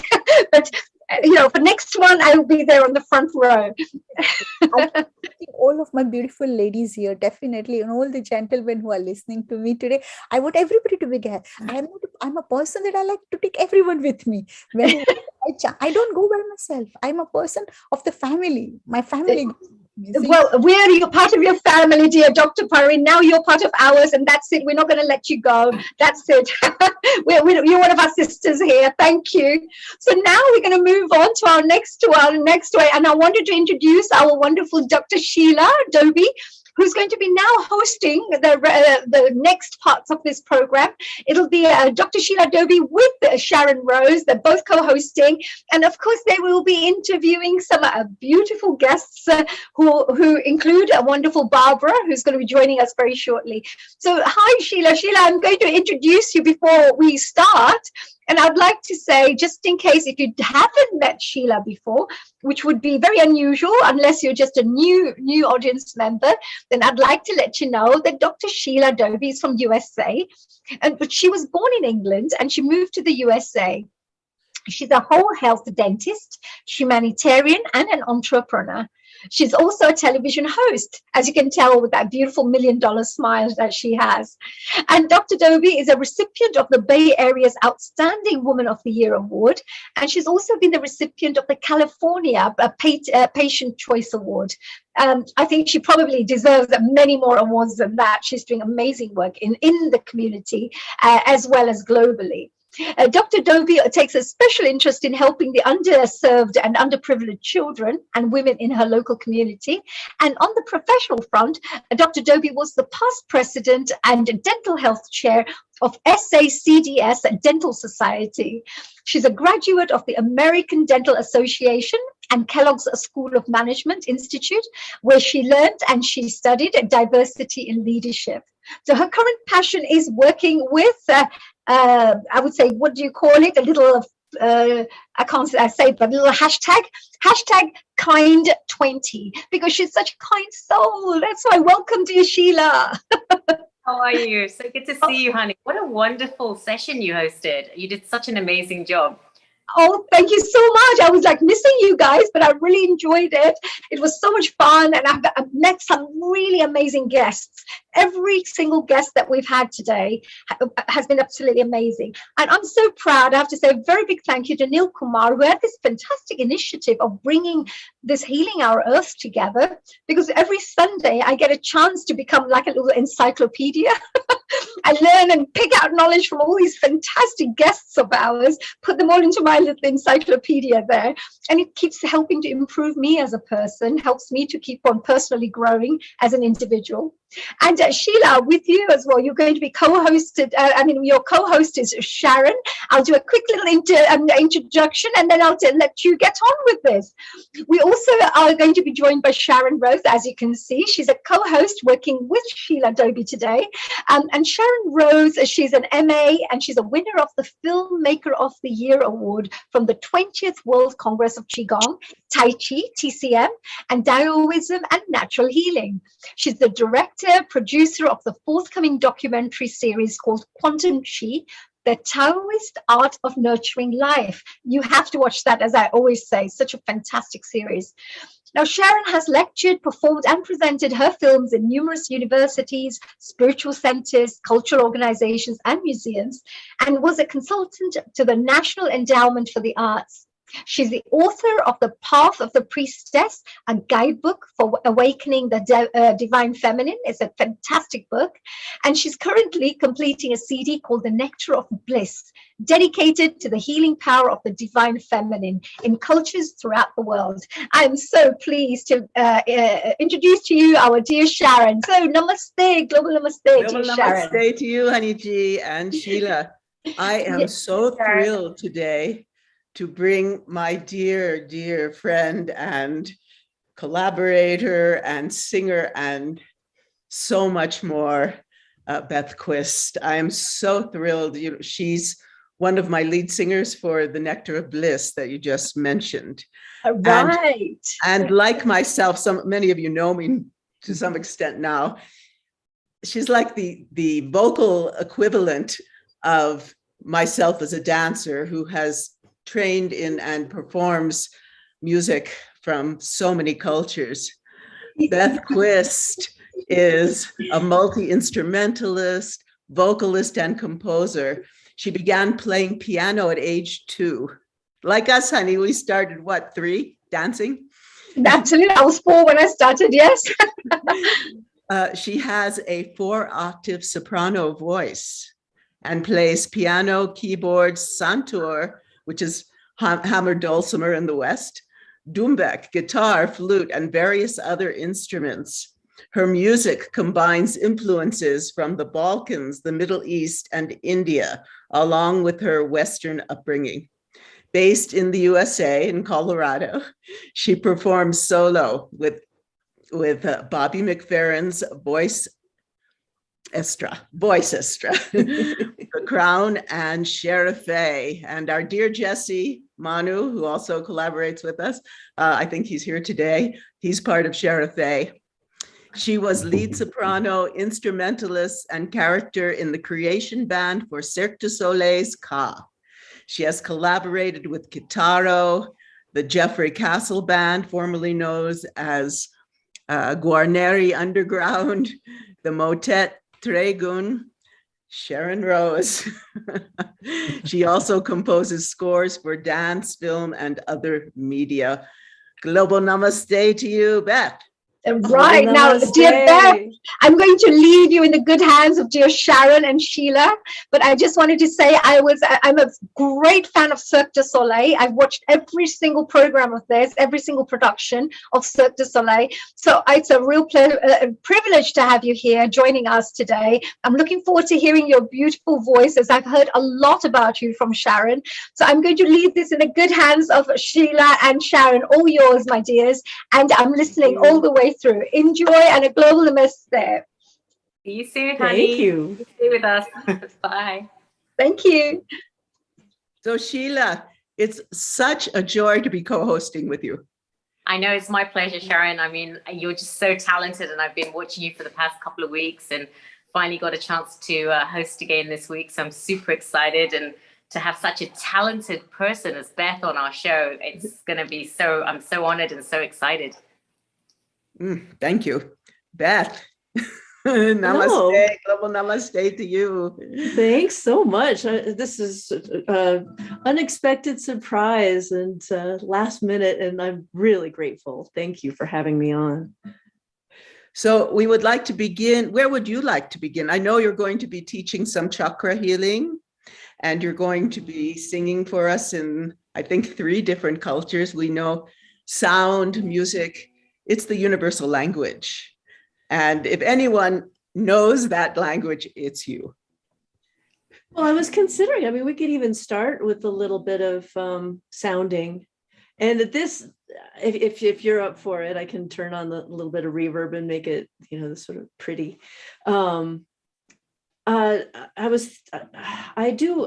worked a lot with a couple of people, Dean and Dudley Evanson, with Soundings of the Planet. They're based out of Bellingham, and they do a lot of sound healing. And plus, having studied yoga since the 1980s, and so I've been really interested in the chakra work, and particularly the sound as it relates to the somatic feelings in the body, like the sounds actually inspiring and opening up and creating that energetic.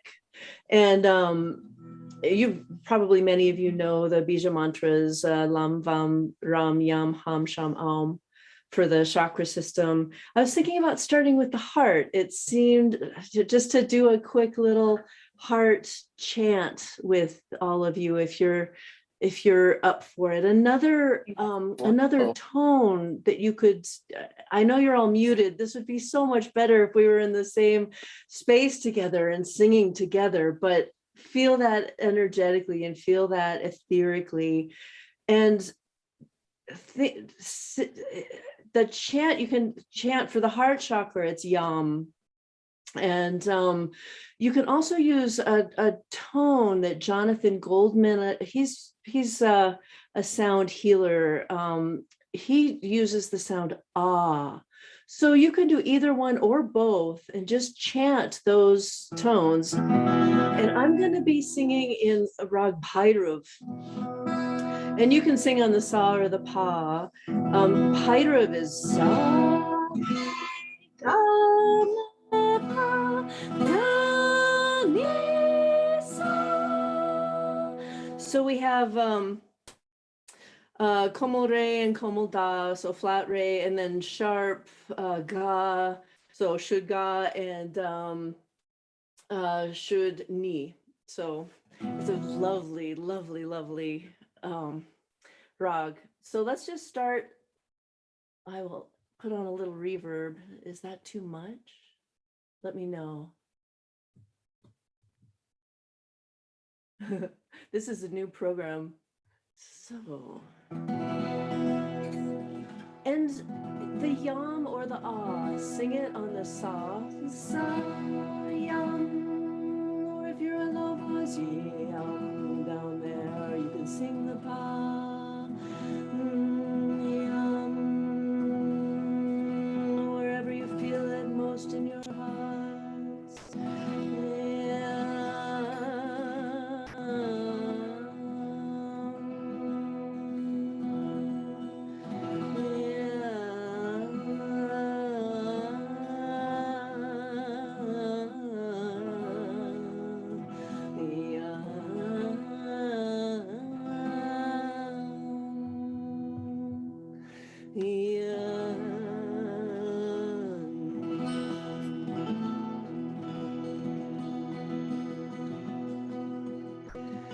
And the beat of the heart in a rhythm of 5.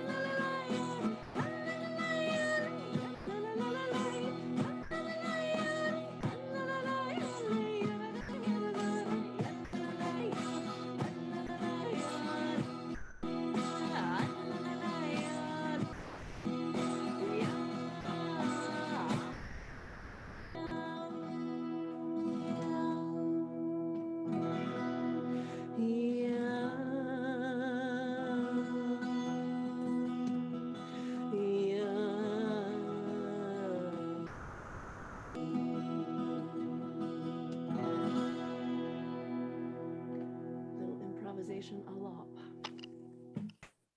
So beautiful. Wow, that was amazing. You kind of feel it inside your body, like it resonates. Oh, I'm so glad, because one of the things I've been doing with the chakra is really getting into the body of it, the somatic, the feeling, rather than just sort of the intellectualization or although that works for some people. I think everyone is different. You know, I tend to be very kinesthetic with music. Some people see music, which I think is Beth, can we ask you to just increase the volume? It's kind of very, very low on your end. And even when you're doing the music, if you could do it a little bit on a higher, I think it could just vibrate a little, because we're all across the world here. So we got to get that vibration all the way across there. We did a test earlier. It was perfect, but the internet, you never know. Who knows? Anyway, it's up. It should be up more. There you are. Let me try this too. I'll turn that up a bit. Hopefully that'll be better. Thanks for letting me know. Absolutely. I'm so amazed at your voice. It's just so beautiful. And it just, like, the way it sounds and the way it resonates, and it's just amazing. Oh, thank you. Thank you so much. Yeah, I feel blessed. You know, I know that the voice is not, you know, you're born with it, and every voice is so totally different. It's like a fingerprint. And so I feel very lucky. Occasionally I get a little jealous of bass singers, but then I remember I have the high range too.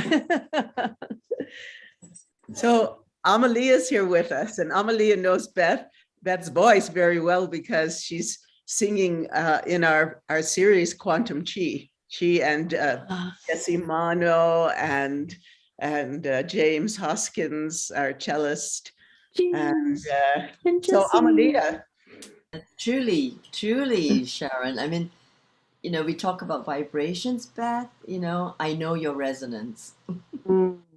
I know your soul song. And, you know, just through the soundtrack. And when I heard the soundtrack of Quantum Chi, I was just like, Sharon, what's this? Where is it coming from? And it's like, what, you know, coherence with the chi that's coming through, right? With our project. So I really truly feel as if I know you through your sound, your vibration. So it's wonderful to meet you here. Oh, you too. You too. It's what a beautiful project that is too. I'm so thank you, Sharon, for putting that together too. And for it's amazing. I hope you all get to see it at some point. It's pretty spectacular. Yeah. This is my family. And welcome. This is your family now too. Thank you. And Jesse, I think he's with us here today. And all of us. It's such an honor for me to be part of Healing Our Earth. And I'm so pleased to bring you and the guests I've brought, who have all been so happy to bring their wisdom and their music and their grace to this family. So Beth. Yes. Would you like to sing? One of her specialties is Turkish music. I just am taking a flag off of I had this covered, so I didn't resonate too much with the guitar, although that might have been interesting. So let's see if you can see this. I'm going to move the camera a little bit. Here we have the santur, or hammer dulcimer if you're in the West. And I'm going to play a Turkish song. It's a traditional Turkish song from the Black Sea region. And being last minute, it's one of the ones I play the most. It's on my album New Moon, and James Hoskins plays a beautiful cello on it. And I often play it with dear beloved Jesse Mano, who also plays fabulous Turkish saz. So this song is it's a little bit of a sad song, but I also think that it's important to get in touch with that feeling, even though I know that there's a lot of practice of happiness and that. But if you're feeling sad, to be able to express it in music and again, like let it move through you somatically. And so this is a song called Bira Tashber. There's that. So how's the volume now? Okay, thank you.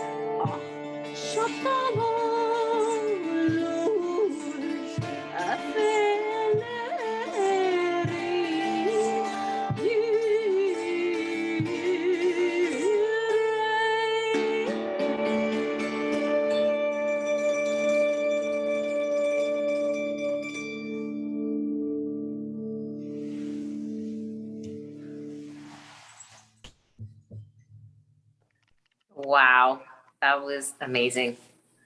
Thank you. Thanks. As always, Beth, as always. Once again, I have to say that I'm so happy to bring you into our community. Thank you so much. There we go. So tell us a little about, your journey in music. I think I probably came out of the womb singing, as many of us do. And yeah, I was born in Heidelberg in West Germany. And I was told, my mother tells a story of we used to go visit some castles, the big reverberant spaces, and I got us kicked out of castles because children are supposed to be seen and not heard. So we'd get into the big space, and I'd go and listen for the reverberation in the room. So I think that I was already there. And then at age 2, we moved into a place that had an old piano, and I just started playing. And then age 6, started studying classical piano, picked up a few instruments throughout school. And then in college, I was a piano major at the University of Colorado. And that's where I met Jesse Mano, and started accompanying for dance classes. And he got me into that because I was dancing, and my dear Sharon, modern dance, and just fell in love with the combining of the different art forms with music. And it really opened up a whole world. And then Jesse brought me to a Balkan music and dance camp in Mendocino, California, for the first time in, I guess that was 1986, I think. And one of the first classes I took, it was an advanced singing class, but I heard this woman sing. They did demonstrations at the beginning so we could decide who we wanted to study with. And I just burst into tears. She sang it was a Greek song from the Rebettica tradition. And so it had a lot of Turkish influence. It's right on the border where this style originates, is the border between Greece and Turkey. And I just cried, and I knew I had to study with her. And I asked her, I said, if I sit in the back, I'm not advanced, I don't know this style at all. This is my first time learning these world. Well, I think I'd always had an ear for them, but she said, oh yeah, no problem, you can sit in. And within 2 days I was singing on the advanced level. So it kind of makes you wonder sometimes about maybe a past life. I don't know, but all I know is that I'm incredibly grateful. And it opened up, that opened up a world of going and studying Bulgarian, Turkish, Greek, and then of course Indian. I just completely fell in love with the raga, and I love the Svara system. It resonated. Although I've recently studied some more of the Western do, re, mi, fa, sol, la, ti, do, with a good friend who's gotten me into some interesting things that I might be delving into that some more. But I love the Svara system. It just the sonic quality of those syllables, and so yeah. And here I am continuing to just explore, and I just love what a time we live in to be able to hear all this music from so many parts of the world. I mean, that's what incredible gratitude I have for that. That's been our vision of all the work that we've done. In our hearts, we hold these traditions. Yes. We maybe, look like this, come from America, but, we are so blessed to be able to study and really go deep at this time in the world, even with all the craziness going on. And also Beth is very, very knowledgeable in rhythm and talk. So I even wrote a song in 11 just for Beth and Jesse. I like to challenge people. So in the work we're doing together on the Nectar of Bliss, every song has different tals. So and from different cultures. So one of them starts in Choctaw, and then it goes into a Middle Eastern equivalent. And then so we're doing this, and I wrote one in 11 actually. And it was so interesting. It was specifically for Beth and the musicians. And she's standing there as she's, singing, counting. It's very beautiful. And, when it's all done, we will bring it forth to all of you. And also we would like to have some of our dancers involved in making the music video for something, like we have a song for Lakshmi. And it would be amazing to have our community and Healing Our Earth, hear the songs, make some choreography, send it to me, and make a music video. So we're all involved. Wow. So that would be lovely. You have some more songs for us. Beth, do you combine a lot of the music from the different cultures and make your own kind of music? Definitely. It's kind of like a world stew. Do you have anything you could share with us that has a combination of all the different cultures? Well, maybe not all of them at once. But one of the things when Sharon was talking about it, I was thinking about doing an original piece that it has an element of a little bit of African and a little bit of Irish, Celtic vibe to it. And probably, I think you'll probably hear some Indian in there as well. I'm just so heavily influenced by that. And so let me get my guitar on. I'm a little bit wired in here, so it might be a little bit of a... This one, if you can't see, well, you can't, because I don't have a fancy camera or a fancy, I'm taking care of my mother right now. She just had surgery. So I'm at their house in their garage, which is pretty fun. So I can't do a wide camera, but so behind me here is a table saw. And so, let's see. So down at my feet here, I'm playing a kick pedal on a cajon. So you'll hear the drum, even though you can't see it. Maybe you can. Sort of. You can see the leg moving. And then I'm going to play the guitar with my right hand as a drone, an open drone, and the hammer dulcimer in my left hand. Wow, you're using just like everything you have. That's amazing. Pretty much. And this is another thing that came out of dance accompaniment, was when you're playing for a class with 50 modern dancers, you try to make your sound as large as you can, and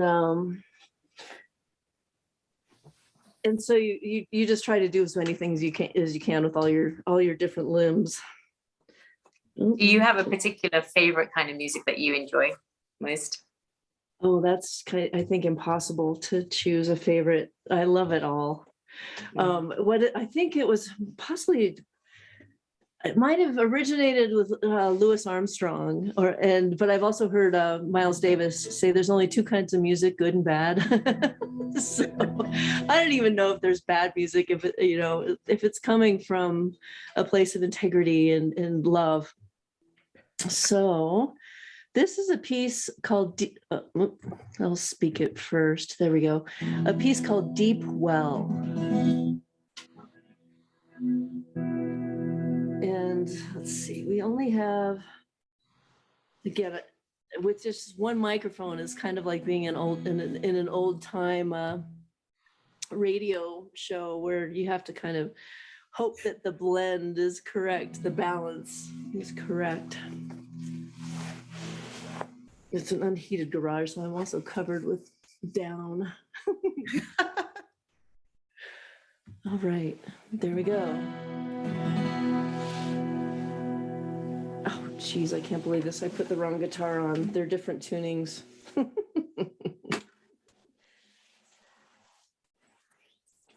All right. This is so sweet, Beth. I'm so grateful to have you and for Dr. Sheila and Amelie and everybody to meet you personally. You know, you can see it's not only this exquisite voice and talented musician, there's a light of spirit, that a purity, that, you know, this quality that just emanates from Beth. This is my contortion part of the show.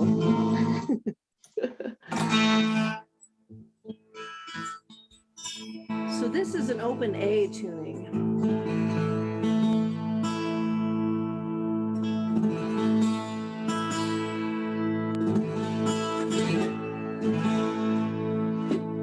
All right, now I'm ready. Oh, we've got some things reflecting back there. Here comes the light. Now we're going.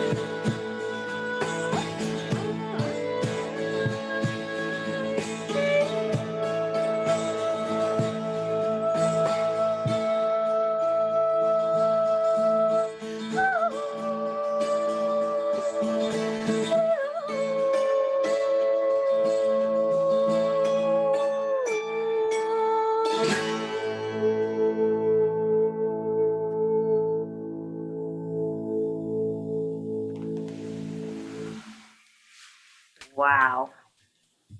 There you go. Yes. Yes. Deep well. I wrote that in Woodinville, Washington, right at the edge of some old growth forest.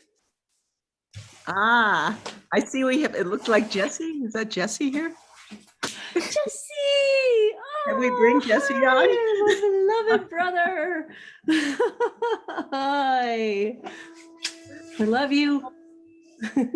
Yes, one time we need to bring, we're having some music, some really wonderful in December for the holidays, some music events, and it would be excellent to bring you both on. I know you can't sing it and play at the same time, but we could have, you know, maybe Sawal Jawab kind of. Right. I feel like the world just needs music. So relaxing. So relaxing. You just feel such at peace, and it just brings out like this positive energy. It's just amazing. Thanks. How do we listen to more of your music? What did you wait, real quick. I'll answer that question. Jesse, you said something? Go ahead. Oh, Jesse. I said I can come join you in the garage there. Come see the Beegs, the parents. Playing music and when it's cold is It's not bad. You can see the sun's coming in. So we're getting a little passive solar, which is nice. As terms of where you can find me, I have to admit I've been bad about getting my website fixed, but that's a goal to get it back up soon. It's my name, bethquist.com, Beth Quist, so BETHQUIST.com. But you can also find me on YouTube. I put a lot of my stuff up there, including a lot of the new chakra work that I've been doing. I'm in the process of finishing a series of ecstatic dance for somatic work with the kind of authentic dance approach with the chakras, and that's all up on YouTube. And that channel is Quist Tunes, so QUISTUNES. Where else? Facebook. You can find me on Facebook. Just put my name in, and you can find me there. I know some people say to get into the other social medias, but I don't know. Just not all that. Don't worry, you're part of Healing Our Earth now. We'll be shouting out your beautiful music.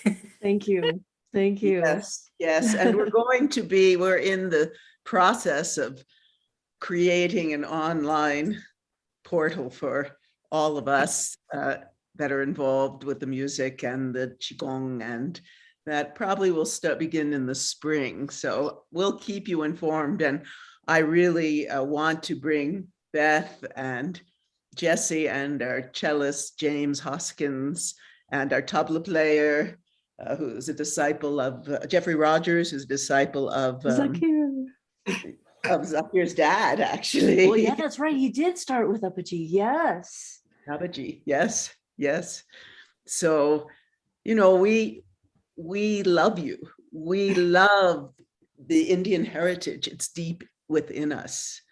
And so, as I said, we are so happy to be able to bring our understanding, you know, how we have taken it in and filtered it through our being back to you and to this audience. Oh, it's a privilege to still be able to play music throughout all this wild stuff we're going through in the world. Yes, it's been quite the journey with COVID, and what's kept me in joy, in grace, in bliss is working with Beth and Jesse and Amalia and Healing Our Earth. It's been, thank you all. Thank you very much. I was gonna say too, this is a real honor because this is the first time I've played live at all for anybody since the pandemic started. So at first I was like, oh, I don't know if I'm ready. I don't know if I can do it. It's been so long. and I feel really good. If I mean, it might have been a little rough around the edges, but it just feels really good to be back in it. Thank you all so much, and thank you, Sharon, for inviting me in on this. It's what a treat. I knew this family would love you, and I think that Mina is here. Is Mina here? I would love for Mina to come in and see if she has anything to ask you. Let's see. Okay, well, and Neil G, are you here? Neil Kumar? I am absolutely very much over here. I even made a comment on here where I said, this is simply divine and beautiful. So Beth, what I loved was that in a short time, you managed to mix your sound. You went into the sargam, saregama, padanisa in your style. It was beautiful, the nice rhythm that you create and the fusion of the instruments is beautiful. So you are now permanent part of Healing Our Earth. Whenever we do Unity, when we are doing the festivity 2021, which is Sunday 26th, and we are doing festivity 2022, which is again on a Sunday, the 2nd of January, you are there for both of us because your kind of music, the fusion, which crosses all the boundaries and shares the fusion of a music, is absolutely wonderful and soothing. So Beth, I'll even, and those times I will have, I don't always have access to internet. I live very rural on a farm. So those times I will have access to internet. So I'm very, very excited about that. Thank you. And Beth, don't you worry. Wherever you are in the United States, our Sharon finds a method. She goes and travels to different states. She lives in the mountain state, but she always finds an internet wherever she finds a good soul where she feels can bring the harmony, peace, unity. Even Barbara is actually endorsing that Sharon can find, look, even in Singapore, if Wai Ching has got a problem, Sharon will fly there and just bring her internet to you. So you just think of bringing the wonderful soothing tone and the music you've got for our global audience. Over to you, Sharon and Sheila. Yes, well, there are many aspects of Beth. And also she is I would say, an expert in permaculture.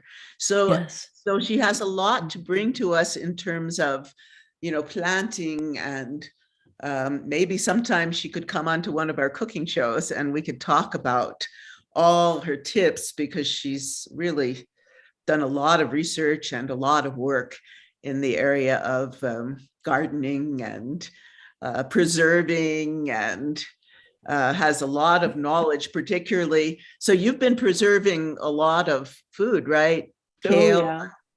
Oh, I've been doing it all. Yeah.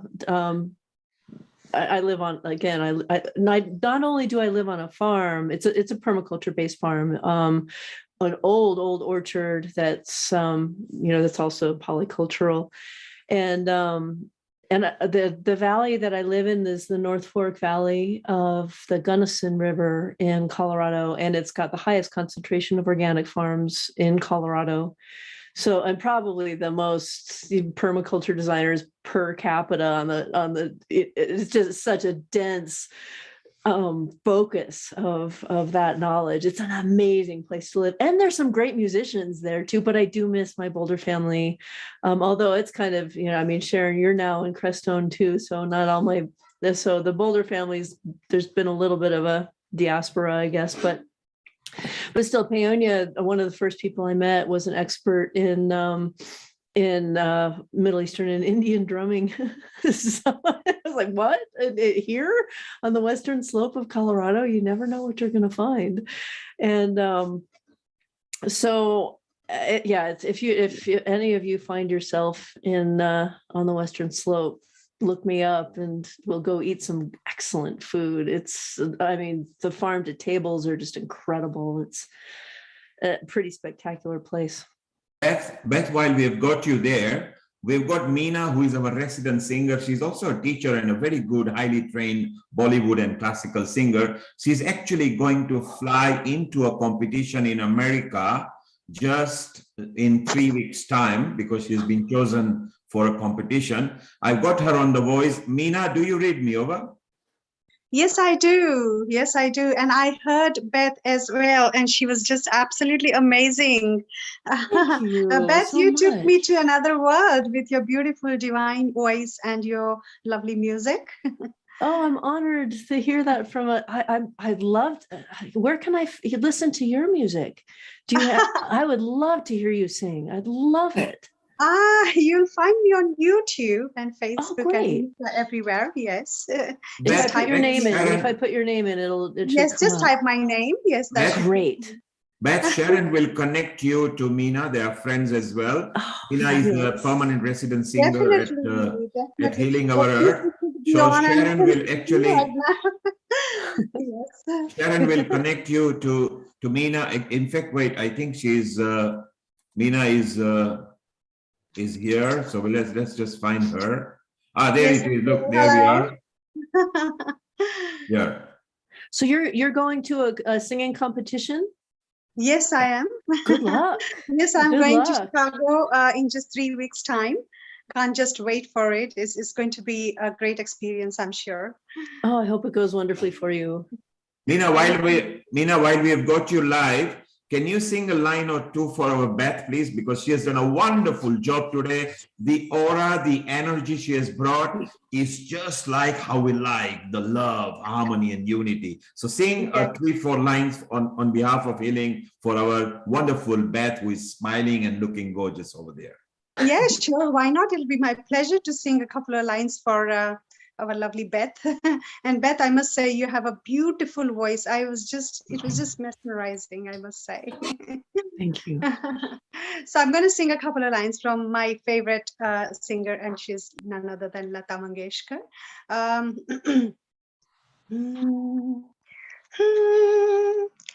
पानी पानी रे खारे पानी रे पानी पानी रे खारे पानी रे नैनों में भर जा नींदे खाली कर जा पानी पानी रे खारे पानी रे पानी पानी रे खारे पानी रे नैनों में भर जा नींदे खाली कर जा. So this was for you, Beth. Thank you. You said that was Lata Mangeshkar? Yes. Yes. Thank you. So beautiful. It was so beautiful. And I was just mesmerized to see how you could multitask, in the sense you were doing. I wish I could do that. You were playing 3 instruments at the same time, and you were singing at the same time. I really wish I could do that. And she's in the garage. That's the other thing, right? She's got the handsaw at the back. She's like multitasking. Can you imagine what it's like when it's not in the garage? So this is I spoke with James on the phone, the cellist that Jesse and Sharon and I work with yesterday on the phone. I was telling him it was in the garage, and he said, you should start up all this saws, start up the, all the tools, and do an industrial presentation. Get out the distorted guitars. And so Beth, on the line we have here, he is not on the video, is Mahendra Raja from United Kingdom.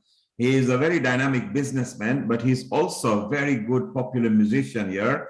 I'm just trying to see if he can unmute and just bring the voice. Mahendra, can you come on with your just sound, please, and tell us what you thought of what Beth and... there he is. Well, you've been wonderful, Beth. Really nice to see excellent music you played, and combining everything is not very easy. And you have done a wonderful job by combining all the instruments you are playing. And I know I play some, but it is not always easy to do so. And it was wonderful to hear you, and Mina as well. It was wonderful. Thank you very much. Thank you. Thank you, Mahendra. And Meena, what I would like you to do, apart from when you go to Chicago, you'll keep in touch with Sheila and Sharon. Let us create, because Sharon, as many of you know, she loves producing music, dances. She has got this quantum company that she runs as well. How about us creating some healing music, which is fusion that covers different continents? Because we have got Sairam in India, we have got Beth here, we have also got La Torcha here, we've got Shanti Shivani with Sharon knows, we've got Giris, we've got so many people. Let us create our nice, soothing, harmonious unity music in this pandemic time, just like how we have created the Heal, Heal, Heal the Earth song. Wow, that's a brilliant idea, Neil. Brilliant idea. Yeah. Sounds really good. Yes, definitely. Why not? I'd love to be part of it. And how wonderful to see that we have got women empowerment. I love that. So we men will back you completely. Over to you, Sheila and Sharon. And if you could nicely, gently conclude with Beth. Beth, hang around. We've got our next guest as well. Shortly, she will be presenting herself. She's from America. Janine Rashley here. So over to you, Sheila and Sharon. And let's give a nice, good thank you to Beth. Beth, that was amazing. Sharon, thank you so much for introducing us to Beth. This was just so amazing. And in just that 30, 40 minutes that we had, it's like I felt so relaxed. I felt rejuvenated. It's just, I can't wait to share this beautiful talent, this beautiful soul with the world, especially on this platform, Healing Our Earth. Thank you so much, Sharon. Sheila, you're welcome. Talking about women empowerment, Jeze has decided to put his video on and say, we men are with you as well. So Jeze Mano, go and support me on this. Yay, man. That's exactly what I was thinking. Is this, we got it. I missed supporting you today. You know, when we are by ourselves, we play as many instruments as we can. Yeah. But I remember playing at least two of those songs with you, and it made me so happy to hear your voice. Well, the first one was improv, and so thank we've you done for plenty of having- for improv featuring. together. So also I want to tell you that on our Nectar of Bliss, Jesse must play 20 instruments. He's fabulous on it. And also he sings Kawali style. Oh, wow. And Sharon, Sharon, not to forget, Sharon, not to forget that Jesse has been on Healing Our Earth before as well. He did a wonderful job there where we had a lot of people actually enjoying what he was doing. So Jesse, thank you very much for coming back again. Sharon, a special thank you to you, although you are Healing Our Earth executive team and the coordinator for America too, but the family that you keep on bringing, which has got affinity to world music, particularly the India music diaspora, which is one of the world's largest production of movies and music, etc. So a special thank you to you as well, Sharon. So over to you, Sheila and Sharon. I can't wait to have another session where we've got all this beautiful music from everyone, from Mina, Beth, Jesse, and Sharon. It's going to be amazing. It's going to be just mind-blowing. I've got something to look forward to in December. Thank you. Thank you. So Beth, it's been an honor as always. You know, you light up my life. You. You too, dear Sharon. And I even have a camera to send you. Oh.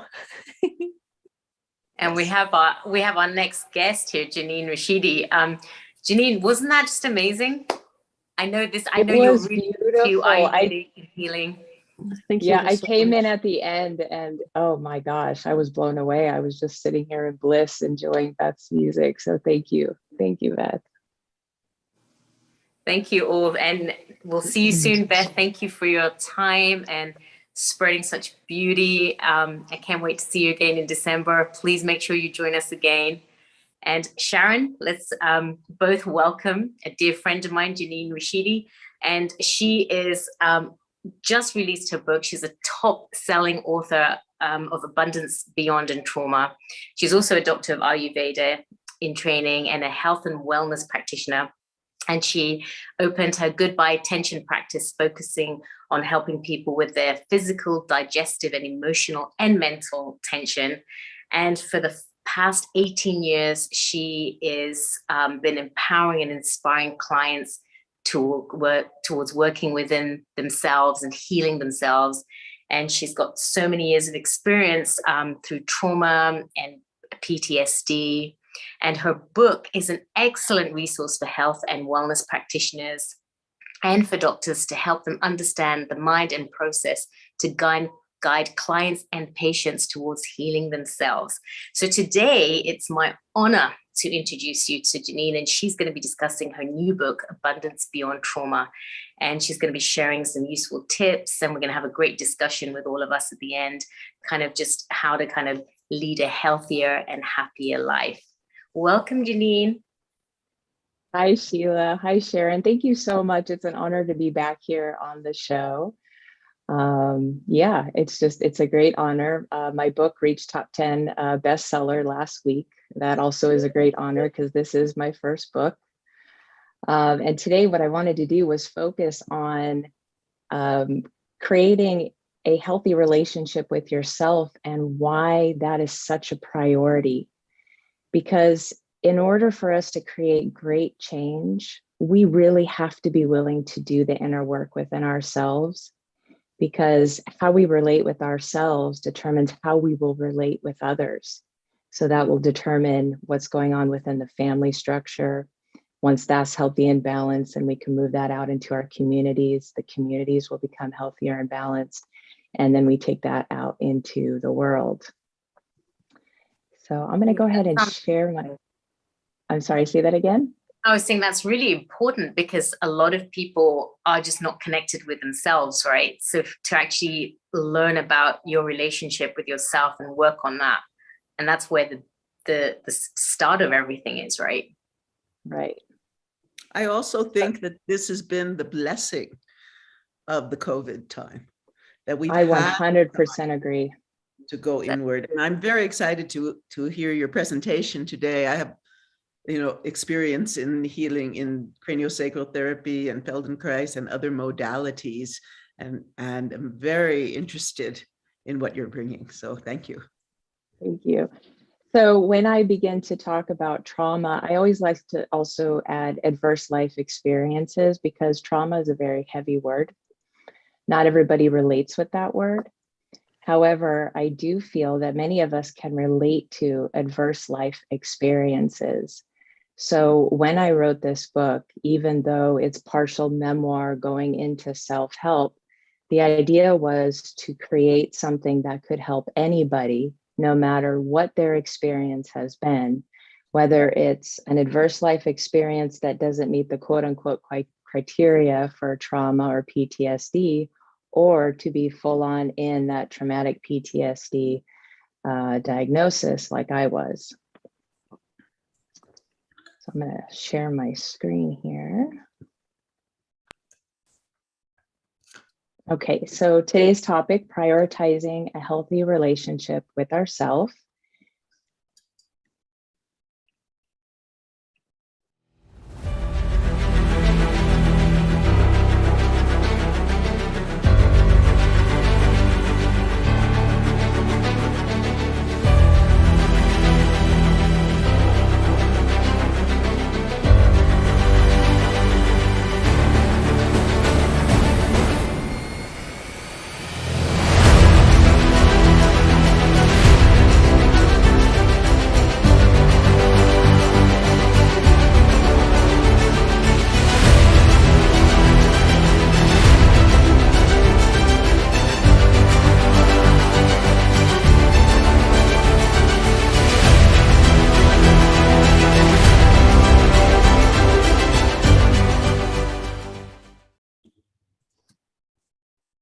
I just had that made. I was excited to share that.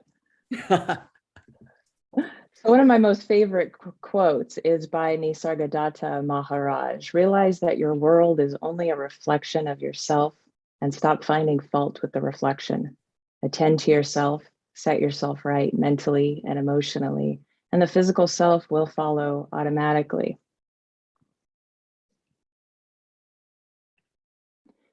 So this journey of life, it begins with you.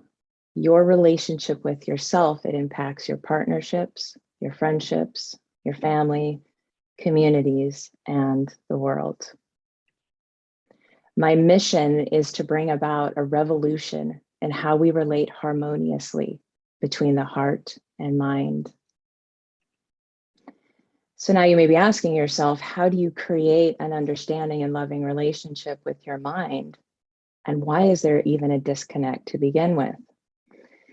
So from my personal experience and professional experience, what happens with traumatic events or adverse life experiences, and since we're all, still experiencing the effects of COVID, COVID can actually be considered an adverse life experience where we've all had to make these huge adjustments in our lives, spend a lot of time with ourselves, meaning all of our stuff that we've been pushing down has been coming up. So I feel this is something we can actually all relate with.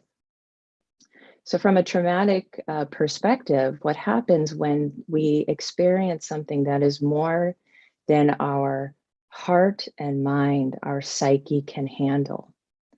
A separation or a disconnect happens, and it's a self-preservation mechanism so that we can maintain some sense of control within our heart, our mind, or our psyche.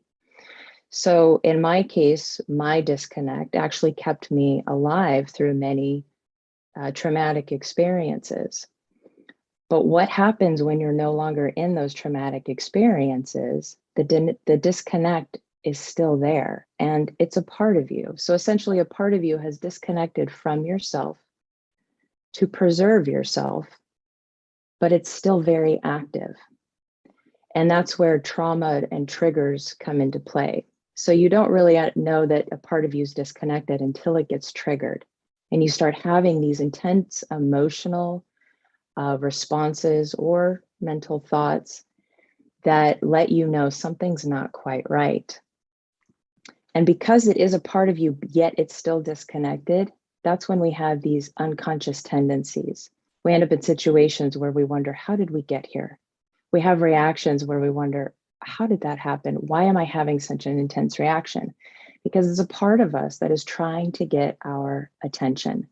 And I call it being stuck in the trauma time loop, the triggered trauma time loop, where it gets activated from a trigger, and then that part of you is reliving that trigger or that trauma that you've had. So in order to create a healthy relationship with ourselves, we need to first understand, well, what is relationship?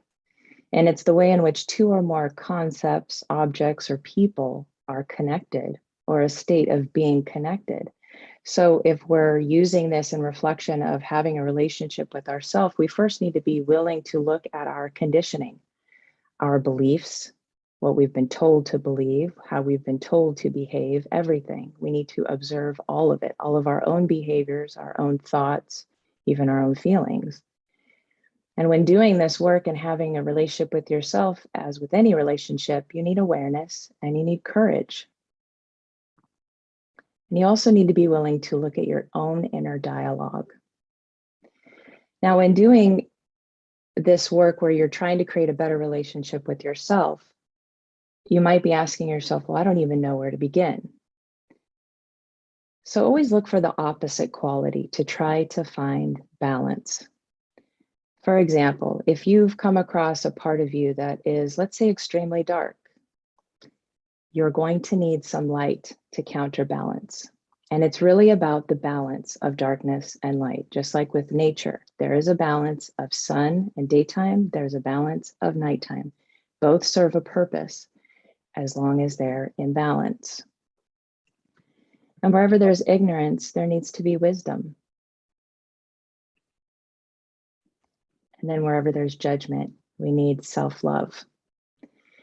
So in my book, Abundance Beyond Trauma, I go through the 25 years of physical, mental, emotional, psychological, and sexual abuse that I went through, but I keep it at a very high level because I learned throughout my healing that my story can actually create trauma.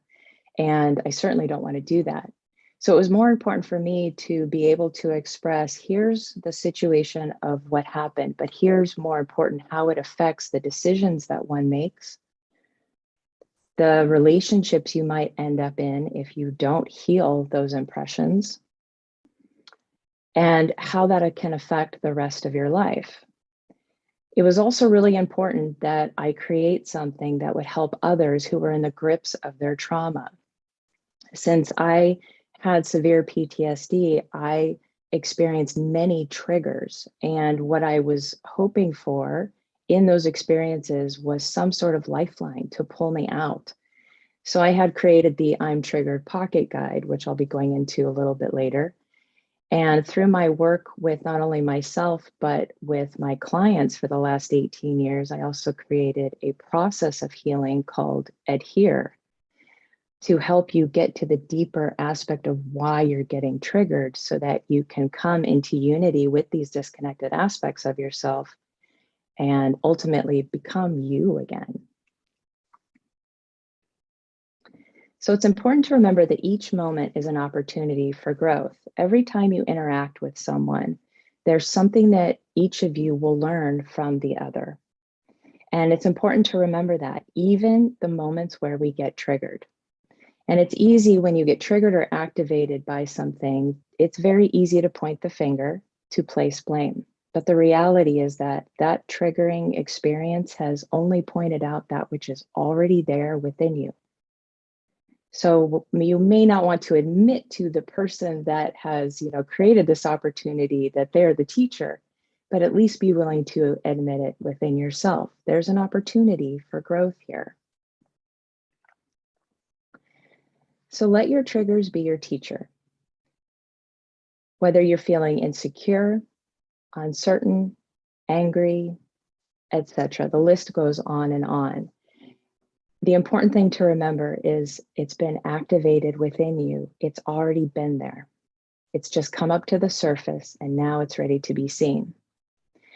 In Abundance Beyond Trauma, as well as the accompanying workbook, there are worksheets that will actually help you work through your triggers. There's the I'm Triggered worksheet, there's a feelings list, because many people don't know how to even begin when they're in a triggered state. For myself, I was constantly in a fight, flight, or freeze response. So to get my brain to work properly was very challenging because there was always this sense of fear, save my life, frozen in some sort of response. So it's important to try to figure out, well, what part of you is triggered? And in chapter 7 of my book, there's a chapter called, Is Your Big Toe Triggered? And I have to give credit to my husband for this one, because in the middle of a moment where I felt triggered, he asked me that, is your big toe triggered? And it stopped me and I laughed out loud hysterically. And I realized what had just happened there. I was pulled out of my trigger through laughter and through questioning. Questioning is huge when you're triggered. And by asking my big toe if it was triggered, it led me to ask many other parts of myself, which part of me is triggered? Because eventually you will discover that there is a certain part of you where you do feel triggered. And if you start with your big toe, it kind of gets you out of your head and helps you get back into your body. The second one would be to question your thoughts. And this is where I love to use the work of Byron Katie. And I won't go through all the details of her work, but there are 3 questions that I use often. And that is it true? Is what you're believing or what you're experiencing, is it actually true? Now, if you're still in a traumatic state, your immediate response may be, yes, of course it's true. So then you have to ask yourself again, maybe take a few breaths, because wherever the breath goes, the mind follows. How do you really know for certain it's true? And 99.9% of the time, you don't really know if it's true.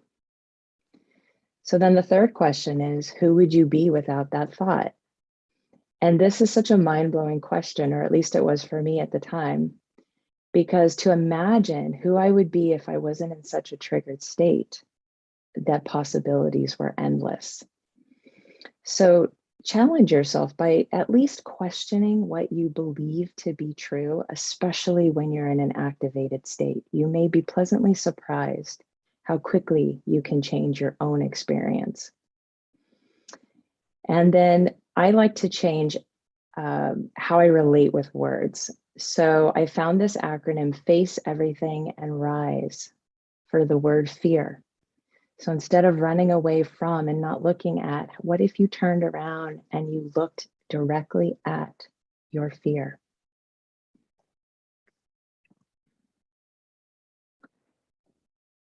So these are the first 3 steps of the I'm Triggered Pocket Guide on how to get through a triggering event. Now, we can actually go through this together because I'm sure many of you have had some sort of event that has grabbed hold of you emotionally and taken you on quite a ride. So if you want to bring that to this experience, this would be a great time. In the I'm Triggered Pocket Guide, there are actually 10 steps. These first 3 will help at least shift your experience. The remaining steps are if you're willing to do the deeper work to find out, why did you get so triggered to begin with?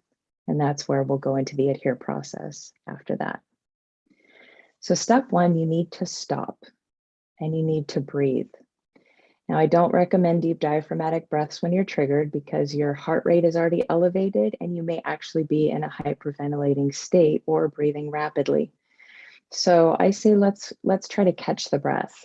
So you would start with 2 quick inhales and a long exhale. The most powerful tool you have is your breath. It is also the easiest to forget, especially when you're in an activated state. So trying to catch your breath is the first step. The reason why stop is such a huge word, because if you start making decisions or acting from a triggered place, you may be taking your life in a direction that you don't want it to go because you're operating from a compromised state of being. So it would be better to give either the universal timeout sign, excuse yourself. You don't have to explain yourself to anyone. You can just excuse yourself until you regain some sort of composure. And that's actually quite self-responsible to be able to do that. The second step is to locate. Now, when one is activated in such a way that you're frozen, it's important to keep the eyes moving. But even if you're in the fight or flight response, you also need to keep your eyes moving because we're trying to create more presence here. So you're going to try to locate 3 items that either represent something living, like a plant, the sun, a cup of water, or something that represents this time and space. Because when you're in a triggered state of mind, you're no longer present. You're actually reliving some sort of traumatic event, whether you are aware yet of what's happening. So again, you're going to catch your breath with 2 quick inhales and a long exhale. As you look around, I see the water in my cup. I see the beautiful tree outside, and I see the sunlight. So we're coming more into presence. We haven't made any life-changing decisions. And then step 3, you need to identify your well-wishers. So these are the people that you know you can count on, even in your worst moments. Now, whether you actually call them when you're in a triggered response or not, just thinking about them will help change your experience. And by now, you might be able to take a long inhale and a long exhale. But if not, keep with the 2 quick and the 1 long. So let's review that again. Step 1, stop, excuse yourself, ask for a timeout, don't make any decisions. Follow your breath, 2 quick inhales, 1 long exhale. Step 2, locate at least 3 items that represent this time and space or are living and have consciousness. Again, keep with your breath. And then the third, identify your well-wishers. And again, try to follow your breath. Now, next is the adhere process. The process that allows you to be true to yourself. Now, when I created this acronym, I knew that it was going to be defined as the word adhere, A-D-H-E-R-E. However, I was not aware that when I looked up the pronunciation, that it was actually spelled E-D-H-I-R. So I found this very serendipitous and meant to be. So adhere is defined as to believe in and follow the practices of, to represent truthfully and in detail. And that's what you're doing here. You're trying to come into a better relationship with yourself by following the practices of and representing truthfully and in detail what you see as you're trying to create a healthier relationship. So as I said, it's an acronym.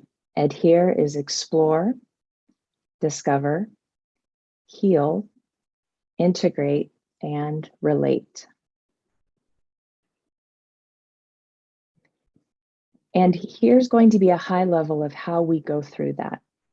So whatever experience you brought to this healing session, if you're doing it with me, what I'm going to do is I'm going to share with you a snippet from my book. And it's one of the healings that I did where I was feeling a deep sense of abandonment and betrayal.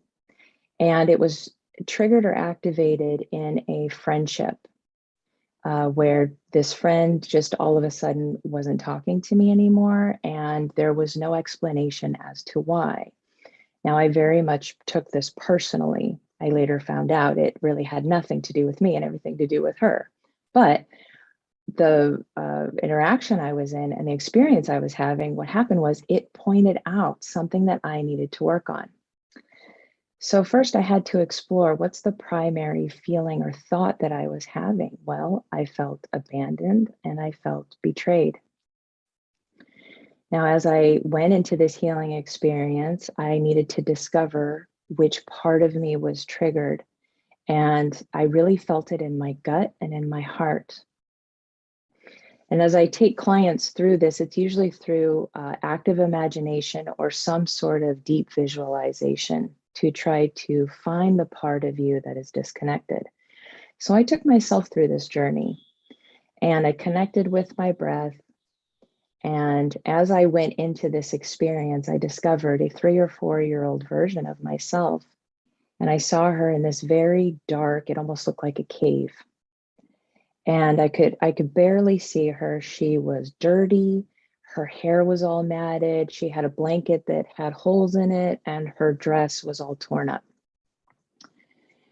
And the interesting thing was when I saw her teeth, they were very sharp and savage-like. Now, again, this is a part of me that has disconnected from itself.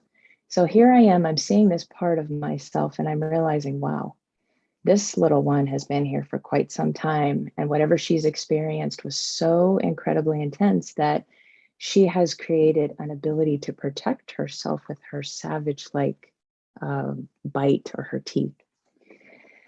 So as I approach her, her back is to me, which tells me she's not aware that I'm there. And I need to be careful when I approach her because I don't want to startle her. If she was at a side profile, a part of her would be aware. And if she was directly facing me, she would be aware that I was there with her. So again, it's pointing out, is she conscious or unconscious at this point? So because she's 3 or 4, I get down and more like on a squatting position so that I'm more at her level. And I just whisper, hello, and she gets startled. And that's when she turns around and I see her sharp teeth. And I realize it's going to take some time for this little one to trust me. So I bring in some toys to the situation and I start playing on the floor of this dark cave with some toys. And I start pushing a few of them in her direction, and she can hear me playing. I can sense that she can hear me playing, and she starts turning towards me, and that's a really good sign. The idea is I want her to eventually face me because her and I need to have some sort of dialogue. So as she begins to turn, I push a teddy bear in her direction, and she reaches out, she snatches it from me, holds it close as if she thinks I might take it from her. And so I explained to her, little one, I'm not going to take it from you, and I expect nothing from you. You can have this, and it's yours. And she gave a response that was more of a, yeah, right, that's what they all say. But I could see in her eyes that she really wanted to believe what I was saying. So as she played, I continued to play. And I decided to bring in a bowl of warm water. Hopefully, maybe she'd let me wash her a new dress and a sewing machine to mend her blanket. So I bring in the water and I ask her if she would allow me to wash her and bathe her appropriately and give her a nice dress and maybe mend her blanket. And so she agrees. And I tell her, you can tell me to stop at any time, and that's fine. And so I do this. This is essentially an aspect of my inner child, and I'm taking full responsibility for her. So here I am, I'm cleaning her up, I'm brushing her hair, I'm giving her a new dress, and I'm mending her blanket. And you can see that because she's now having different impressions, the scenery is already changing inside this cave. More light is coming through. You can start seeing more of what's going on in the scenario because her impression has changed. So now we can see that there's an opening to this cave and there's this bright light shining from the doorway. And I ask her if she would like to join me outside. And so I hold out my left hand. She reaches out her right hand, and we hold hands as we walk through the door out into a field of wildflowers. And as she blinks her eyes and she's adjusting to the light, she runs out into the field of wildflowers and she's skipping and she's running and she's playing and she's having just an amazing time. And then she looks back to see if I'm still there. And I wave to her and I let her know, yep, I'm still here. I'm not going to leave you. So then I decide to approach her and I said, how would you feel about coming with me and leaving the dark cave? She's shocked and she runs back to what's familiar. She runs back into the cave. Thing is, the cave has already started changing. So what she knows is familiar has now changed. So now she's confused. So I use this opportunity to talk to her and tell her, I'm sorry. I'm sorry that I abandoned you. And the reason that I need to say, I'm sorry I abandoned you, because I disconnected from a part of myself. Sure, it was a defense mechanism at 3 or 4 years old. However, I'm an adult now, and I am aware that this has happened, and I need to take responsibility for this part of me. So I need to make a commitment and a promise to her. So I tell her I'm never going to abandon her. I promise I'm going to take care of her. I'm going to listen to her. She's going to be a part of me. And I keep reiterating this. And as I'm telling her, you can see her whole state of being softens. Her teeth are starting to change. And that's my cue that, okay, things are now really shifting. So as I'm doing this healing, what's happening is I got real big so that I could see a 360-degree view of what's happening, so that I knew what this part of me needed. And that's what you need to realize is there is a part of you that is above and beyond all of this, that does know what you needed when you didn't get it. Once you figure that out, you can offer it to that version of yourself. And so that's what I did. I got big. I could see what she needed. I needed to basically take full responsibility for her, clean her up, change her experience, give her a new impression, and make a promise that that would never happen again. So then she agrees. She agrees to come with me. And so again, we hold hands, we leave the cave, and we walk out into the field of wildflowers. And I start matching my breath with hers. And again, I'm still at a 360-degree view. I'm watching the part of me that's taking responsibility for this other part of me. And as I'm observing the breath being connected between the two, them holding hands, the two of them now integrate and become one. coming into union with the disconnected part of myself. So now as I come out of the healing session, and as you come out of the healing session, what you need to realize is you are now an upgraded version of yourself, which means you will relate differently, not only with yourself, but with others. That also means that others may need to adjust to this new version of you. And don't be surprised if some people have a hard time with this. They're used to you being a certain way. You are now different. You may actually now trigger something within them, which is simply shining the light on something that was already there. And it's an opportunity for growth. So the adhere process, you first explore, then you discover, you heal, you integrate, and relate. Now in the I'm Triggered Pocket Guide, we went through the first 3 steps: stop, locate, identify. Once you've done that, then you can come back and start working these steps. Now, before it's complete, I like to test things out. So before you come out of the healing session, I would suggest that whatever trigger you brought, you actually go back and see if it still triggers you, just in thought.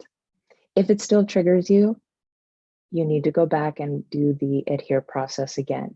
Something isn't healed yet, because ideally at the end of this, you should not feel triggered by the experience. There should be healing. So always test it out before you finish. And if you need to go back through it, go back through it. You may discover yet another part of yourself. Then if you're not triggered, then you can come out and get to know yourself again. And I always recommend that you're dating yourself.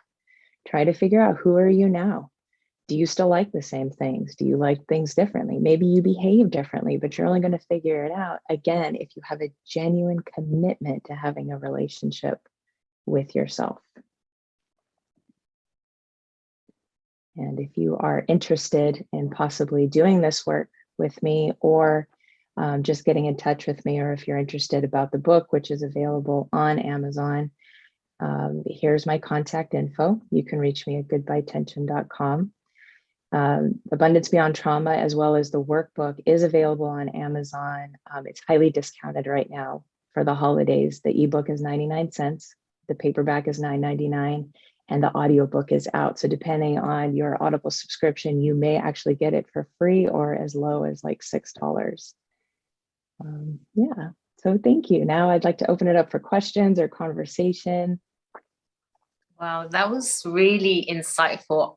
The thing that I really liked was the fact that you kind of said, just before you kind of get angry, to kind of stop and almost remove yourself from that situation. Because so many people, you get mad and then you say something and then you regret it, and then you just feel bad about it for so long, and you don't mean it, but then those words can kind of, they're like razor sharp. They can affect that person for a long, long time. So what I took from that that talk that you just gave was just take a breath, kind of stop and like remove yourself so that you can kind of just ground yourself. Because really, when you say something at that moment, that's not really you. I mean, it is you, but it's the unhealed version of you that just is getting triggered about something else, taking it out in that current situation. And that was really very, very helpful. And the other thing that you mentioned too is like how much trauma people are going through right now because of the whole COVID. It's been like a few years of people in that heightened sense of stress. And I'm seeing it with my patients coming in with anxiety and depression and just feeling kind of uneasy. What advice would you give people currently right now that are facing a really traumatic time? They might be alone by themselves. Obviously, getting your book is going to help them a lot. But what advice would you give that person that's kind of feeling depressed or kind of alone or just really anxious about COVID? I would say, remember your courage.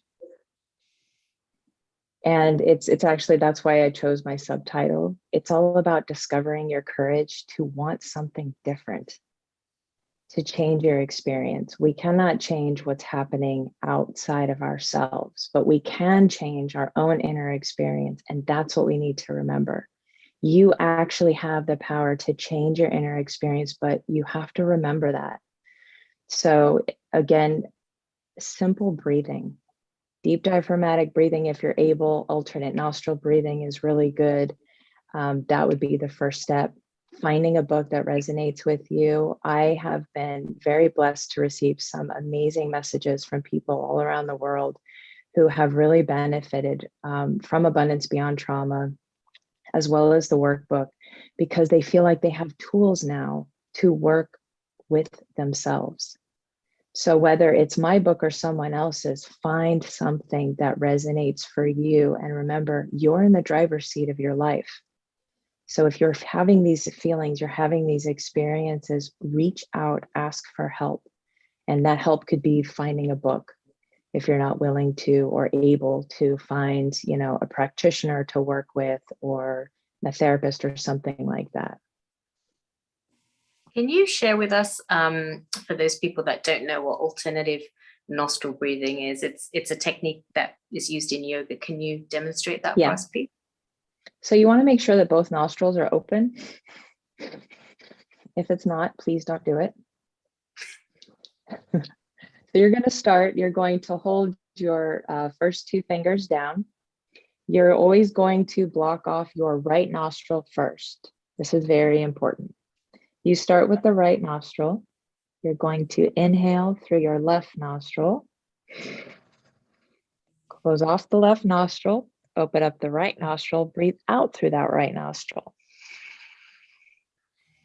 Now breathe in through the right nostril. Close it off. Breathe out the left nostril. And let's keep it going. In through the left. Close it off. Out through the right. In through the right. Close it off. Out through the left. And let's do one more round. In through the left. Close it off. Out through the right. And finally in through the right. And out through the left. You should end up the same way you started. And I would recommend that you start with at least 1 minute every day, just so you can feel the difference. What this does is it actually balances the sympathetic and parasympathetic nervous system, which is usually what's really disturbed, especially in traumatic experiences. And then you can increase from there. So I often will do 5 minutes in the morning with my morning meditation, and then 5 minutes in the evening. And that's usually what I recommend for clients as well, if they're able to do the breathing practice properly. If you have like a deviated septum or something like that, then just try the deep diaphragmatic breathing where the belly rises on the inhale and collapses on the exhale. And you can again do that for, anywhere from 1 to 5 minutes or even longer, depending on what your needs are. Wow, definitely going to try and incorporate that technique. I do have one more question. Something that you kind of said in passing, you said something like the past trauma dictates the relationships that you may end up in. Do you mind sharing a little bit of insight into that? Yes. So I ran away from home when I was 15 years old. I was a straight A student, destined to go to college, but the situation that was going on at home was such that I was not willing to wait. And I felt that anything would be better. So thinking I'm going to somehow, with a 15-year-old mentality, create a new life. So here I am, I hitchhike over 400 miles to try to start a different life. And I learned basically how to live homeless. And in that experience, I met a lot of amazing people, mostly Vietnam vets. So there was a relatability there, although I didn't realize I had PTSD, but they actually saw that I did. And, and that's a term back then that was only used for war veterans. So it made sense that they had it, didn't make sense that I had it. And during that time, I met a man and he said, I love you. Now, because I'm so starved at this point for love and I have not healed the mother wound and the father wound, the first person, male or female, to tell me I love you, I'm going to fall right in. Why? Because I need it. I haven't had it. So now here I am, I've entered into a relationship, and over the next 10 years, I will have 2 children with this man, and he will end up being just like my parents were. That cycle repeated itself. My intention was to leave and start a new life, but that's not what happened, because all of that unhealed trauma was literally just pushing me towards more of it. So once that happened and I, realized, wow, now my daughters have gone through something that I never wanted them to go through. And I asked myself, how on earth did this happen? That's when I really started questioning this cycle of dysfunction. How do we end up in situations that our best intention is to not end up in them? Something deeper is going on. And that's when I realized I got to start looking at myself. I got myself into this situation. Sure, you could say I was, still a child. And while all of that is true, it doesn't change the fact that it happened. So that's when I began the journey of really turning inward and looking at, how did I end up here? How do I prevent that from happening again? So that's what I mean by it will affect the relationships that you get into and find yourself in that victim perpetrator dynamic, and one actually feeds the other. And that can be challenging to hear when you are a victim of trauma. But if you realize that a perpetrator needs a victim and a victim needs a perpetrator in order to be in that state of mind, it may actually shift your perspective, and you may be willing to look at yourself differently. It does not excuse the person who created the wounds by any means, but it shifts your own mental state of being. And that's really what it's about. Well, thank you for sharing that vulnerability and taking what you've been through and actually writing a book to help other people. Because a lot of people, they'll go through a bad situation and then they just kind of go downhill and downhill, but you've taken your negative experiences in your life and you're out there with your practice and your you now have I know your family, you've got a wonderful family, and a good example of you could have gone through so much trauma at any point in your life, but then you can rise above it, help other people, make a difference in the world like you're doing. So thank you for sharing this book with the world, and I'm definitely getting my copy soon, and I'm going to be telling my patients about it and my friends, and the viewers out there can hopefully benefit from even just a few techniques that you're teaching here. It's just amazing. Yeah. The thing I really wanted was I wanted something different from my life. And now that I had 2 daughters, I wanted something different for their life. And when I realized that a cycle repeated and had already now gone, to that generation, all I could think of was, I don't want their children. And now that I'm a grandmother, about to be a grandmother of my 4th grandchild here in a couple months, this is why I wrote this book. Because if we can start work on generational healing for the sake of our future generation, again, that is how we are going to heal the earth. So let that be an inspiration. Whether you have children or not, you will affect someone if you work on yourself. I assure you, you will meet someone, you will say something that will inspire them, and they will want to heal themselves. I think that's such a valuable comment there, that the world just needs the healing, because so many people are hurting. They don't know what to do. They're going to drugs, to alcohol, to unhealthy relationships. And if we all start working individually on ourselves, that's how we make a better future. Because obviously there is so much negativity. We kind of look at the news, and then we kind of, every time we watch the news, there's something new coming out, the new variant, there's this and that. And then you get kind of in that turmoil and depression and stress, and then you talk to your friends about it, and then it seems like it's just so much negativity. But if we start working on ourselves and move towards a more positive life, it does make a difference. And I think that's what the world needs right now. And thank you for that. And I know my co-host Sharon, I know you must have some questions. Oh, I know definitely you're do. listening there. Yes, I have a couple of questions, and then I'd like to bring Dr. Wai Ching, Amalia, she's done a lot of work with trauma. And so have I, coming from a kind of a bit of a background like you. What my area has been is really like somatics and really looking at and feeling the effects of trauma in the physical body and what I call the holding patterns that happen and how to release those patterns, because I find if I'm going deep within and I have all these tools like starting with yoga and this Feldenkrais and craniosacral and Qigong and all these tools. But when I really go in, I find that I can be, breathing and focused, and then all of a sudden, and relaxing certain areas. So many of us are in fight flight, and so we're clenched, and I'll be in this state, and then all of a sudden, I find that my thoughts are going off, in swirling around in those patterns that we have, those traumatic patterns. And then when I kind of wake up and I can sense it, I'm actually physically holding that pattern. So then, like you do, I let go, breathe into, recognize the holding, and breathe into it and let it go, and do my best to stay there. So do you bring this into your work as well, this kind of?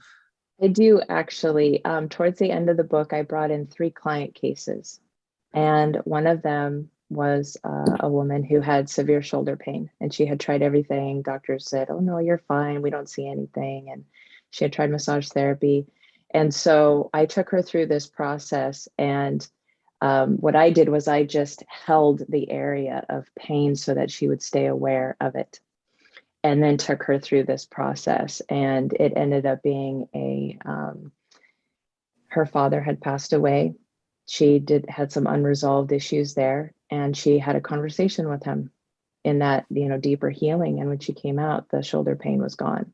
So there's definitely an element where that's why I created the I'm Triggered worksheet, to figure out what part of you is triggered, because that part of you is actually telling you, hey, wake up, there's something happening here. And the body is incredibly intelligent if we would just listen.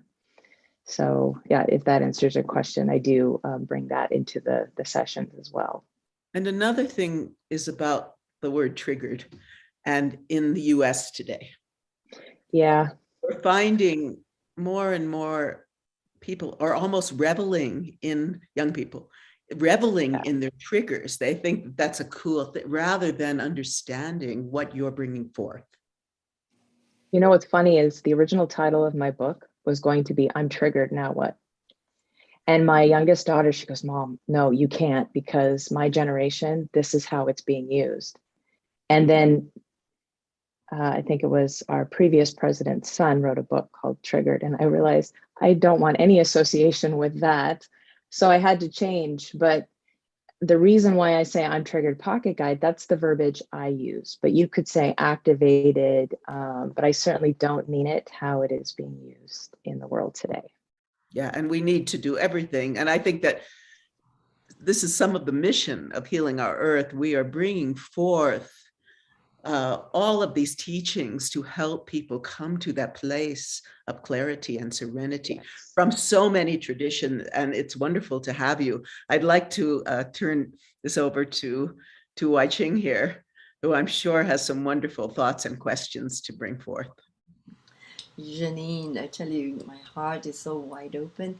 Thank you so much for having the clarity to change the languaging of healing, right? The language of healing, and not just use the same words that have been used, like the word trigger. I know where the origin came from, that like, the group that says, what's your trigger? And then by asking that question, people get more triggered. And it's very ego-based, and rather than spirit-based, where we are coming from. And so you know which group I'm referring to. I'm not mentioning the names. That they have this particular a protocol, the process that do that. So I really appreciate you doing that, and also lifting your experience. And I can feel your experience from your family to your husband or ex-husband. And because this is exactly right this moment, I'm supporting a woman through that. And I've been doing it for 30 years, and Sharon knows that through this. So I really appreciate that you have that beauty and clarity, that you've done your healing and then uplifting the experience, that it is a part of our service into the world with this experience, and not get, in the density, stay in the density of it. And that to bring in that inner child work so beautifully, which I'm doing too. And that is so powerful, right? And that somatics that you brought in, and the breath, the very first thing. So I just want to say thank you and honor you for writing this book. And this is something that's so needed now, right? And Thank so, you. yes. And any stories and any experiences, more of what you had to share, would be so valuable and so powerful at this time. We have to link up, you and I, to do Yeah, a that would be wonderful. Yeah. I do have many stories to share. I think we're just reaching our time limit. We know. I wanted to share that, and just really appreciating what you have done, and your own life experience, and so angelic, your experience Oh, thank you. shining the light on all the density, and what you explained, even the dark and the light. That's what Sharon and I, we always talk about the yin yang aspects, from the ancient wisdom, the qigong aspect, into modern times, especially this current times, when this work is so necessary, to see what is the reflection of the reality outside and inside. And if you want to say something about that, the current situation, do you have any insights that you would like to share about what's happening in the world and within Well, us?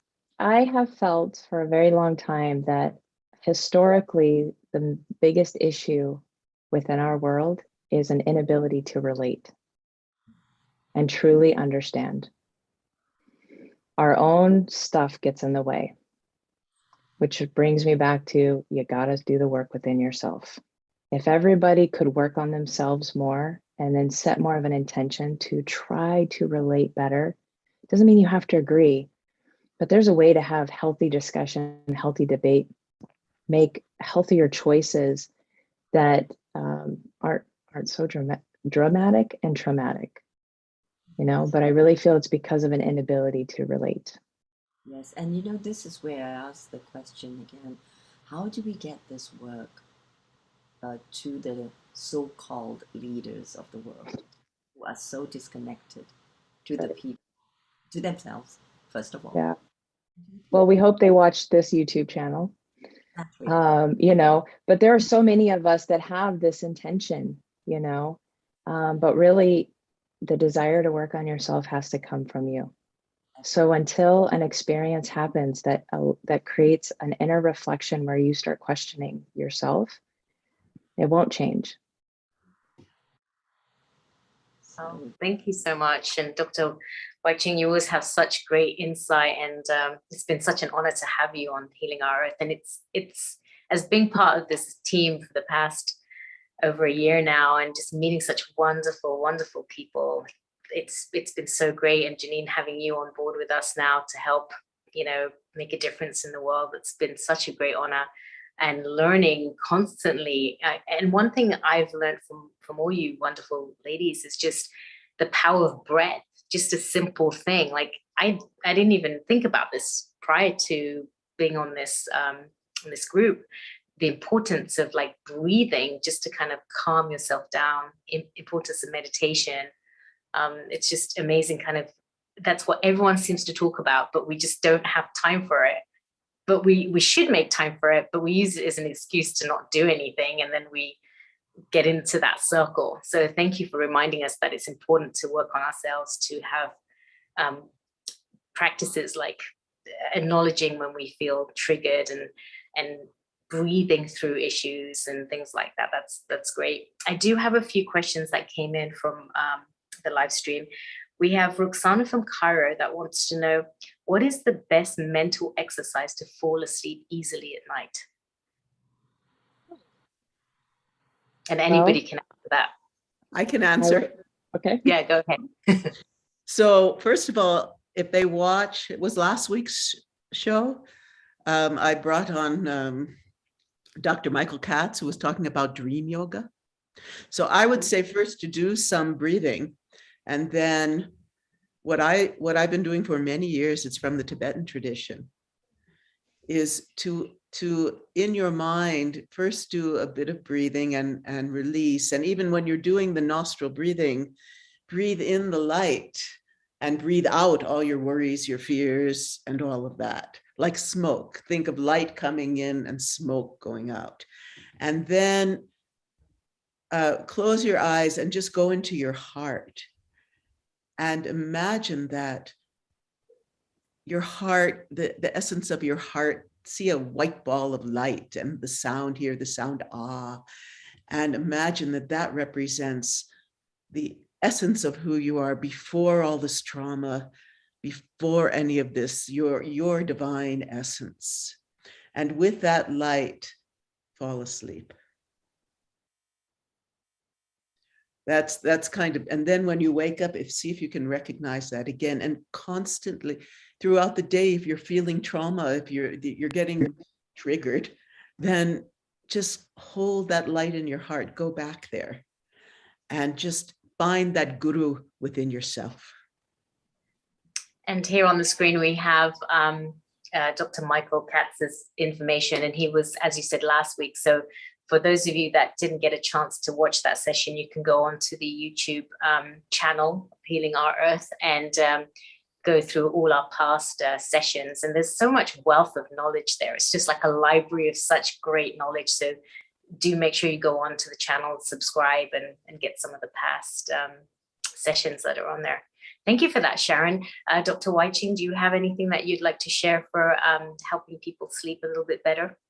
Yes, I use the same technique actually, and then just also to disengage from too much mental activity. I mean, now it's 3:07 here, so I'm still on this. So I'm in quick conversation. And so what I do is that when I go to bed, then I really take the time to process, right? Isn't like, that's the word that's used, but really to contemplate, to reflect on this exchange. So I go through all the conversations we have. So it takes a little time to go to bed, because then my ego, my mind understands and feel this connection that I've had with all the souls that've been here, and the purpose that it has in my life, and how I would evolve from it, and the juice or the wisdom that I have actually received from every single soul that I've come across today, right? And that's what I do. And what is the deeper message of this conversation, this exchange? So that's what I do every day when I meet people, or the situations, and even my clients, and they go through that. It takes a little time, but really it allows my mind to satisfy itself. And I think a lot of people can't sleep because the mind is, as they say, chattering. Because you're trying to suppress, and you're like, I've got to sleep, I've got to have 8 hours and all that, without really understanding life's meaning. That why are we living this day? And why are we experiencing what we're experiencing? And whether it's the external world, like, the political events and so on, or I just think of what's happening in Africa, or in Los Angeles, or something, or something said, and I go through that, and then I feel spiritually and emotionally satisfied that I have really gained my day's experience and the wisdom that I can live and embody, and then my mind is at peace. And after that, I go like, okay, I've done it, I've exhausted my thinking, but it's more than thinking, it's more like contemplating. And then that, it also accompanies breathing and letting go of whatever stress and tension, like whatever I cannot resolve that time. I said, okay, divine presence, allow me the answers, show me the answers, for the next day. And I get the answers during a dream state, right? Or I find something, as I mentioned last week. And then in the morning, I feel more refreshed because I'm not carrying this burden of this too much information, the overwhelming of information that seemingly has no meaning for me. So I find meaning in it. And it's not like overthinking. It's quite different from overthinking. It's like a transmutational process that is deeper than that. And then by that time, if I understood it, then I can let it go. That it has no meaning for me anymore. And then I have no attachment to it. So I can come back fresh in the morning and say, okay, what does this day bring to me? So by that process, I find that by the time I do that, I'm ready like to let go, and I breathe through my body, bringing the light in, the chi light, and I take it through my entire body to all the cells and right down to my toes. And then learning from somatic education, which I did, and combining with Qigong and all this transformational work. And so I get to give myself a little therapy session every night. And then I gently fall asleep and float off to my soul land to meet my masters and the divine presence. And so that's how I do it. Thank you. Thank you for sharing that. One couple of things I want to mention too is the scientific things, which are making sure that at least an hour before you do go to sleep, make sure your devices are all off, because that blue light does affect your sleep cycle. The other thing is sleeping in a very dark room will help, and making sure that you're not watching any news. And as Sharon has there, she has the blue blocking glasses, which can I show this too? Look. Wow, look at it. We've got all the things that we know we need to do. You've got the blue light blocking glasses, which kind of lets your brain know that it's kind of time to go to bed, as opposed to looking at all the lights on your phone, which activates the brain and then has you have a harder time to go to sleep. The other thing is, obviously, you don't want to be eating very close to going to bed. So at least 3-4 hours, your last meal should be. And making sure, again, like I've said, no news, so that doesn't play constantly on your mind. And then for some people, everyone has their little thing that helps. For some people, it might be a little bit of exercising before. For some people, exercising doesn't help. So these are things that you can kind of experiment and see what helps you. And for a few people, lavender is a really good herb. You can put a few drops on your pillowcase or have it in a little sachet next to your bed.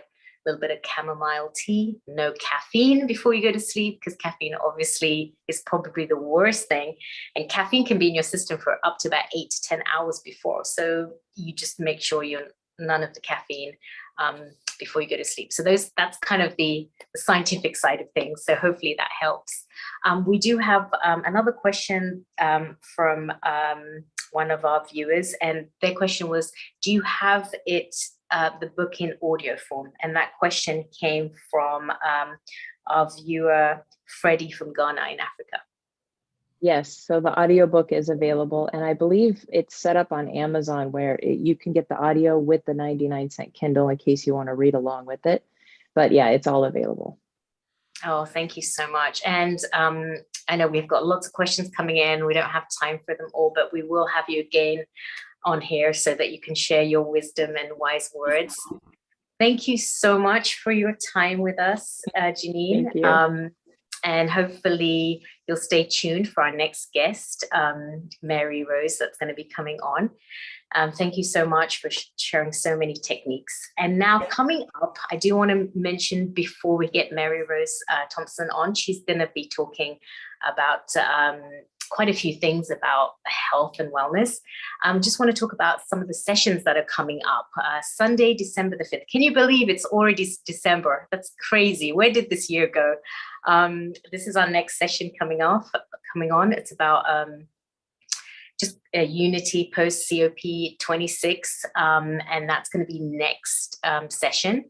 And then after that, we're going to be having the Universal Health Coverage Day. That's talking about just like health and wellness for the globe, not just wealthy countries, but how do we get more equality in the world? And then after that, we have one of our favorite sessions, a festive vegetarian kitchen session where we get to learn how to cook some good, healthy, good food. Hopefully one of these days we can get Neil Kumar to come on and show us some good dishes that he can teach. He's been sending me some nice photos of his good pizza cooking skills. So hopefully he'll share some of that with us.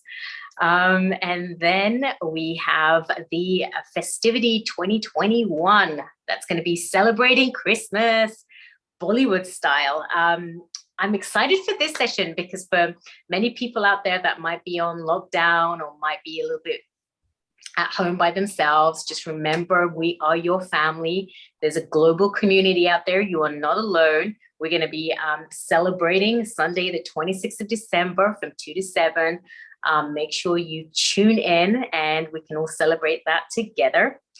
And then, can you believe January 2022? This is the time that we're all going to be working on all our resolutions on getting ourselves happier and healthier in 2022. And this session is going to be Sunday the 2nd of January, and our festivities continue.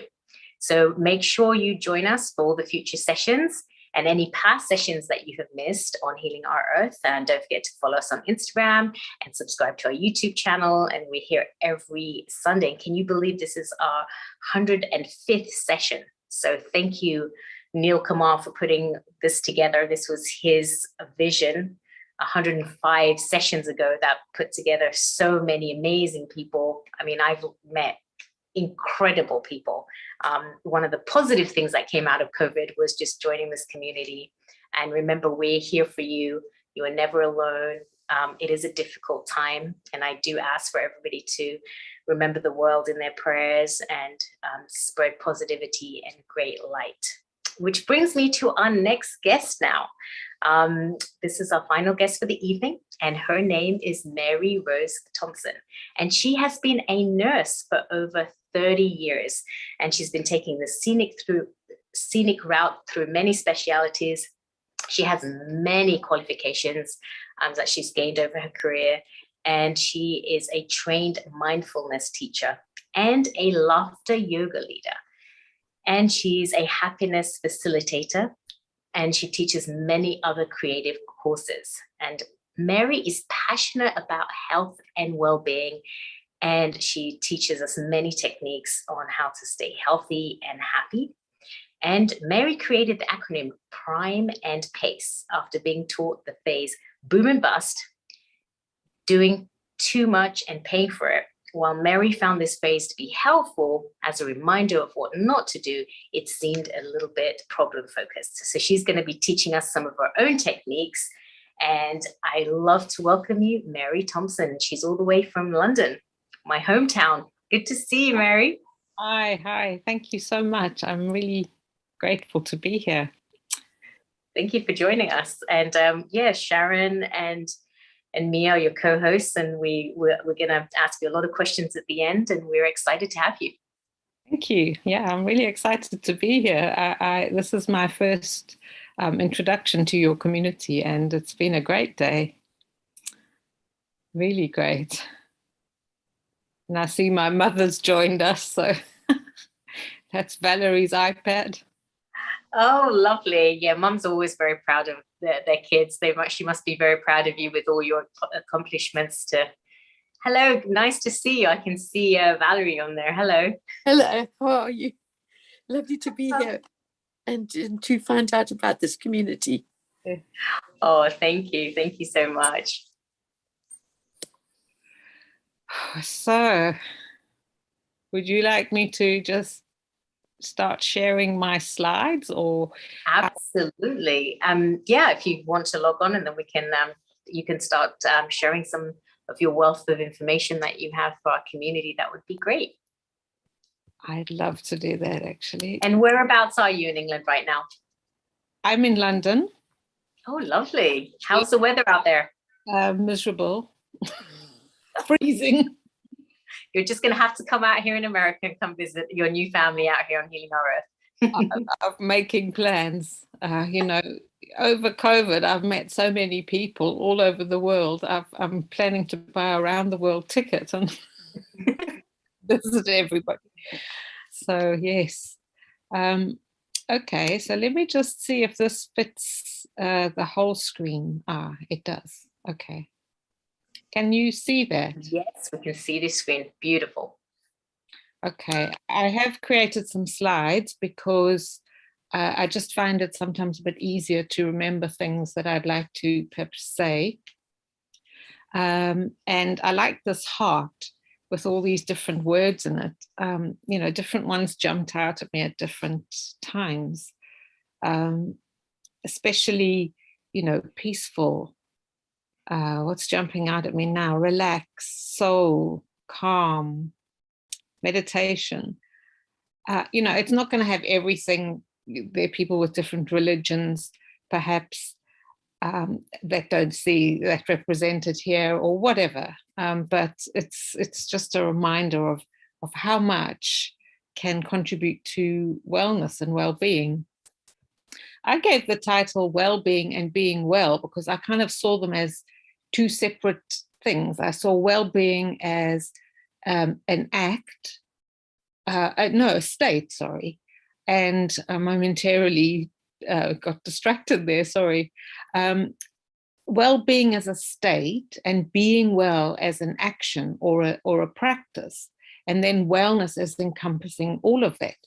But in actual fact, when I see that there's someone here that's in the waiting room and it says admit, so shall I just admit them? I think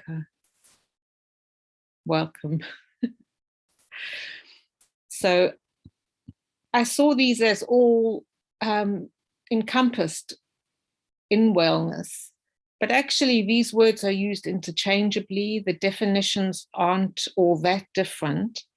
So then I looked up well, and apart from, you know, a watering well, we used to go when I was a child to a place called Bergville, which was in a quite remote part of South Africa, and visit these, the Little Sisters of Jesus, they were called, and they used to wear these denim dresses with little crosses on.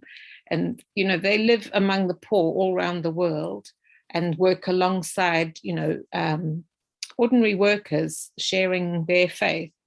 And we used to go there and rest and, you know, just, I loved it. I loved the peace, the quiet, but there was a well and you had to go and pump the water. And it taught me how important water was, because you're so used to, if you know, grown up with taps and flushing toilets and things, just taking water for granted, being able to just open a tap and drink clean water. So yes, there were lots of different meanings for well, things like doing something well or doing something justly or expertly and so on, or being financially, you know, well off and so on. And then there was one that really struck me because it said a well or well is a source from which to draw when needed. And that for me just really felt like that's what wellness is. It's this well inside you from which you draw when needed. And that, you know, part of what I want to talk about now is just looking at different ways that we can do that, create that well and fill it. So I'm not going to take you through my whole family history, but I was looking for a photograph of me as a child. I went with my father to visit a family, and they were living in a derelict downtown building in Johannesburg. And they had, you know, corrugated iron sheets for roofs. They had two in a corner, two up against the wall, and then one like a door. And that's where they were living, in this little corner. No running water, no furniture, no nothing. And I was 5, and I was the thing that I still remember being worried about was that the corrugated iron had a very rough edge and could be very dangerous. And I remember thinking about, oh, what would they do, you know, if someone got cut on that? And, you know, just how do they cook? And then I realized there were these bricks and they were cooking in a little pot on these bricks. I couldn't find that photograph. So then while I was looking through all my photographs, I found this one of my grandparents on a visit to the beach. And it just amused me. My granddad actually had a hat, which you can't see, it's tucked behind his legs. And it just reminded me that we're all unique and different, and the way we do things is different. Nowadays, you might be inclined to see naked people, people in bikinis, all sorts at the beach. But this is what they wore to the beach, and it was a nice, I remember that. This is my parents, and it's just the joy that I saw when, looking through all these photographs that just jumped out at me. Joy and being different and unique. I was thinking about how over 7 billion people are unique and different. Is that not amazing? We're all different and special and have treasure with all the stories that we have. And this opportunity to be here today and, to hear all the, different about my voice, and then, hearing Beth play, and, I've just been blown away. Been very interesting. So, I've missed a slide for some reason. I don't know what happened there. I do want to tell you, Mary, that it's wonderful to see these South Africa. I toured South Africa as a Kathak dancer in 1985, and what a beautiful country. Also, it's very much in the news right now, and because of this new variant. And I really appreciate that you're doing wellness and well-being. And one of the things that we've spoken about here is, you would think with everything going on, that wellness and well-being, what you're bringing forth, would be on every channel, that ways to heal yourself, ways to boost your immune system would be, especially now it's the new variant. Why, in your opinion, what's going on? You're a nurse. You've probably seen lots of things in your life.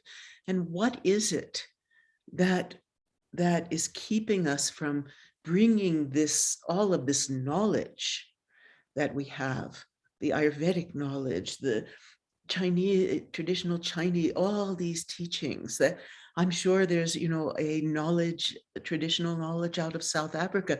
Why isn't that blasted across, the networks? It's an interesting question. I think there's an element of fear, and avoidance. So people like to watch comedy and, what we call skopskitten donner in South Africa, which is, a lot of shooting and kicking and diversion, and not focusing on that inside and what I call inner sizes. I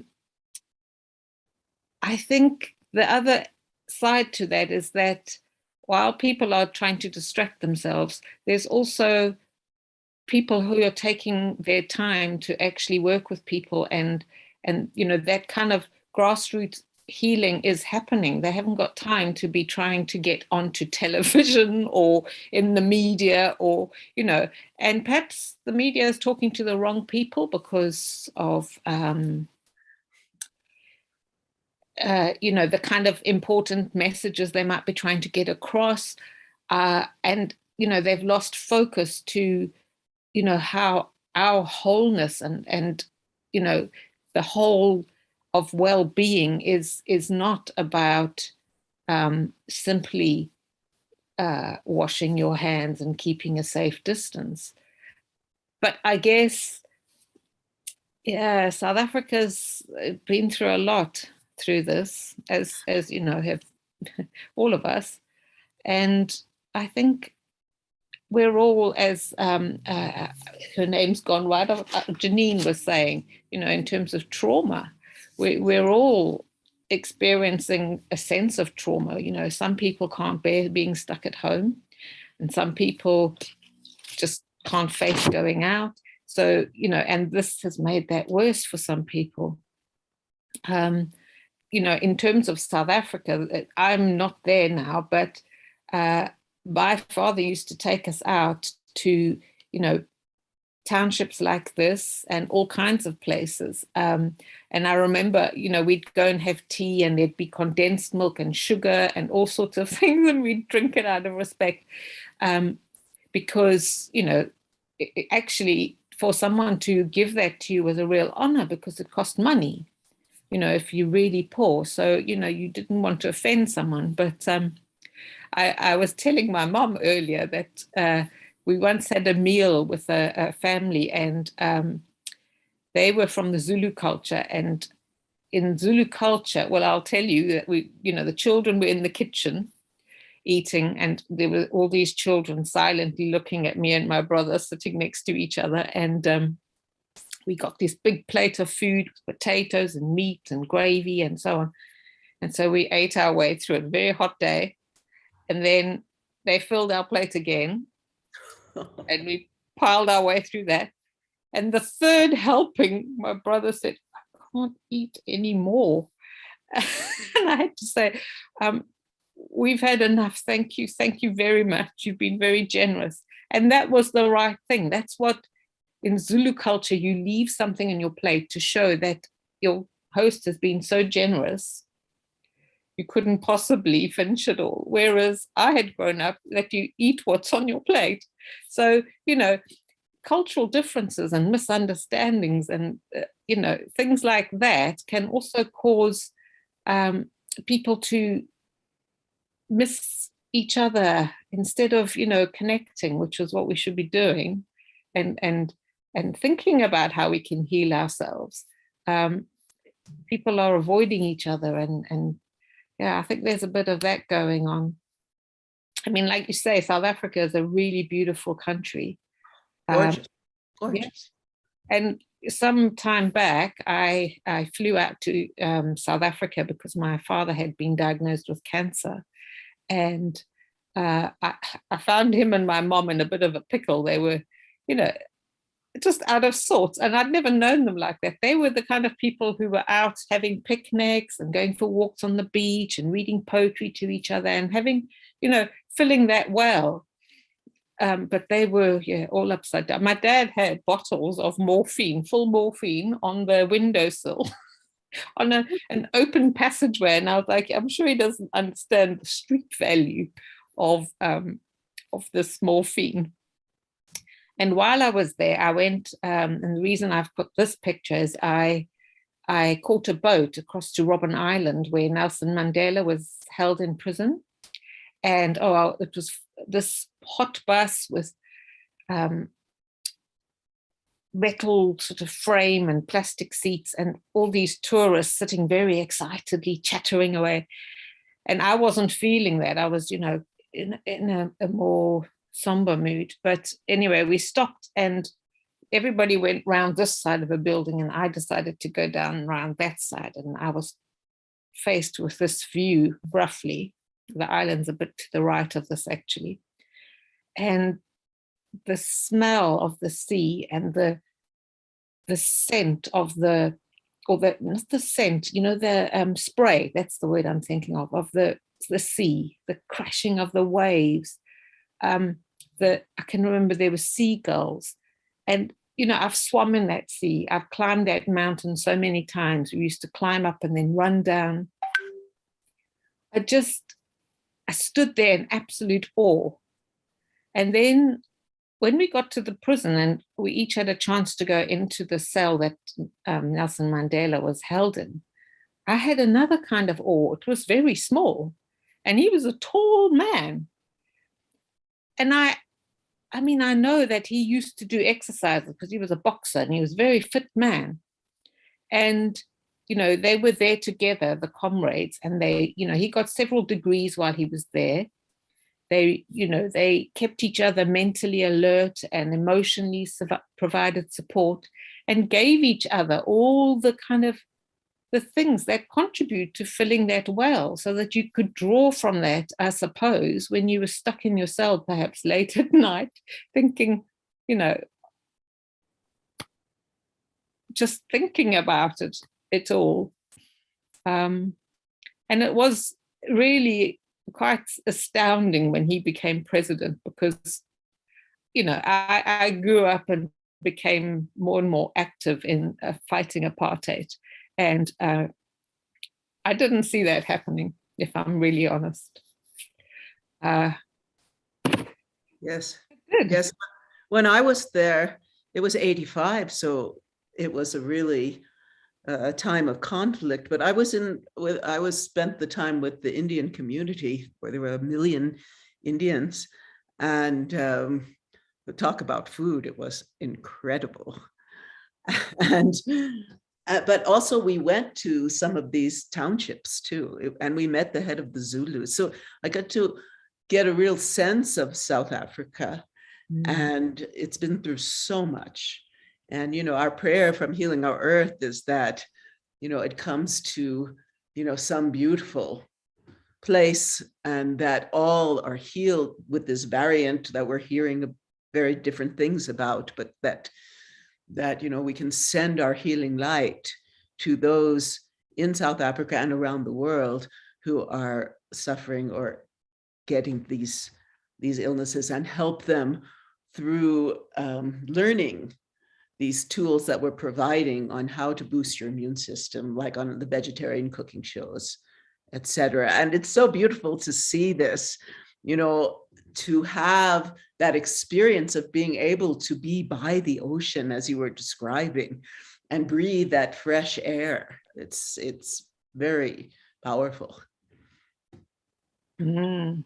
I sometimes visualize, when I'm feeling really unwell, perhaps, or when I'm just very tired, or just for the fun of it, I visualize myself in this tropical pool. What do you call those pools? Infinity pool with the sea in front. And I imagine, the smell of frangipani, and I can hear the birds, and they're very bright and colorful. And I've got this, mocktail or whatever you want to call them. And it's by the time I'm finished, I feel like I've been on a holiday. And, visualization is actually a really powerful tool for just relaxing, for taking yourself on a break, especially right now when, it's quite difficult to go away. Someone was joking and said to me the other day, you never hear people in the UK say, loving the island. Loving the island life. I don't quite know what just happened. I've lost my slides, but anyway. Yeah, it's just, I'll get them back. There we go. I think I'm going to try that visualization thing. I think that's, I'm missing going on vacations and blue waters. So I think I'm going to try that. That sounds like a good idea. Yeah, I recommend it. I'm sorry, I've been clicking around, so the slides have been jumping around. I can't see any of you anymore. I don't know why, and I can't see myself, but that's fine. I'm happy with this view. Yeah, so yes, all sorts of things come to mind, just looking at this. My dad actually died very soon after. We had bought him a tracksuit, or maybe two. And I remember him coming out and going, this is very comfortable. I don't know why I didn't buy one before. He always wore tailored clothes. He had a tailor, he had a barber, he had someone that made him shoes. And my mum and sister and I cleared out his cupboard and just talked and shared stories. And we put, everything into bags and took it to a charity shop. And a few days later, my mother and I were driving along, and we drove past this, and there on a table was my father's pair of shoes. And it was a poignant moment, and it just got me thinking so much about, what his life felt like, and how each person's walk is different. Yeah. So I think I've said that, wellness can be a state of being well. It can be an act, something that you do to keep yourself well, or, that you practice daily as a healthy habit. And, you know, funny enough, I was trying to find pictures and I put in the search box, flourishing human being. And this is what came up amongst other plants. So this was the closest I got to a human being. There were just masses and masses of plants, which I found interesting. And then, of course, we also experience episodes of ill health. Some people have long-term conditions. And, you know, I have been diagnosed with fibromyalgia, which... Oh, me too. Oh, really? Okay. So you'll have an idea, you know, episodes of fatigue and extreme brain fog, and just I had a bit of it then. Sensitivity. I overcame it through meditation, and I had a doctor who specialized. And so I did a lot of meditation. Actually, it was during the time I went to South Africa, but I did a lot and took a lot of supplements and came through it, and then worked with women who had fibromyalgia. And some of them, you could hardly touch them. You know, you had to work because the nervous system is overstimulated. I found a number of them had very exacting, you know, parents who were very, very, demanding. You hear that, Mom? Not necessarily both parents, but I recovered from it. I worked with women, and I just want the audience to know, if you have something like this, there are things you can do. You don't have to live in that kind of, oversensitized. How did it affect you, Mary? Well, you know, that sensitivity to a lot of things. You know, I actually had a boost a few days ago, and I've been extremely ill ever since. So I still experience kind of some symptoms at times, especially if I'm not very well. But I agree with you, taking supplements. I take vitamin C, which I find very helpful. And, you know, you can have years without it. And then if you're under some kind of stress, that's when you really need to have a well to draw from. So, yeah, people can overcome it, and other people have, you know, periodic episodes. I know that in training that I went to, one of the things they told us was about boom and bust, you know, where you feel really good, and then so you take the advantage to do everything you've wanted to do when you were feeling rubbish, and then, you know, you're just exhausted. And, you know, I decided that I prefer something that told me more what to do. So I came up with Prime, and I see they have written paste. It's meant to say pace. I think that what's happened is what you call it, predictor has changed it. I remember when I was doing a master's, I had a supervisor who was telling me that she actually wrote hers at a time when there weren't really computers. So she used a big roll of wallpaper, and she actually literally cut and pasted her master's dissertation that way. I do want to tell you, if you are feeling side effects or anything, that Dr. Wai Ching has and the people here in Creston, we've been doing a lot of studies around the kinds of supplements to help ameliorate, you know, help with people who are having these kind of effects, you know. So I would say, if you're interested, get in touch with her. Yes, I will. Sure, Neil Kumar will share her information with you, because she really she's been on with doctors from South Africa and all around the world, and they're really studying how, like we do at Healing Our Earth, how to bring everyone to their highest potential and highest wellness. I think that's amazing. I had someone contact me. She's Indian, but she's here in the UK, and the rest of her family are in India, and they all got COVID. And she was in a right state. She said, please, you have to message them and give them advice. They're all in bed and they don't know what to do. They're just business people. They're not medical or, nurses and so I came up with this acronym BEDS for them because I thought I've got to give something relatively simple, because if you're feeling really unwell, I talked through other things as well, but I said, it's really important. You've been talking about breathing, through this day. Different people have talked about breathing, and, you were practicing breathing in the different nostrils.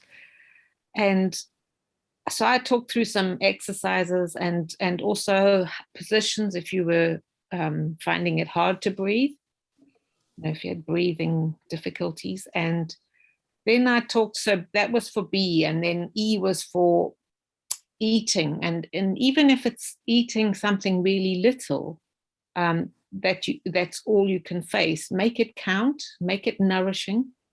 Because sometimes people just go for, I don't know, something that really doesn't have much to it. It's not going to give you much, but a little bit of avocado would be better than a sweet, something like that. And then I know people are unlikely to stand on their heads when they're feeling really awful. I had cancer, and I remember people gave me, everybody I met had advice for me. People love to give advice when you're ill. I think they see it as a way to help you.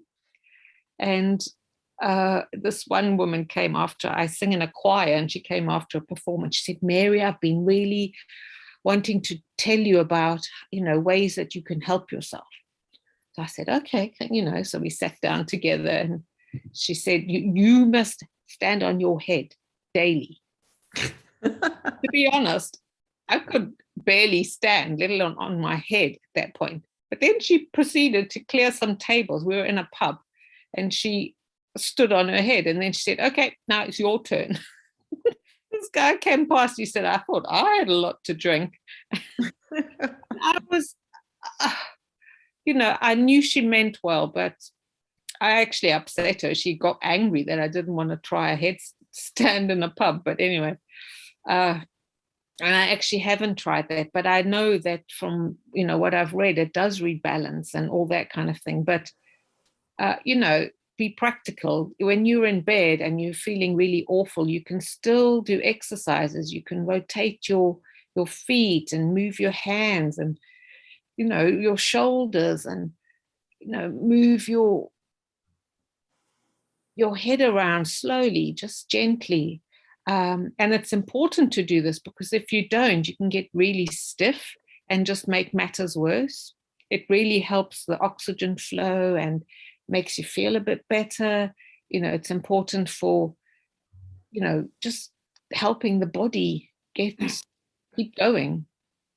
So yes, that was for E. And then I came up with, D for drinking, and obviously that varies depending on the temperature of the room you're in or the climate you're in, whether you're indoors, outdoors, your clothes, if you've got a temperature or not. So I can't really give you a guide. It really, you have to use your common sense, but you can actually drink too much water and you can drink too little. So you get water in food as well. So, watermelon and fruits are full of. Watermelon is a wonderful drink for hydrating. Yeah, absolutely. Athletes are the ones that normally end up sort of overhydrated because it's difficult for them to manage it all completely well when they, particularly in hot climates, I believe. And then sleep. Other people have talked about sleep today, and how important it is. And you were talking about, ways that you could go to sleep. Definitely not going to go into great detail here about that, but sleep's really important, and making sure that you give yourself enough time to get to bed, so it's not just, oh goodness, it's late, I must go to bed, I've got to get up early, and get yourself into that kind of whirlwind of, you know, dis-ease about going to bed and then not sleeping well and then waking up extremely tired. I actually experienced insomnia from childhood, and I think that contributed a lot to the kind of long-term conditions that I've been diagnosed with.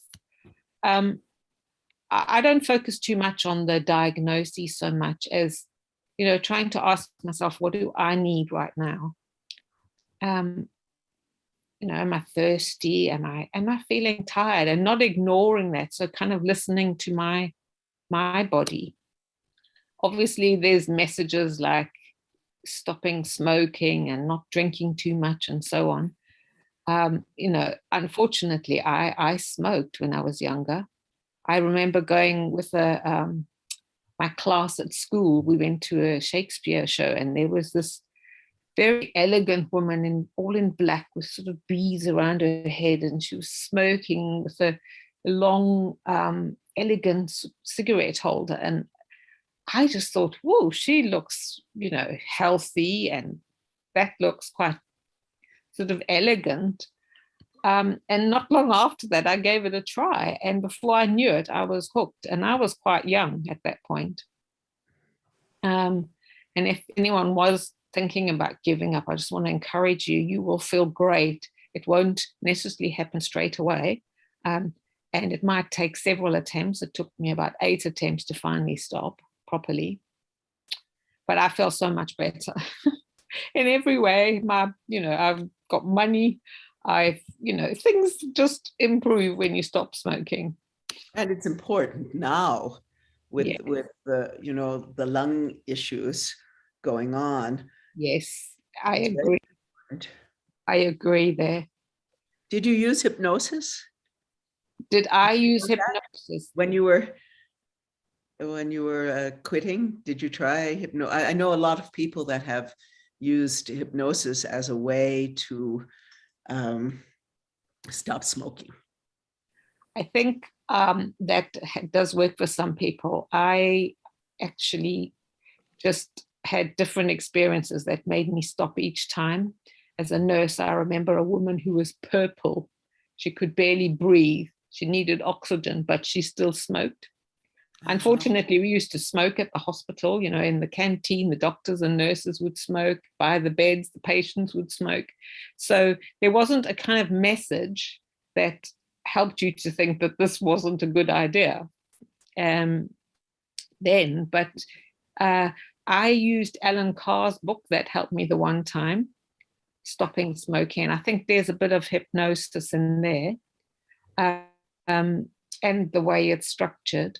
And I also remember when my son was really tiny, I started again for a short while, and then I thought, no, I can't. I just can't have him look at me one day and think this is okay. And I just stopped that same day. So, you know, it's different for different people, but, you know, nicotine patches and those kind of things are worth trying. If you really want to stop, just don't give up. And if you do, you know, find yourself relapsing, see that as part of the process. I think the most important thing someone said to me the last time I gave up was, you know, if you stop before you go to bed, then when you wake up, you've already not smoked for, you know, however many hours. And it makes a big difference, you know, if you wake up and go, oh, I'm stopping smoking today. The first thought is, oh, how am I going to get through today? Whereas if you wake up and you think, I haven't smoked for 8 hours. That's fantastic thing to tell people, because it's reinforcing the positive. Oh, I went for all this time. That means I can go for longer. Yeah. What do you think, Sheila? I think the problem with a lot of this, like losing weight and wanting to exercise and giving up smoking and all these things, I think the issue is sometimes it takes that like a major crisis, or there has to be the why, like why do it? Like for you, it was your son, right? Otherwise, people just don't want to change. I see all the time with my patients, and then something happens, they have that heart attack, they have that, you know, the cancer or something, and then they make that change. I think, unfortunately, as human beings, we're wired that way. So it has to be the why, or there has to be a crisis. But like Sharon was saying, I think hypnosis does have a part to play in a lot of this, because it goes into the subconscious mind where you can actually change how you're thinking about things. And there's so many apps now on our phones. There's like so many different apps that you can download to help you with what you're struggling with, to subconsciously put it into your mind every day. Or even like I've been trying to do yoga, and it's so difficult because I'm like, I really want to do it. I really want to do it. And then there's like 2 years has passed, I haven't. So then what I've decided is every morning I'm just going to do one stretch. So I'd get up in the morning, I'd do the downward dog. And then slowly yesterday I did one other stretch. And I was like, let's do one little bit. There's a great book about this, Atomic Habits, they call it. And they say you just do one little, if you do a little something every single day, you get a little bit of an improvement. And at the end of the year, it's something like 33% improvement. So I guess you just, like you were saying, just look at the positive, but find out what your why is, and find before it's a big crisis, right? You don't want to turn out like that lady in the hospital blue, right? Yeah, awful. Yeah. I totally agree with what you've just said. Atomic Habits is a great book, and it's also an audiobook. And yeah, I've put together a few other things that people might want to do here. Yeah, go ahead. Would love to see it. Can you see my slides still? I can't see any of you. I can just see my slides. We can't see. We can just see your beautiful face. If you could do share screen, then maybe then we could see. I don't know how that happened. Technical. I knew something had happened. That's what happens when you go live. These are the things that the challenges we face. We're all learning. We're all learning. You haven't seen my little slides. So Mary, if you look at your bottom taskbar, yes, you are on now. Maximize it. Over. Thank you. Yes, thank you, Neil. Thank you so much. I must have touched something. Oh, that's better. I can see you all. I've been talking to my slides and you've been seeing me. I'm looking at you. Just the way it's supposed to be. Yeah, because I had a slide for smoking, and I had a slide for my BEDS acronym.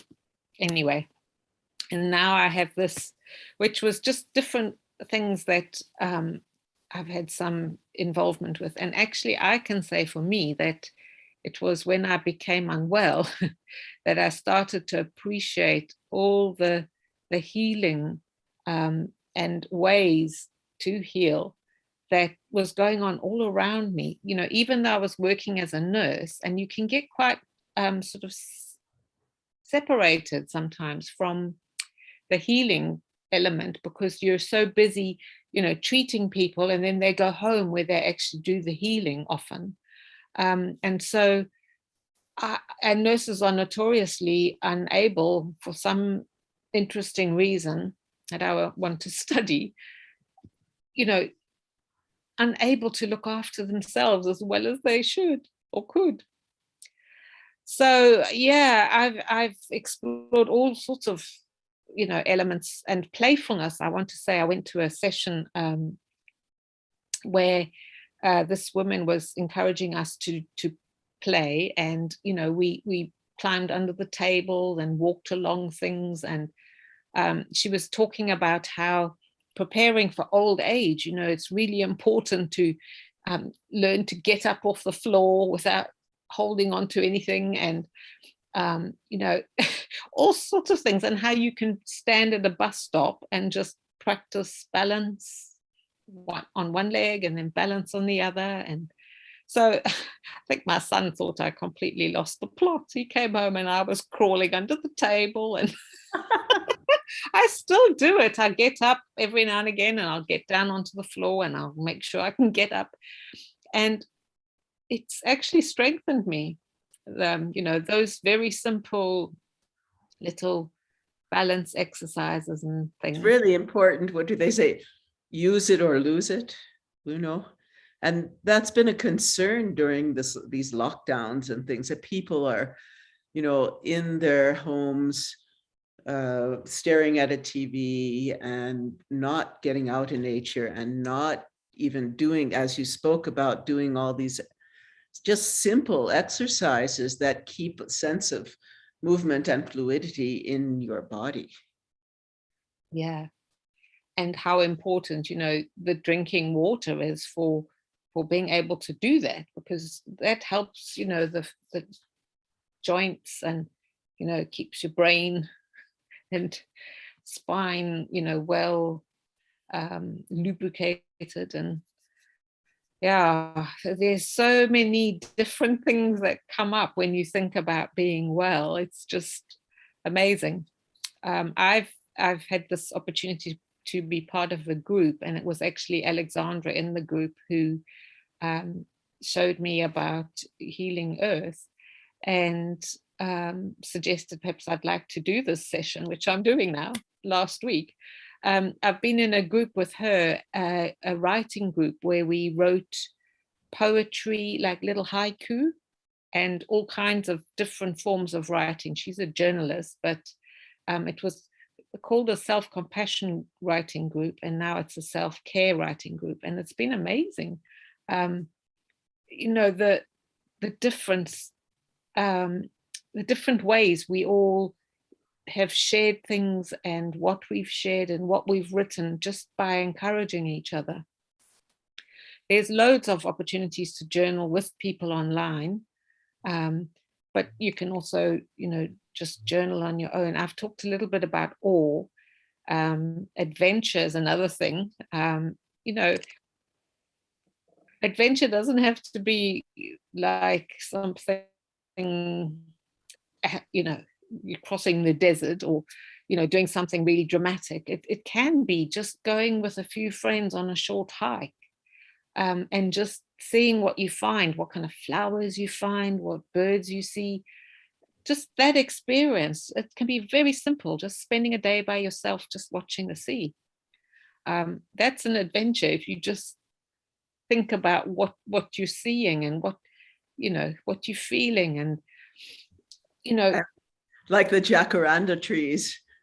Oh gosh, Purple flowers in Johannesburg and Santa Barbara in California. Ah, yes. I remember going to a what was it called? I think it was an aquarium type place near there, somewhere along that coast, near Santa Barbara, but further up maybe. And seeing all these sea animals, and that was, just watching wildlife, and the way they walk, and the sounds they make. It fascinates me. I love watching birds in my garden and just listening to them, and just the different types of birds. And there's a little robin that used to hop across my garden, and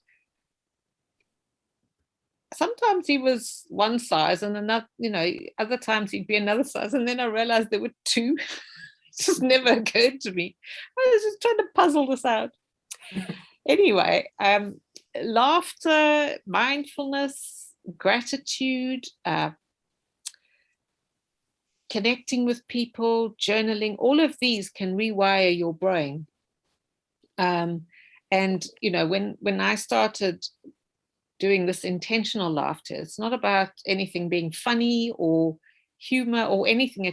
You can be feeling pretty rough, and with certain exercises you can really laugh for 10 to 15 minutes and change your immune system. They've done studies and found people healed faster from heart attacks and cancer with laughter yoga. It's just phenomenal. Gratitude, being grateful. I felt so awful yesterday. I was thinking, how am I going to do this session? Should I do it? And then I thought, okay, let me see it with gratitude. Let me try. I know there's controversy about whether you should have a vaccination or not, and so on. I just chose to have them. I'm a registered nurse, so in fact, they're going to make it law here for them, to registered nurses, to have the vaccination, which is causing a huge drama at the moment amongst the nursing community. But yeah, I once I started to see it with gratitude, I thought, okay, so somebody's bothered to create something that's hopefully going to protect my health and other people's health. It might be that I'm a bit of an experiment now, but if that helps other people in the future, then I'm okay with that. I'm okay. That's okay. So that's how I got through yesterday and today. And it's all about your attitude. I, as a dancer for a gazillion years, I had to have hip replacements, and I thought, okay, I'm coming. This is going to help me. I'm welcoming it in, and I think that's a piece of it. And it is this huge experiment, and some of us are thinking one way, depending on our experience and our health and the way we are. And so that's why it's been so nice to be on Healing Our Earth, because it's not about, one way or the other way. It's about how do we help people in every situation. Yeah, I think it's also, I was going to say, I think it's also your attitude too, right? If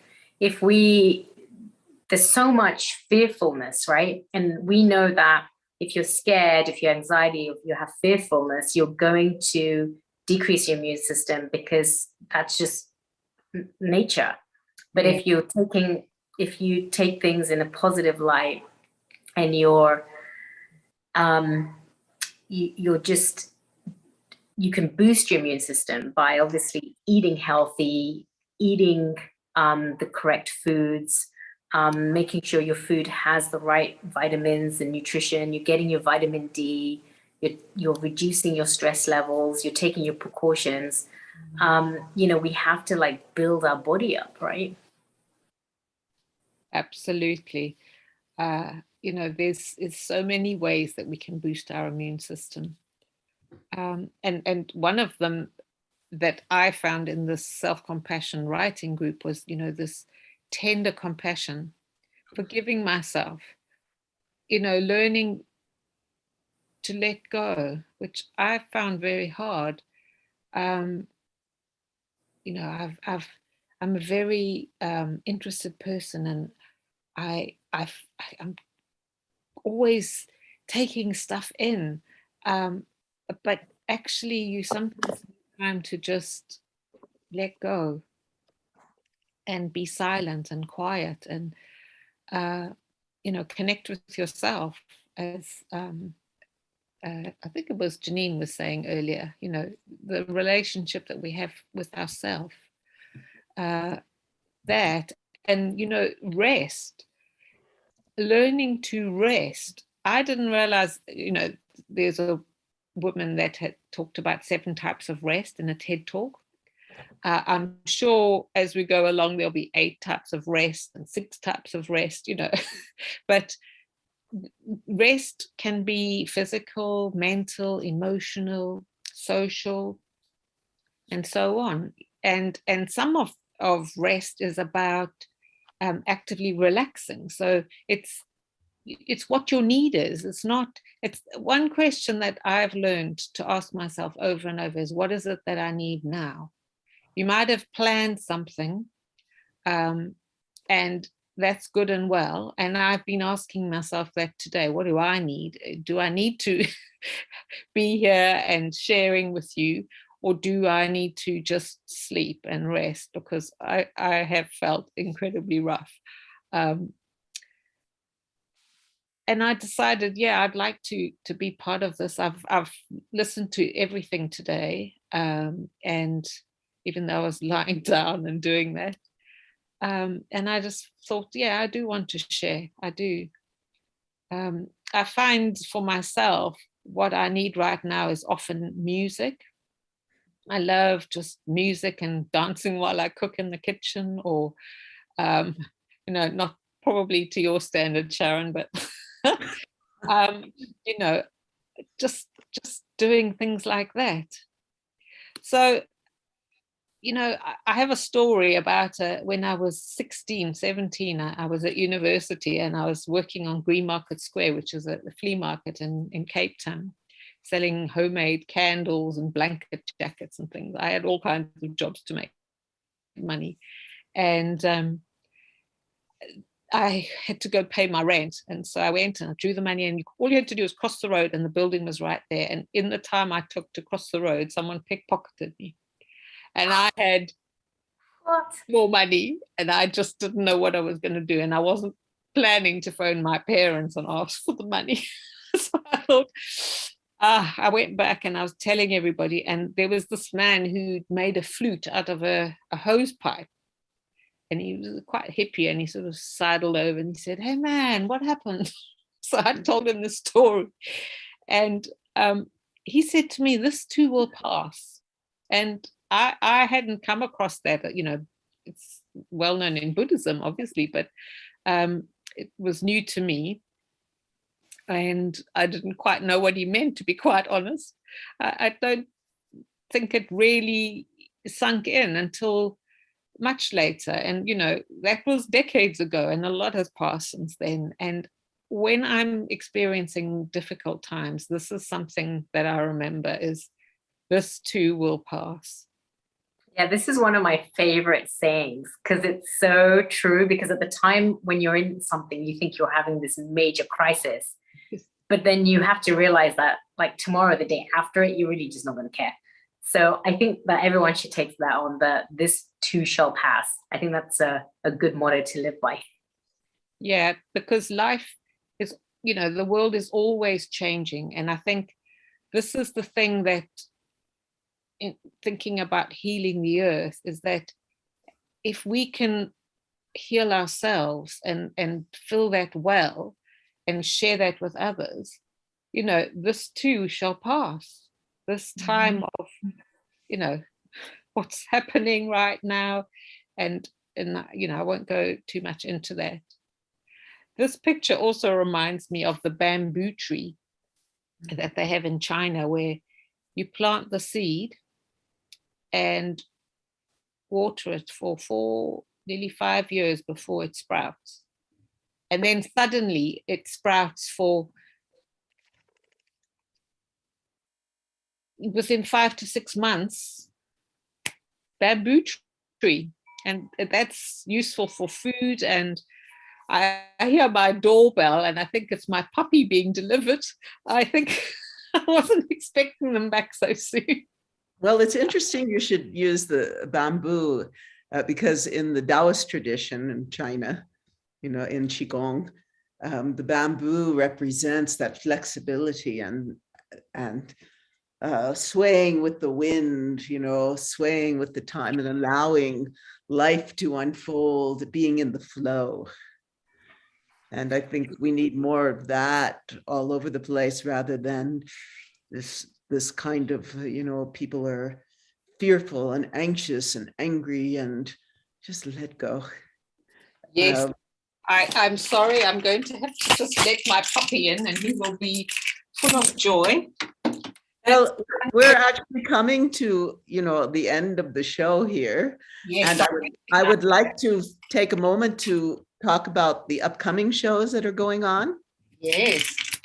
Yes, because we constantly have shows to help people, and many of the subjects we've been talking about, you know, from nutrition to music to dance to healing, meditation, yoga, etc. So, Sheila, I'll send it over to you.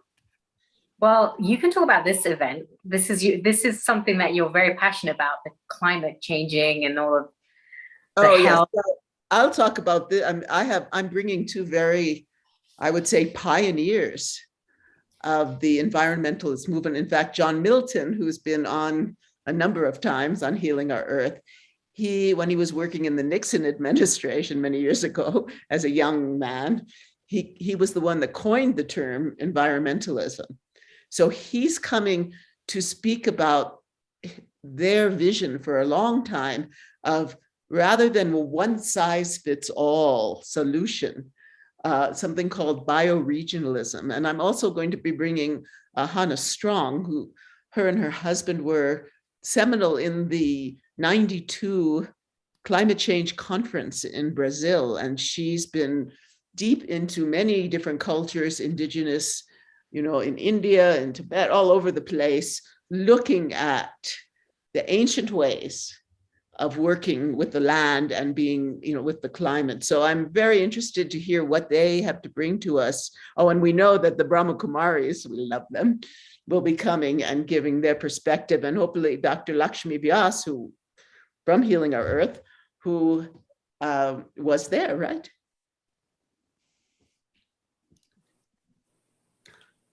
And then our next session is going to be the Universal Health Coverage Day, Health for All. That's going to be Sunday, December the 12th.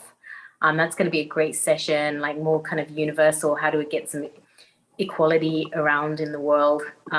Just making sure we're all, we can't, just because we're living in the Western world, we got to take care of everyone else that can't perhaps afford food or water or so many things. So it's kind of great to have this session. And we're going to bring some people who actually have been involved also for many years in the higher levels of politics, doing what they can to bring forth coverage for alternative health, so that, if you're a Ayurvedic doctor, people should be in the system, should be able to be, compensated, the doctor and the patient should be in traditional Chinese medicine and Ayurveda for these alternative ancient, very, very, to me, very scientific, because 5,000 years of study, this should be part of our health system. So we're going to be speaking about that too. Well, I'm excited for that session. This is one of my favorite sessions, is the festive vegetarian kitchen session, where we kind of learn about eating healthy and different ways of cooking, because my cooking is terrible. So I'm excited to kind of learn some delicious recipes from all around the world, all the global chefs and our dear Seema, the expert, I consider her. I've gotten some wonderful recipes from her from the show that are so delicious. And then, are you excited about this one, Sharon? This is going to be a fun event. I'm sure you're going to have a lot of your musical talent team to come on and sing some great things, just like your amazing friends today. They were just so wonderful. That music was so vibrational. Thank you. I'm looking forward to so many of our friends in India and in the UK who have contributed over 105 now shows, the beauty of their music and their knowledge in that world, and Bollywood and all of that. So these two should be really wonderful. And as I think it was you were saying, we can, on this one, we can make our resolutions. Yeah, definitely. It's going to be the same for everybody, I know. More exercise, meditation, the usual. That's going to be great. I'm definitely excited for that. And did you want to say some final words, Sharon? I know it's been amazing co-hosting with you, and we've had such a great session. I really enjoy co-hosting with you. I feel like we have a similar style, and it's really nice. I agree. And it's been so great for me to meet such an amazing bunch of people over the 105 shows, where I just get to meet such different people in different walks of life, doing so many different things. It just enriches my life, and I know it enriches yours too. And let's spend some time to share this mission statement. Do you want to read this, Sharon? Of course. Our mission is to promote happier, peaceful, healthier, and inspired global communities by delivering multicultural online edutainment. And that is the word. And it's really such an honor to be with people who care so much. Absolutely. And have teachings and knowledge that really needs to just come out now. You know, we are envisioning the world of the future. And for me, healing our earth, you know, should be at the top in terms of the visionaries. Yeah. And it's been such a wonderful, wonderful morning here, probably evening, afternoon for many of you. Just remember, this is your community. We are here for you. We're all volunteers. Special thanks to Neil Kumar that puts on this amazing show. Thank you all for being such a wonderful audience. We are your family. And we would like to say a global namaste to you all.